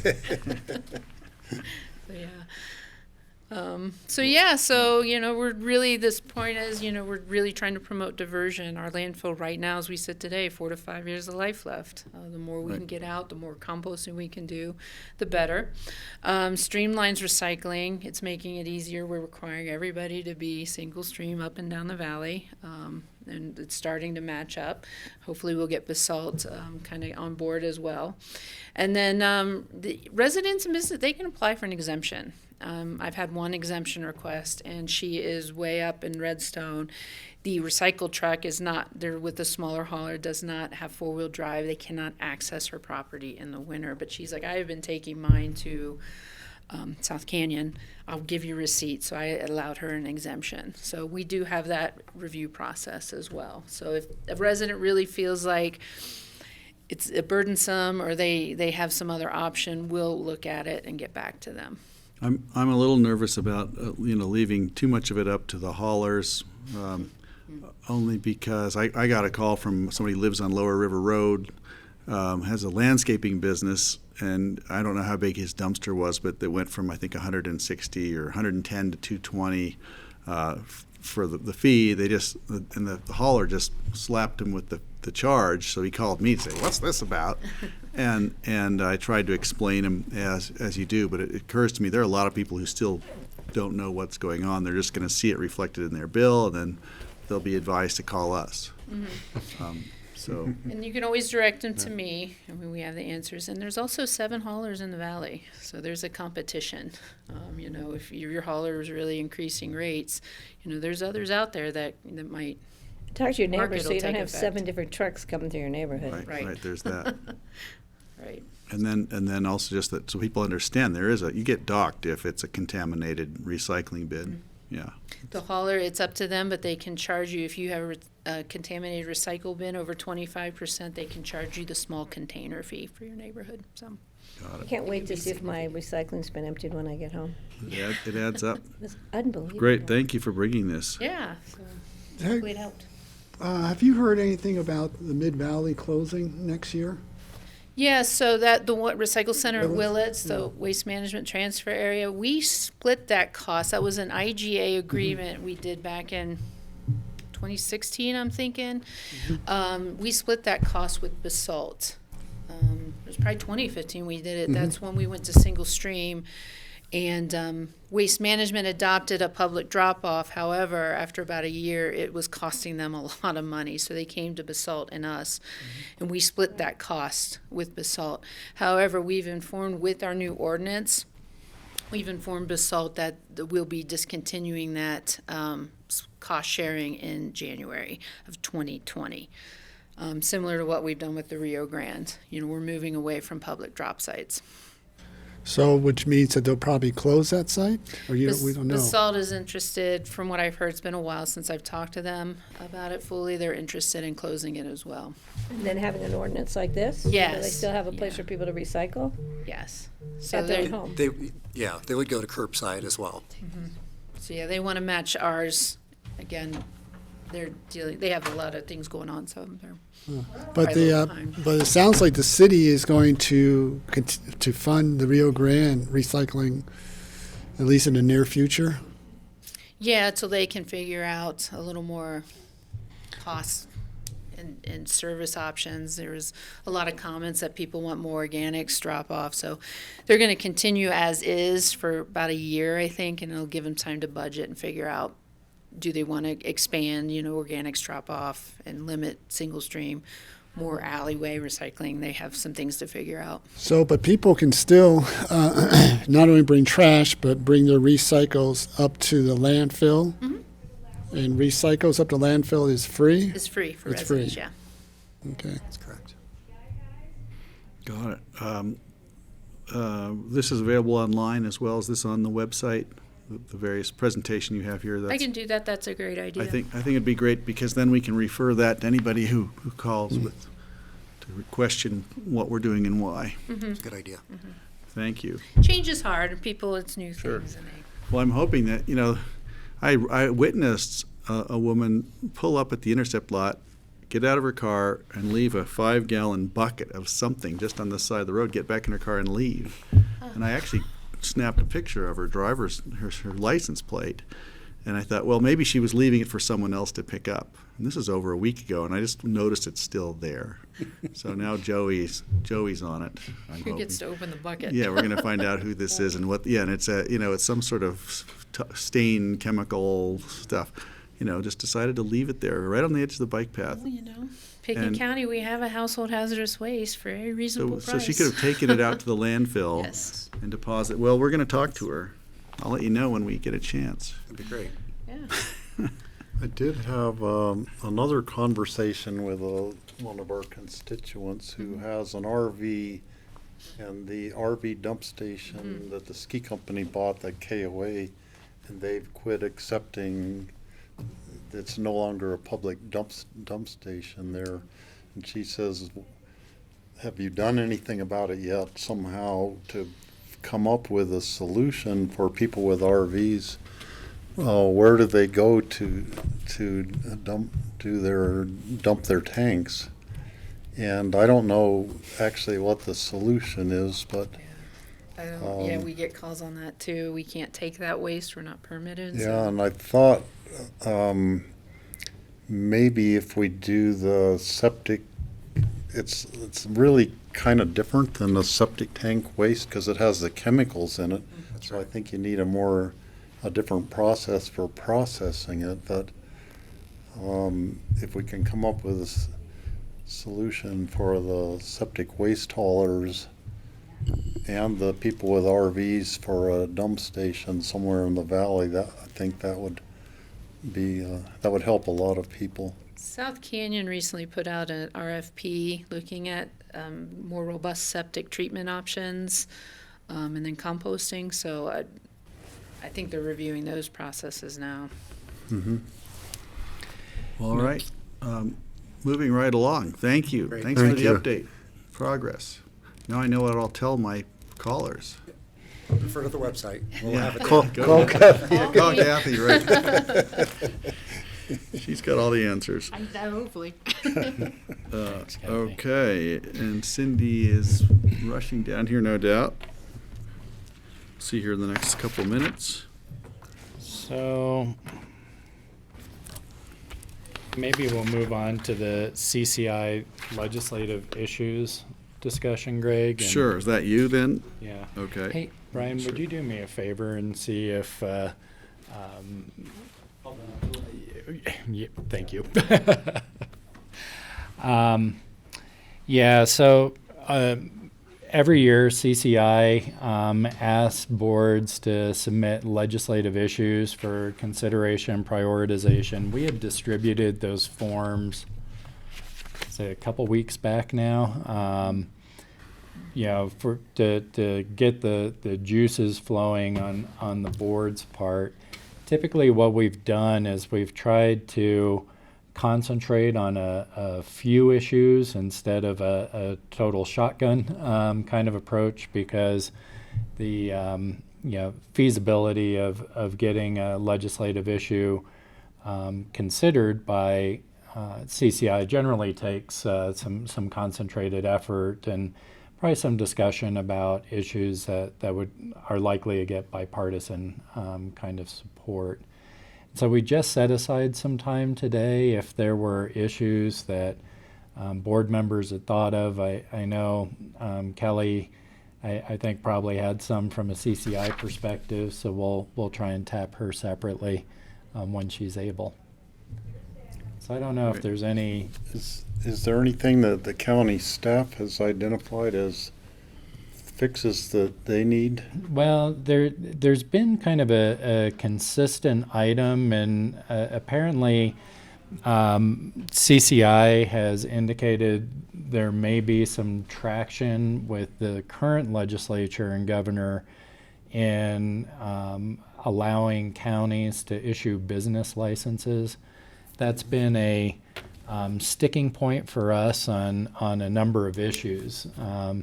You may recall we had a request to raise the age to purchase tobacco to 21, but we didn't really have a mechanism to do that because we weren't specifically authorized to, nor could we issue business licenses.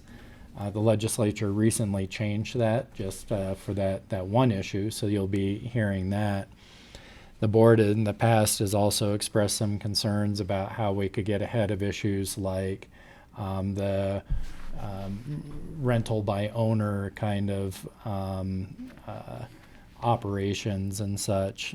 Municipalities have had some success in implementing programs, but they've typically relied on some type of business licensing or licensure kind of option that counties do not have the authority to issue right now. That's an issue that this board has run in the past.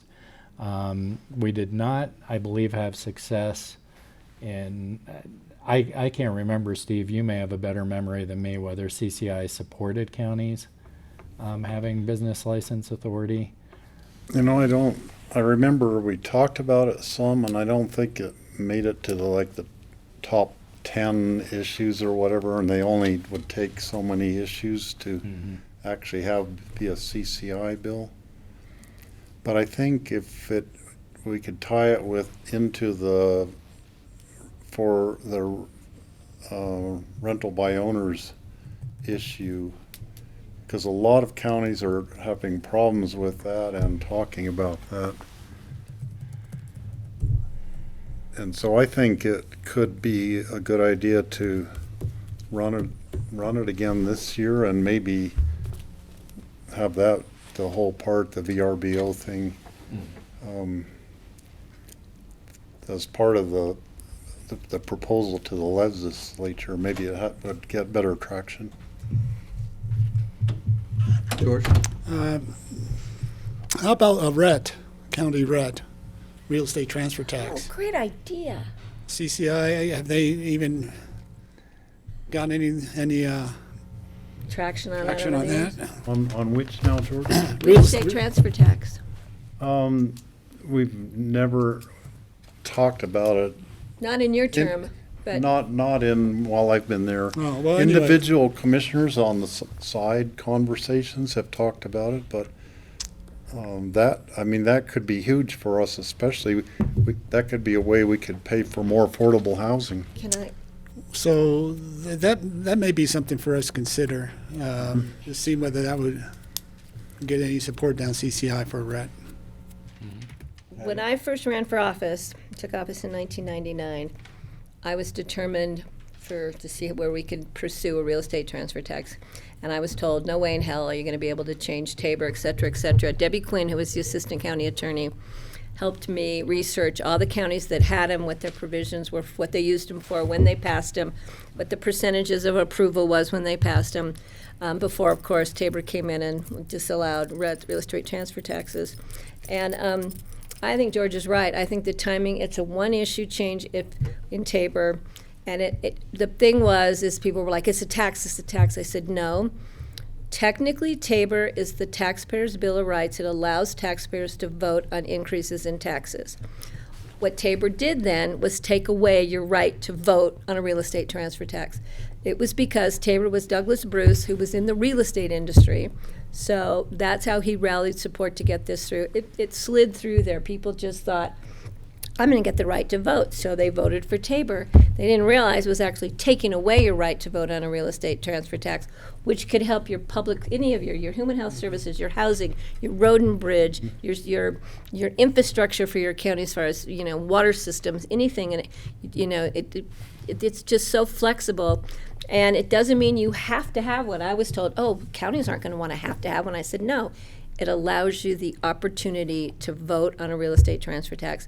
And I think it's critical in this time of needs, especially if you focus on affordable housing across the state. It's an opportunity, and it can be just a tiny, tiny percent that still raises money, especially for some small counties, would raise just this iota of money that could help them in so many ways. Mm-hmm. And I would, thank you, George, I would love it. Yeah. And I will fight for it if need be. Let's do that as an issue, I think. So I don't know if that is as much a legislative issue. Yeah. Either that or you have to go out and petition to put it on a ballot. Yeah, well, I guess that's what it would be, is it'd be a legislative issue to put it on a place a ballot. ret, okay. Just onto like the what's ballot. happening Got it, now got it. with their tweaks they want to do to So Gallagher. have it be a referendum thing that the state legislature Could put it on a ballot. pass. Correct. In lieu of you and me going out and collecting 250,000 signatures But if or we had whatever. to rally that kind of support, that would be the other avenue in which to do it. We Yeah. just have to rally that support in either case. George, thank you. I appreciate that. Anything else? No, I'm glad I came in. The thing that I noticed lately, and I've talked to Ginny at CCI about a couple of times, and I've talked to a couple legislators about this as well, is there are people putting together mental health programs around mental health first aid, of course. And I know Illinois passed something this year, and California as well, that mandate trained mental health first aid practitioners in every school. I think 2 individuals in every school have to be trained. Unfunded mandate. Well, here's the thing. They're not asking for new employees. They're just asking that they be trained. And I think Governor Polis tried to pass one, but he wanted $3 or $4 million, and the legislature wouldn't give it to him. But I would like to pursue looking at the language from Illinois and California. I've read some of it. And seeing if we can move this forward, because I know there are other legislators in Colorado who are already thinking of sponsoring this. So I would like to promote that. So are you saying is it different from what we currently have in our school system? Apparently, that's a question. I know it takes it far enough away from. I don't know exactly what we already have, but this is the ability stinking to over there. Right. Well, and I'm just trying to put this into a legislative issue. What are we asking for in the legislative issue? That's what I'm. Oh, well, I was going to say we'd ask that somebody bring forth a mental health first aid in the schools program. I think we need the more information too as to what. I think that's a great idea, George. Greg, what we have, what California has, what whoever else is doing, right. How that compares to what we're already doing. I know Eagle County is doing it. Summit County's picking it up. We got Eagle County doing it on this side of the hill. It seems to be kind of piecemeal. Yeah, but depending on what resources the counties have, of course. Right. And we're doing it. Yeah. That's what I said. On some We're doing level, it. So yeah. let's see how it compares to what they're doing in California and Illinois. And what we might be able to take from that and enhance what we're already doing here or something, and see how it's being funded elsewhere.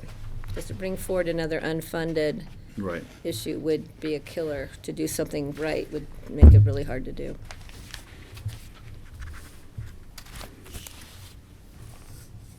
Okay, so far I've got business license authority, bring that request back. Look for the legislature to refer a question allowing counties to vote on a RET. And then looking into a legislative requirement to have mental health first aid trained staff in the schools. Do we want to talk to our local school district before we submit that one, or have Probably you? not a bad idea. Yeah. Now, I have a question, though. We could also get the Colorado Municipal League in, right? For the real estate transfer tax, because cities can't do it anymore either, Correct. right? Yeah, So no, that they are might be a frozen good out. resource for us to get both CML. I don't know the new CML director now that Sam Mamet's gone. Do you know I him? actually went to graduate school with them, yeah. Oh, so I know him so- pretty well, Kevin Balmer. Yeah. When did Sam leave? Sam retired, I think, towards the beginning of the year. You know, he's still around. He's Sam in is private practice now. Oh, is he? He's got a consulting. It's advertised in the CML magazine. I noticed that Marky Butler has a leadership position in CML, maybe on their board of directors or something, and so she'd be a good resource if we ever need a local contact there. Oh, so she sits on their board or something, CML board? I think it might be on their I board. didn't see or that listed in the last CML magazine, Yeah. which is a great magazine, by the way. Some others will probably come up. I had a longer list somewhere, but I didn't bring it today. Sorry. And we've got till what's the deadline for this submission? They wanted it by Friday? It's the 28th, June 28th. Yeah, Which is usually, if need be, we can let it slip a couple days. Because staff has to put it together for us with all that. I couldn't believe the volume of information they wanted. It's a lot, yeah. They pretty much want us to write the bill, submit it, and pass it. The first one, though, is really just explaining the issue. You have Right. time to add to it. Vet the rest of it. Yeah. Two things that are kind of perennial things from other small counties have to do with courthouse funding and landfill rules for small I think courthouse landfills. funding might be a really good one for us in light of what it's going to cost us to do our courthouse. Yeah. And basically, the answer is always the same. It's the county's responsibility in the state. I mean, we might get money through DOLA in a grant for some parts of it, but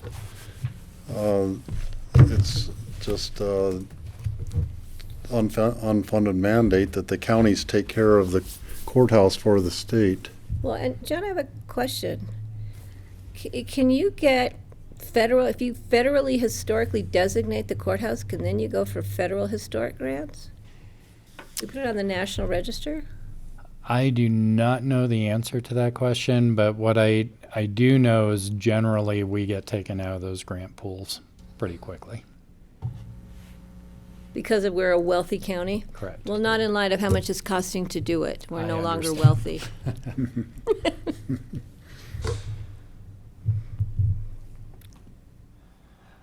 Okay, That we ready to looks move on? good. That sounds good. Cindy is here and waiting for us patiently. Waiting impatiently. I'm just trying to pull some things up on my phone. I was asked to come because we, as Colorado Communities for Climate Action, have our retreat coming up on Thursday, and I believe Steve and Greg and Kelly. And not Kelly's Kelly. not going. And not Kelly. She's indisposed. Okay. I was kind of wondering, because she was going to be the lead on this Oh discussion yeah, I'm today. sorry I didn't. She's hopefully getting ready to push. Okay, Something. well, things may change for me on Thursday then, because we've been working together on looking at the policies that CC4CA uses as their guiding policies for the year. And we looked at those. I actually made a few notes on some thoughts, and Kelly was going to follow up with my notes on the final thoughts on those. So without that, I don't have a lot to report other than the fact that the CC4CA policies really haven't changed overall. in the direction that we've had from year to year, relative to the things that we want to work on as an organization. So I wouldn't say that there's any great deviation from that. We just wanted to report to you that that is happening Thursday. We're going to go before the entire group of CC4CA membership, which I believe there are now 19 or 20 different communities throughout Colorado that are part of it, and growing a lot of steam. And I think with this administration, we have a lot of hope that we're going to move forward on a lot of the initiatives that have been put forward. So with that in mind and not knowing where those notes are right now I was without just looking for 'em, Kelly, too. I mean, I have the CC4CA policies here, but we did make a couple of different changes. Yeah, it was our hope to be able to review those, and I think Kelly was planning on being here. So we had met, and Kelly was Cindy had noted that the policy statements had not substantively changed from those that this board had previously approved. So that was the, I think, groundwork. Kelly's concern was that she wanted to be sure in representing Pitkin County at this meeting that we were consistent as a board. And I think that Correct. what you're saying is that we are, because it's policies that we've already set. They're not deviating in any. And I think if those flags are raised at your meeting, you'll say, we need to bring this back to the board because you're changing. And I don't think they're going to change the direction that we've already. Right. When I read through the policies in preparation for working with Kelly on them, I just made a few comments about clarifications, and that was it. George? What's going on with the compact? Weren't they originally talking about merging with CC4CA?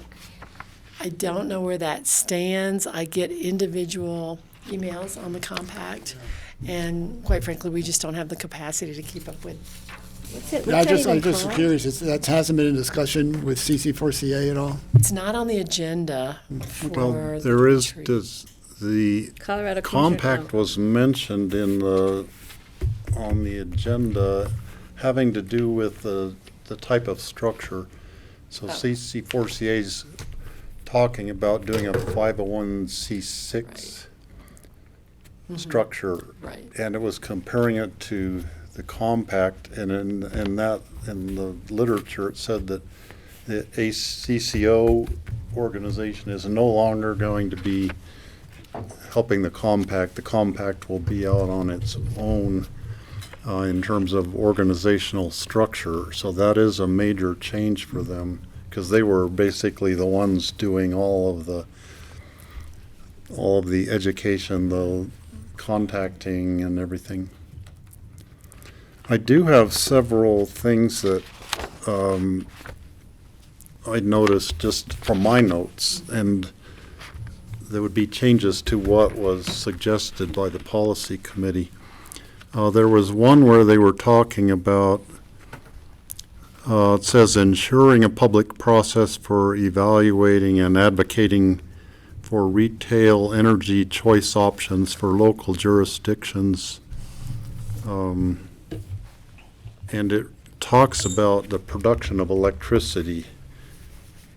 And I think it should also include natural gas, and also transportation fuel systems should be included in that discussion for something that we could have input on. What do you That mean by is- transportation fuel system? Well, either electric or liquefied natural gas. So it'd be the county or the municipalities and counties could help set up infrastructure for that. Oh, you mean, so if you had a plug-in car or a nitrous oxide or nitrogen fuel cell or whatever that stuff is. Yeah, so not just limiting what we're working on to electricity production, but all aspects of anything that uses fossil fuels. Okay. We want to be working on. So that's item number 7 on page 21, if you want to note that, Cindy, on. Am I going to this retreat? There is item number. Are you? No, she's not. She wasn't.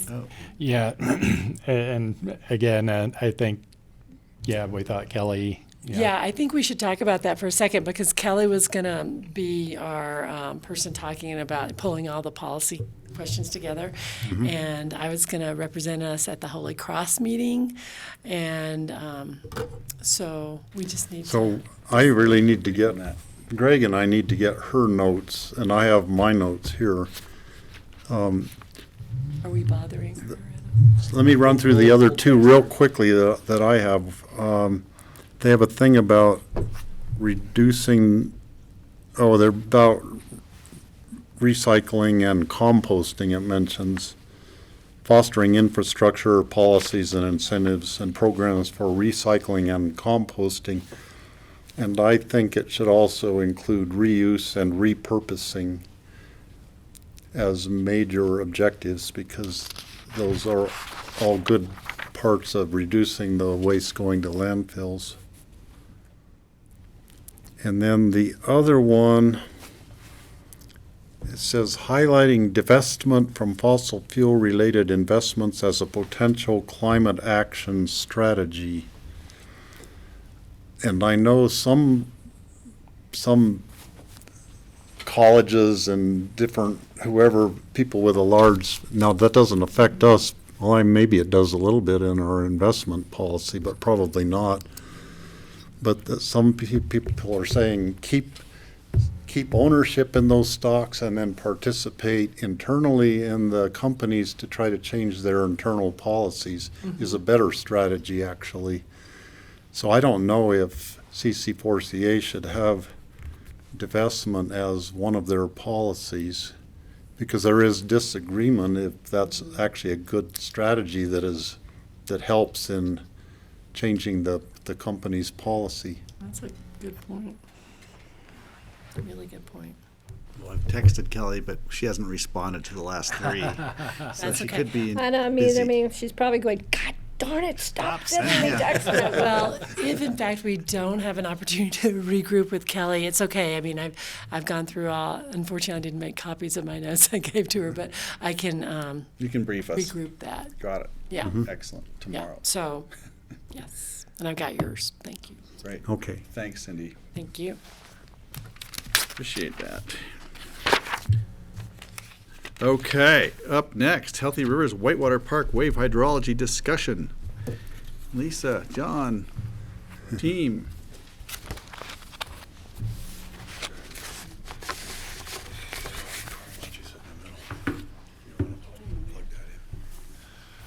Good afternoon.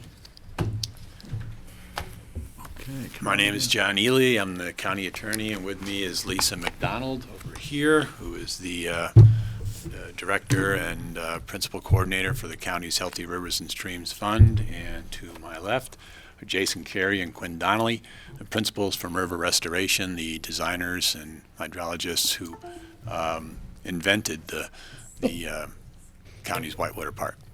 So this is the third year since principal construction concluded on the two waves that comprise the in-channel structures of the Whitewater Park.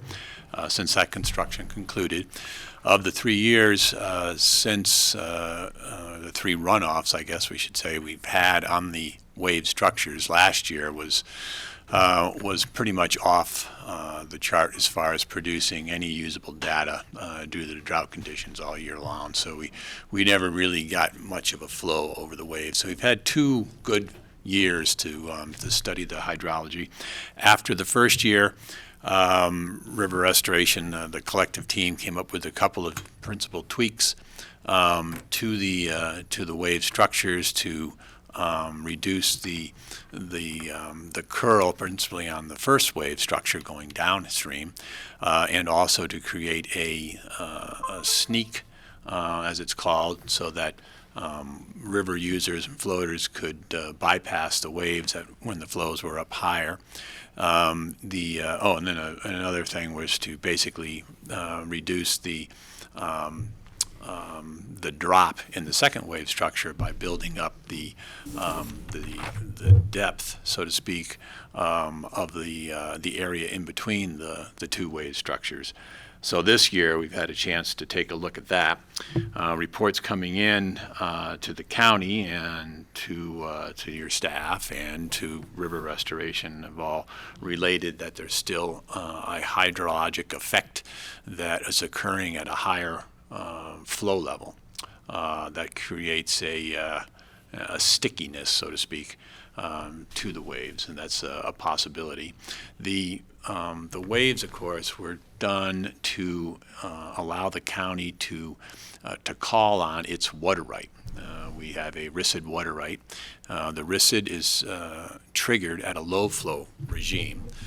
Primarily, it was set up like that because it was an easier hurdle to get over to establish a RISD at a lower water right than a higher water right. And of course, we're interested in calling water to the structures when we're in a situation of low flows. And the waves, from all reports and observations, seem to be performing quite well at the lower flows. It's just when we get up near the 3,000 CFS range that things seem to be happening in a unexpected sort of way, I guess. At any rate, the team over at River Restoration was on a 5-year commitment to evaluate the structures after their completion. So we're still, in that period, and that's why this effort is still ongoing and anticipated to continue to keep going. And this type of an evaluation would occur every, not so much the spring, but after the runoff has peaked and come down. So you're looking at towards the end of the summer when you try to assemble all the data and then look to any possible tweaks that might be advisable and then implementable when the water is at its lowest point in the hydrologic year. I have a question. Can you define further what you meant by stickiness? No, I cannot. It's not an industry or legal term, but it's. I'll let these guys talk about it because they're a heck of a lot better than I am. I have a simpler question. Did we call the water last summer during our low water, or were we able to? Or we were not able to, but we will be perfecting that right probably next calendar year. The way we got the water right decreed and to get our recommendation for approval out of the CWCB was to go along with the CWCB's request to establish a carve-out. So in other words, they didn't want to recognize the right as a priority when it was established per se, but to allow other rights to be established that would leapfrog over us in priority, even though we were older. So that had to happen. We had a couple of hoops we had to jump through before. Yeah, we had a lot of hoops to jump through. All right, so I just wanted but to at this clarify point where- going forward, we're close to that time where we can be calling the water right. I'm not sure we're going to need to do it So this year. we'll be able to Probably say not. that the purpose of the water park, the RISD is moving along smashingly, and we'll be able to use that, As intended, right. As intended. But as Quinn just mentioned upstairs when we were talking, I mean, it's not like we want to create a structure that has, how would you want to say, adverse or consequences or something like that when we're in a nice, healthy flow. And as strong as this year has been, it didn't really produce as strong of a runoff that as you'd expect. It was a nice, steady runoff. And but at any rate, so Jason and Quinn are here and can explain the evaluation and effort and so forth like that a lot better than I can. Well, and just real quick too, Greg, because we're getting calls from people, and it's you have to explain to people they want it done today, and to explain to them that we really can't get in the river today, and we're not going to get in the river today. So I think this is a great timing for this conversation. Yeah. Right, you noticed, and you saw the newspaper articles. I guess I ran into the individuals who are going to paddle from Aspen to North Star to Glenwood in a day, and then one little raft, and And the report was, I thought, oh my God, because after I read the article that somebody had flipped and lost all those rafts, and they were one of those rafts, they said, well, yeah, we made it through, Slaughterhouse Falls, which is where I thought they were going to have real problems. And we made it through whatever the next challenge There were was. 9 private rafts. Well, 9, I'm not sure the 9 rafts went. I guess, did they go through that too? I'm That not was- sure. But anyway, that was the one thing. I thought, well, wow, I can't believe we have a feature on the river that's actually more terrifying than Slaughterhouse Falls. Well, at least at it this kept point. them from the place downriver from that where they really Well, they would've could have gone right to eaten the up. next one, which is, Which is- Robinson. So anyway, Yeah, what is that so one? that's the concern. Definitely. Yeah. No, and we spoke with Liz Bailey, who was the individual who hit her head. A raft came behind her and hit her head, and then When she was there at that spot, or she was, yeah, they She's one of the 9. She's one of the 9. And then we spoke with the Roaring Fork Rescue Fire Chief that responded, and so we're definitely You guys are up making to sure we speed and all that. understand. Yeah. We have. Great. I can show you. We have a video that Pat took of Elk Mountain folks. We're not going to bring that up in public because my son's standing on the bank. Yeah, we knew that, and so no, we have definitely been trying to keep track of and Great. understand what's going on and make sure we understand. People are aware. And they all made it through safely. Okay, what do you have for us then?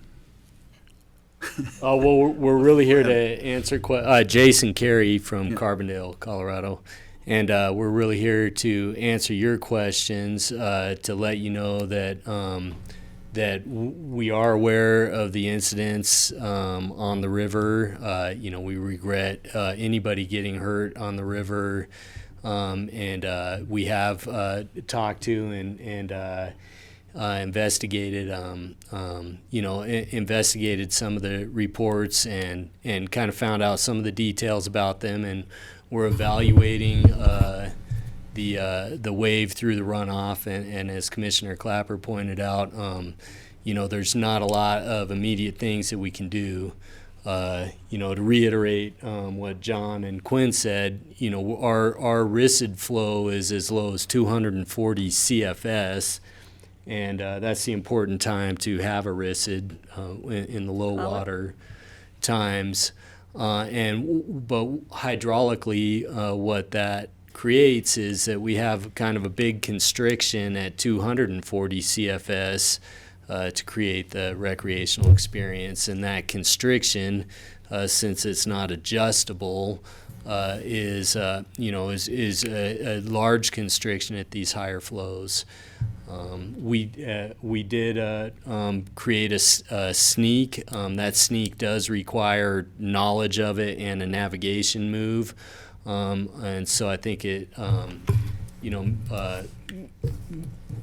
maybe not everybody's aware of it for that purpose, and it comes up on them. We're not exactly sure about that. But there is also ways to get through the main wave, but it also requires navigation and knowledge of what's going on. And so, if you're in a ducky wall, going through there, so many people doing inflatable alligators, as Kara did once for us. Spider. Yeah, the sneak's probably not as, but that's And you'd not a- hope it.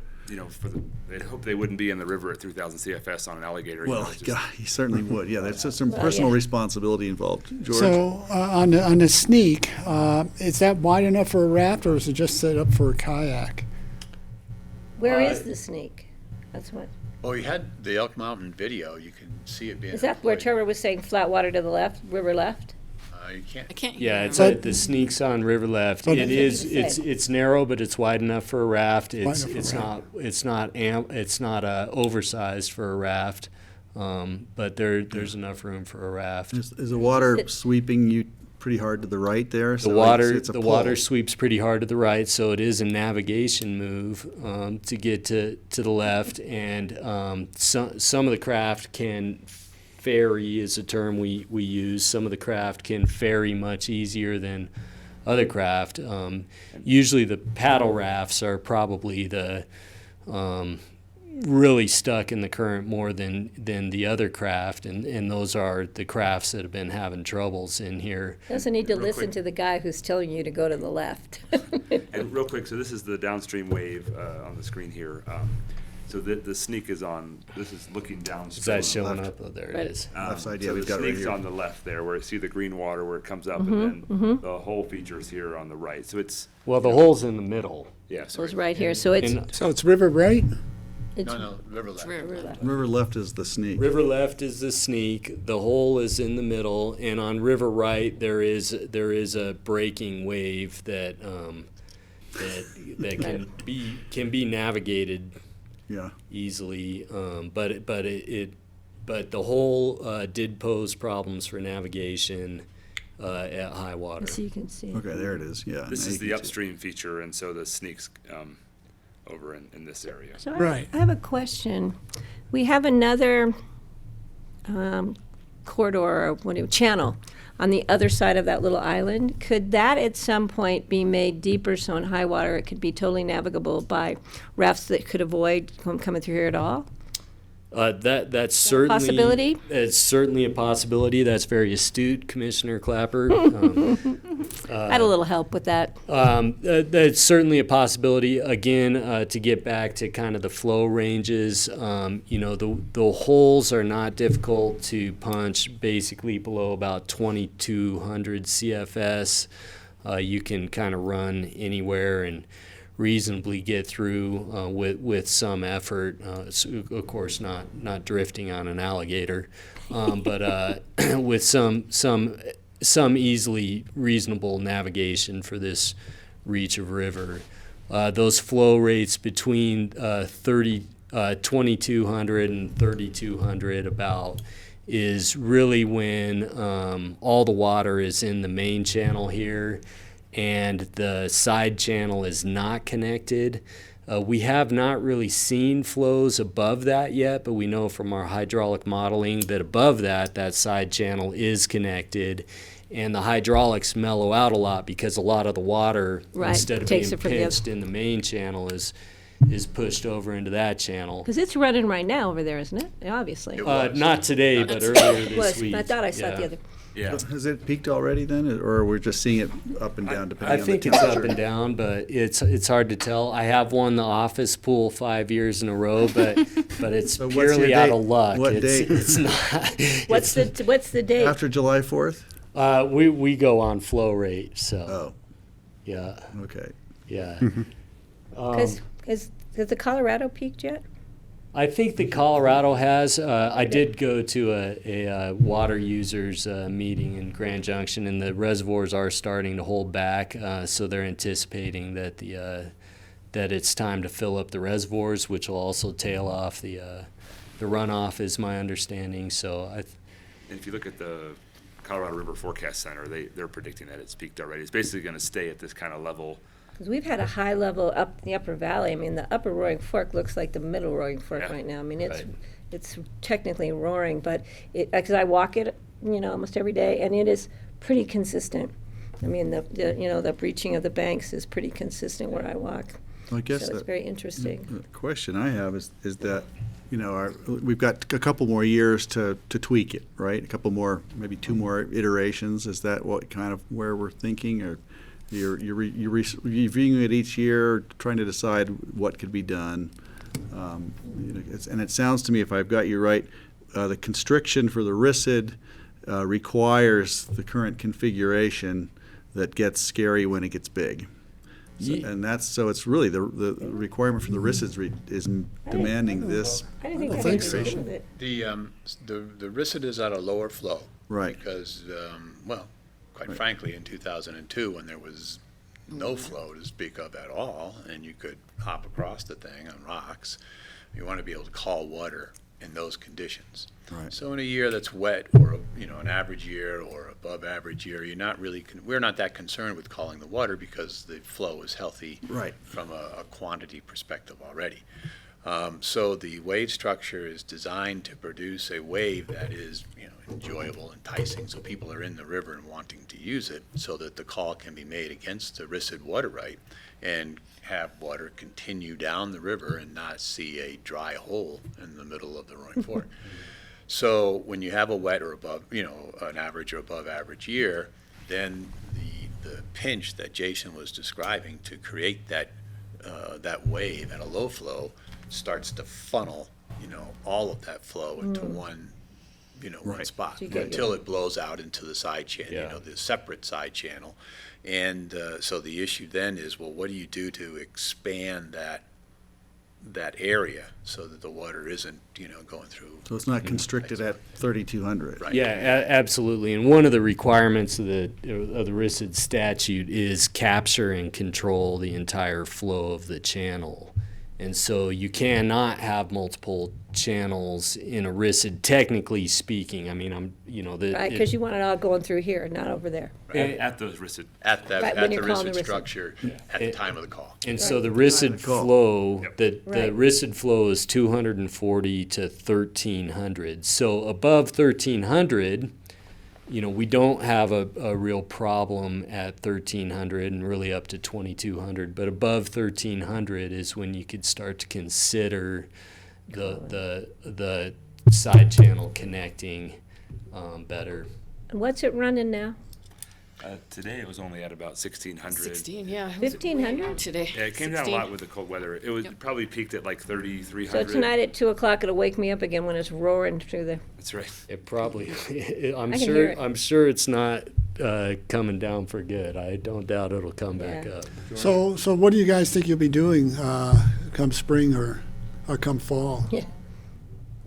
Well, I think we continue to evaluate through this runoff period, and I think we'll get back with John and Lisa and maybe provide our observations and perhaps some alternative ideas on potential modifications. And John mentioned the monitoring, and it's kind of part of the Army Corps permit that we have, and one of those is the navigation, through the Project Reach, and so that helps drive that. But we included in that is a public meeting every year, and so I think we'll, through the summer, we'll try to continue to make sure we talk to folks and understand, the challenges folks are having, and because everybody has different equipment, different skill levels and things, and so we want to make sure we understand the problem before we develop solutions.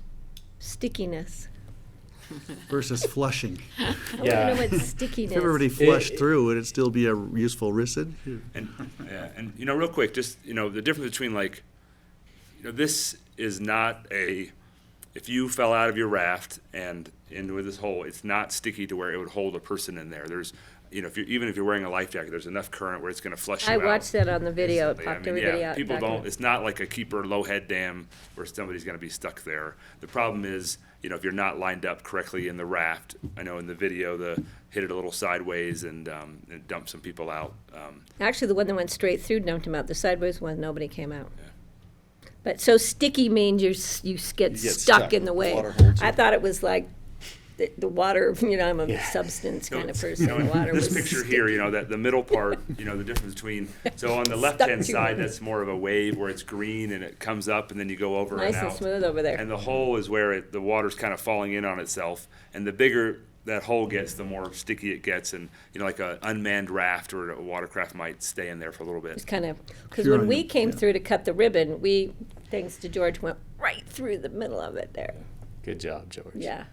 But to Commissioner Poshman's point, that the RISD is designed to have some level of stickiness, right? And so it's really this kind of balance of because we're trying to create that stickiness, and so it's really a balance of. And play in the wave.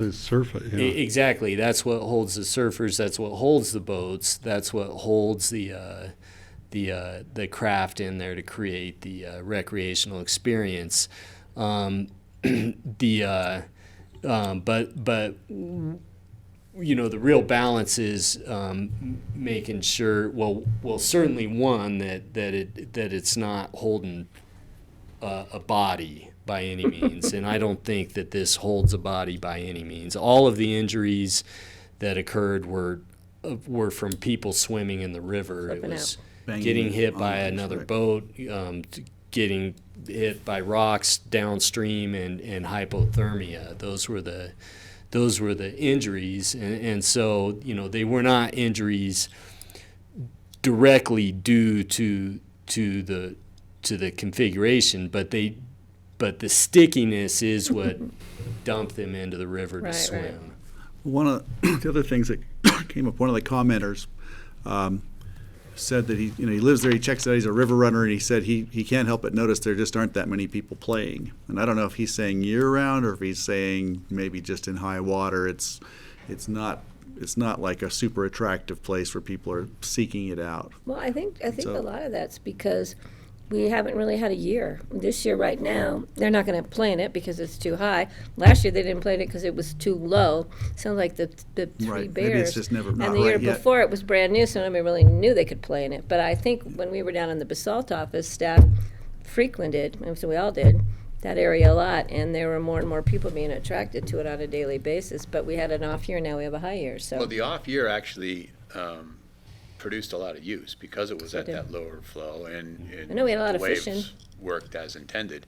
It's just that because there was no high runoff, no high flow associated with the peak because it was such Right. a low snow year. Yeah, the peak last There, year was. it wasn't a condition to evaluate when you got Right, some water right. flowing in there at a nice brisk 3,000 CFS or more or something like that.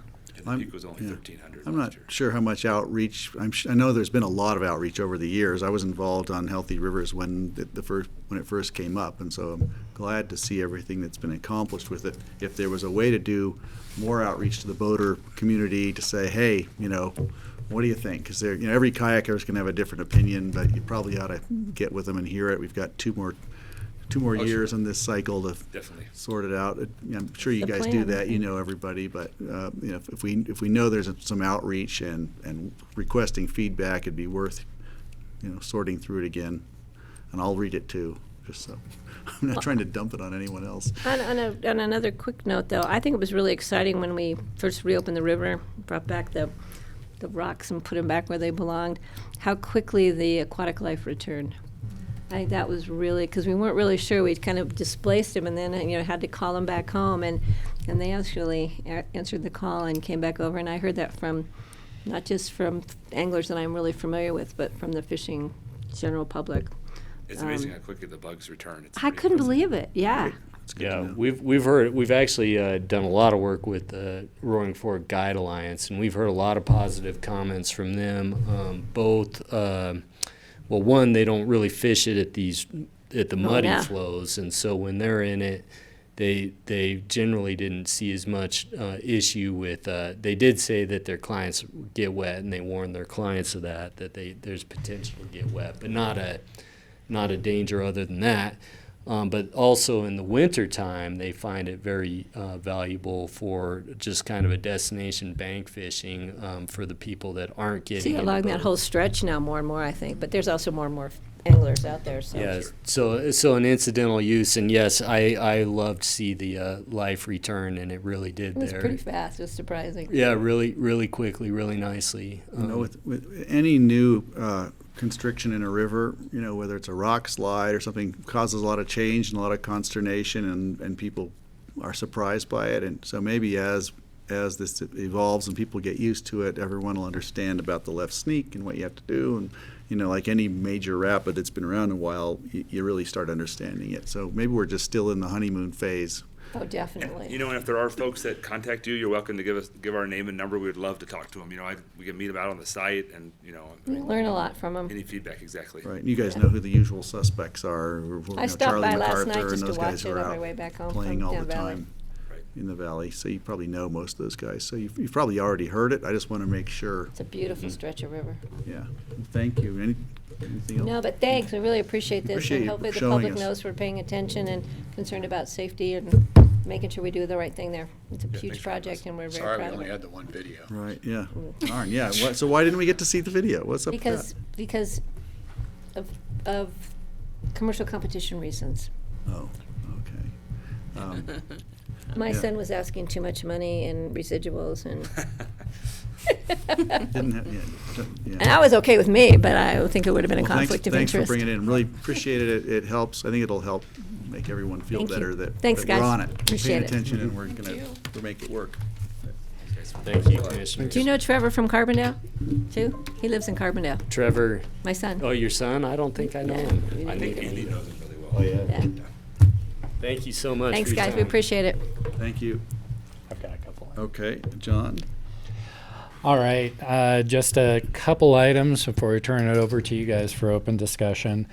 First, you guys have probably seen either newspaper articles or some emails floating around about mental health crisis response on the Western Slope. Thank you. And just a quick update. There's an article, I believe, in the Aspen Daily News that Mine Springs had lost the crisis contract from the state for all 22 counties. That was a RFP process that the State Office of Behavioral Health, through their Human Services Department, went through. They did award the crisis contract for all 22 Western Slope counties to Rocky Mountain Health Plans. Rocky Mountain Health Plans is not a provider. They're looking to create a different type of accountability model. It did raise questions about who the provider was going to be because Mine Springs had not contracted with Rocky Mountain Health Plans for the majority of those 22 counties. There are 6 counties that were still in question about who the provider was going to be. Pickens County was one of those. Our funding partners, who have been working together over the last couple of years to really work on the full continuum of mental health services in Pickens County, so that's Aspen Valley Hospital and City of Aspen, the school district, they were just in front of you. We did meet with a representative from Rocky Mountain Health Plans to kind of make sure they understood the background of our efforts here, what problems we were trying to solve, and the success that we were seeing. As a result, Rocky Mountain Health Plans is working on a contract with Mine Springs Health to continue the crisis services so we can maintain that continuum that we've had success for, at least for the next year, so we can have more time to have a conversation about the changes. There will be some protocol changes. We're still working through those. I can't really report out on what those are at this point, but we should have as little disruption here in terms of our recent efforts as possible. So I have a question, though, for the facility that Mine Springs just built.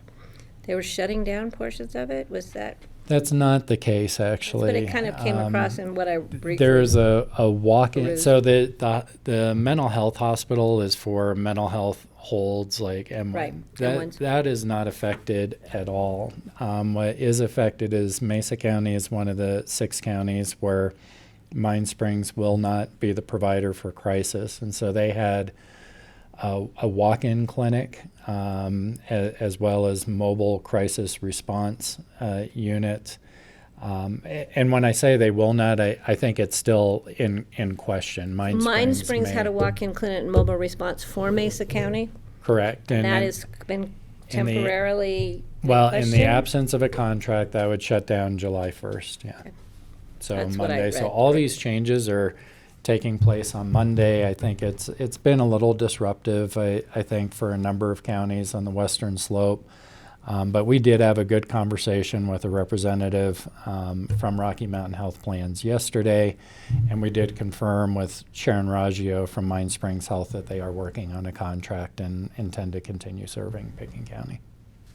So that'll make people feel better, and it's just a matter now of them making sure that everyone knows this as soon as possible, because there were patients who were very distressed by that. And had access. There will be new requirements to use the state hotline, so there'll be some changes in phone numbers. We're still working through those types of protocol issues. So how are we playing with the Hope Center with this? Are they still responding in some way? We still have some kind of response here until July 1st, which is when we're going to need it, is after July 1st when we have everybody coming to town.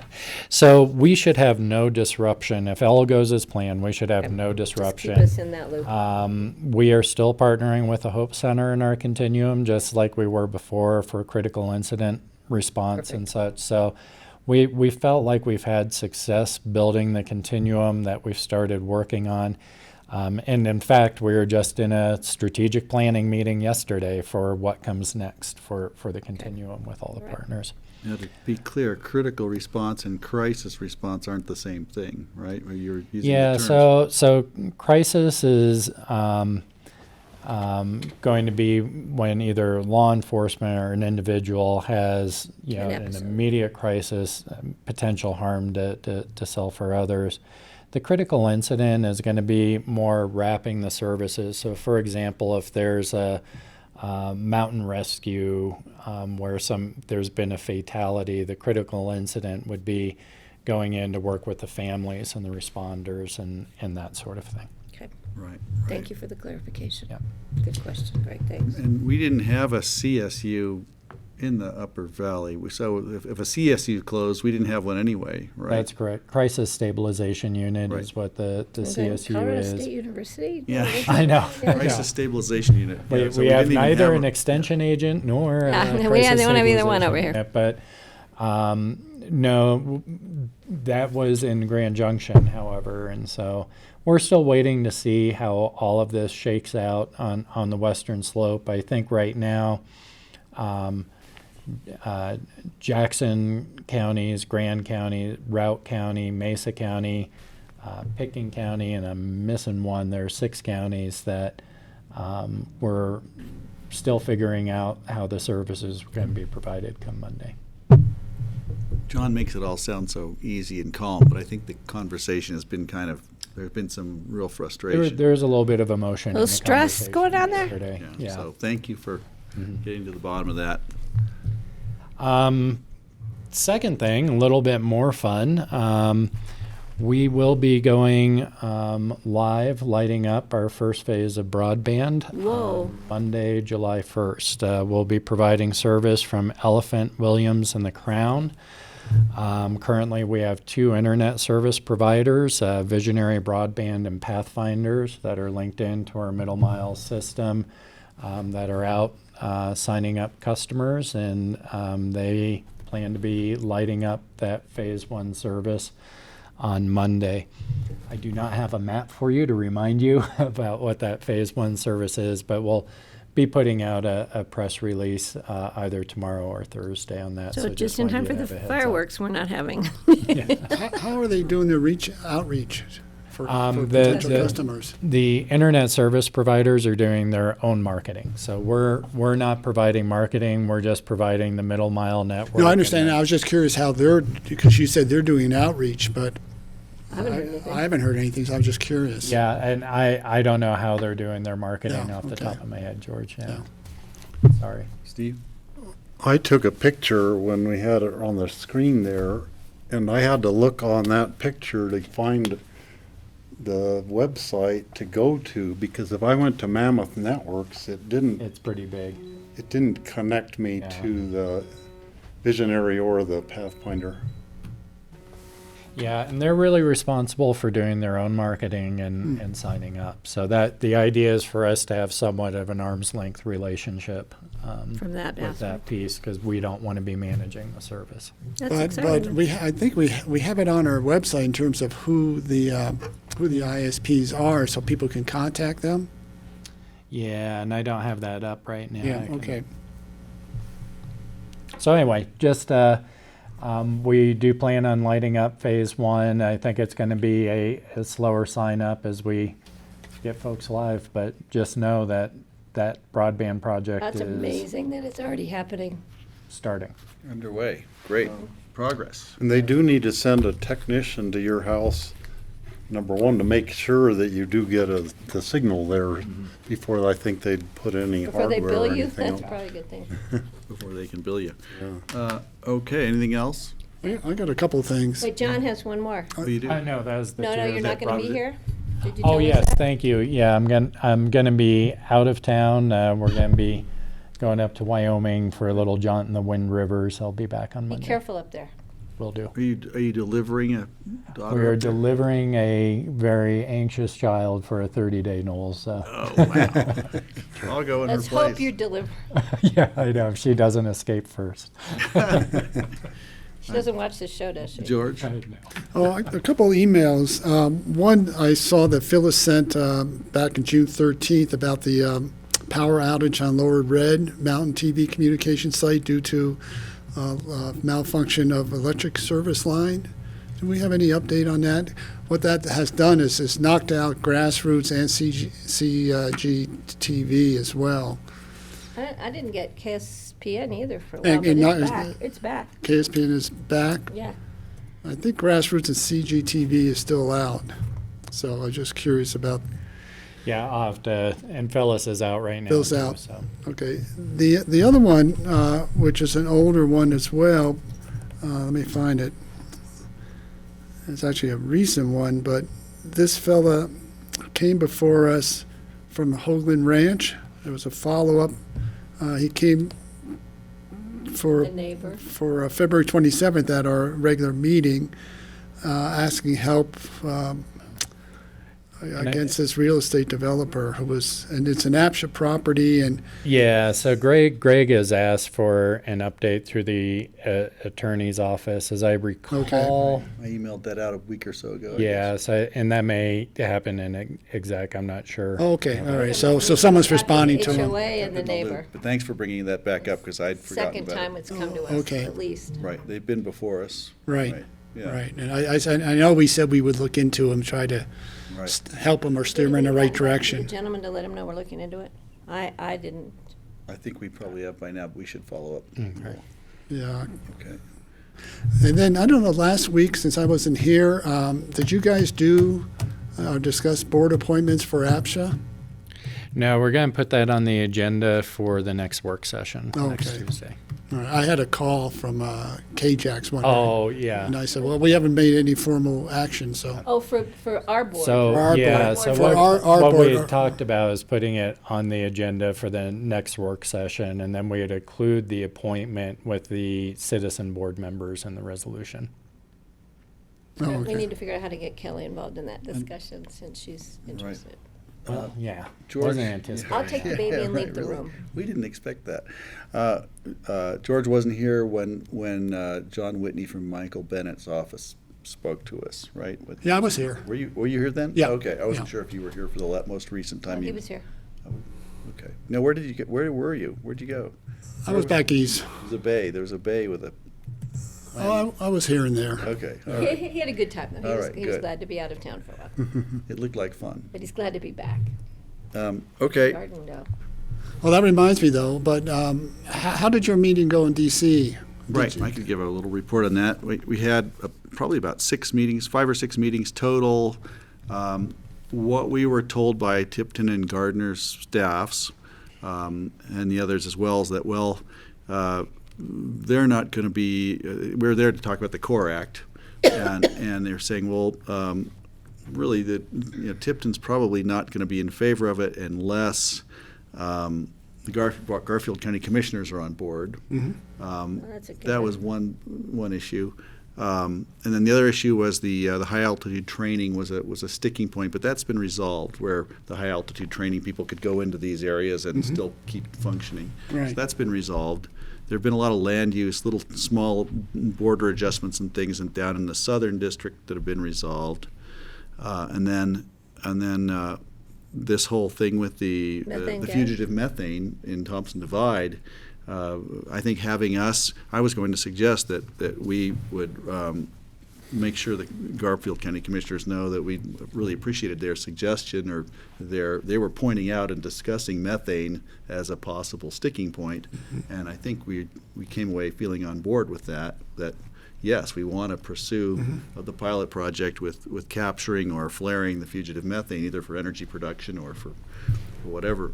It'd probably be a good idea for us to send a message to them that we are on board with that, because that was supposed to be another one of their sticking points.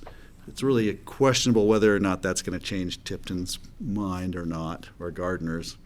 But that was the reason we were given. So I think the message we gave them is, yes, we don't see a problem here. Let's keep this moving. Well, I think having Garfield County on board would make a big difference for both of those And gentlemen. I did reach out to Tom Jankowski, and he said he's on board. They just need one more commissioner. Well, I think we need to maybe think about When are we meeting with them? Not for a while, huh? They're doing the markup on it tomorrow. Yeah, but maybe we should do a letter to Garfield County thanking them for bringing that to our attention, letting them know we very diligently followed up on their Right. idea. Yeah. And thanking them for their idea. Yeah, I have the draft for that. Yeah, I So- think that would be, And if everyone thinks that's a good idea, we could send that. Yeah, that'd be great. So you had a contingency, they went back there. Did you actually get to see Tipton or Gardner? No, they were. A big surprise. No big surprise there. It was funny because by contrast, Michael Bennett was actually introducing people on the House floor. He was, running around like crazy, but he kept coming back into the back room and talking to us, and he'd run out and make an introduction, Right. doing his job, then come back. And Yeah. so we had some great, time with him. who else But then did you we meet were with then? We were with the senator from Utah, who's in eastern Utah, the largest district, and I'm blanking his name right now, but I and then can we get it had, for we you. have, who's the guy? Staffers, who's the guy- minority and majority staffers. Who's the guy from Boulder County? Nagoose. Joe, Yeah, did you meet with Joe's office? I left before they met. They met with him the final afternoon, but I thought, I had to get to the airport, so I missed meeting him. It was informative and interesting. It'll be interesting to see if we were to meet all the conditions that were kind of thrown out as sticking points, which I think we have, if just how they'll respond. I think a letter to Garfield County thanking them That for would be really valuable. Yes. quote unquote their idea. Yeah, no, and that's kind of what I have teed up, Okay. so. I think we should get that We off. can craft that and send it tonight. Okay, anything else? Thanks for bringing me that, thanks for reminding me, I was on my list, but I don't have any open discussion. I flew back through Salt Lake City, which was such a great idea, it was so Got easy to get stuck. there, but then You the know, when you plane was delayed, and so I did the all-night drive. When there's a rule when you travel, you never go over your destination and She had come a back. baby! She had her baby. You did? She had her baby already! I appreciate that, George, I wish you'd told me sooner, but yes, I also She never looks be on the last. great. There's the picture. Oh, here it is already, wow. Aloysius Leon Curry, 7 So we can pounds, announce 12 this on ounces, live 19 television. and a half Great. inches. We have to put the picture up on Grassroots. Born at 232. Whoa, no Congratulations, wonder she Kelly. didn't get back to us. Oh, that's great. Guy looks like his sister. Okay. Oh, that's so cool. I guess that's it for today, folks. Thanks, Grassroots. Congratulations, Kelly. And we're off. We're out. He looks like his And big Brian. sister.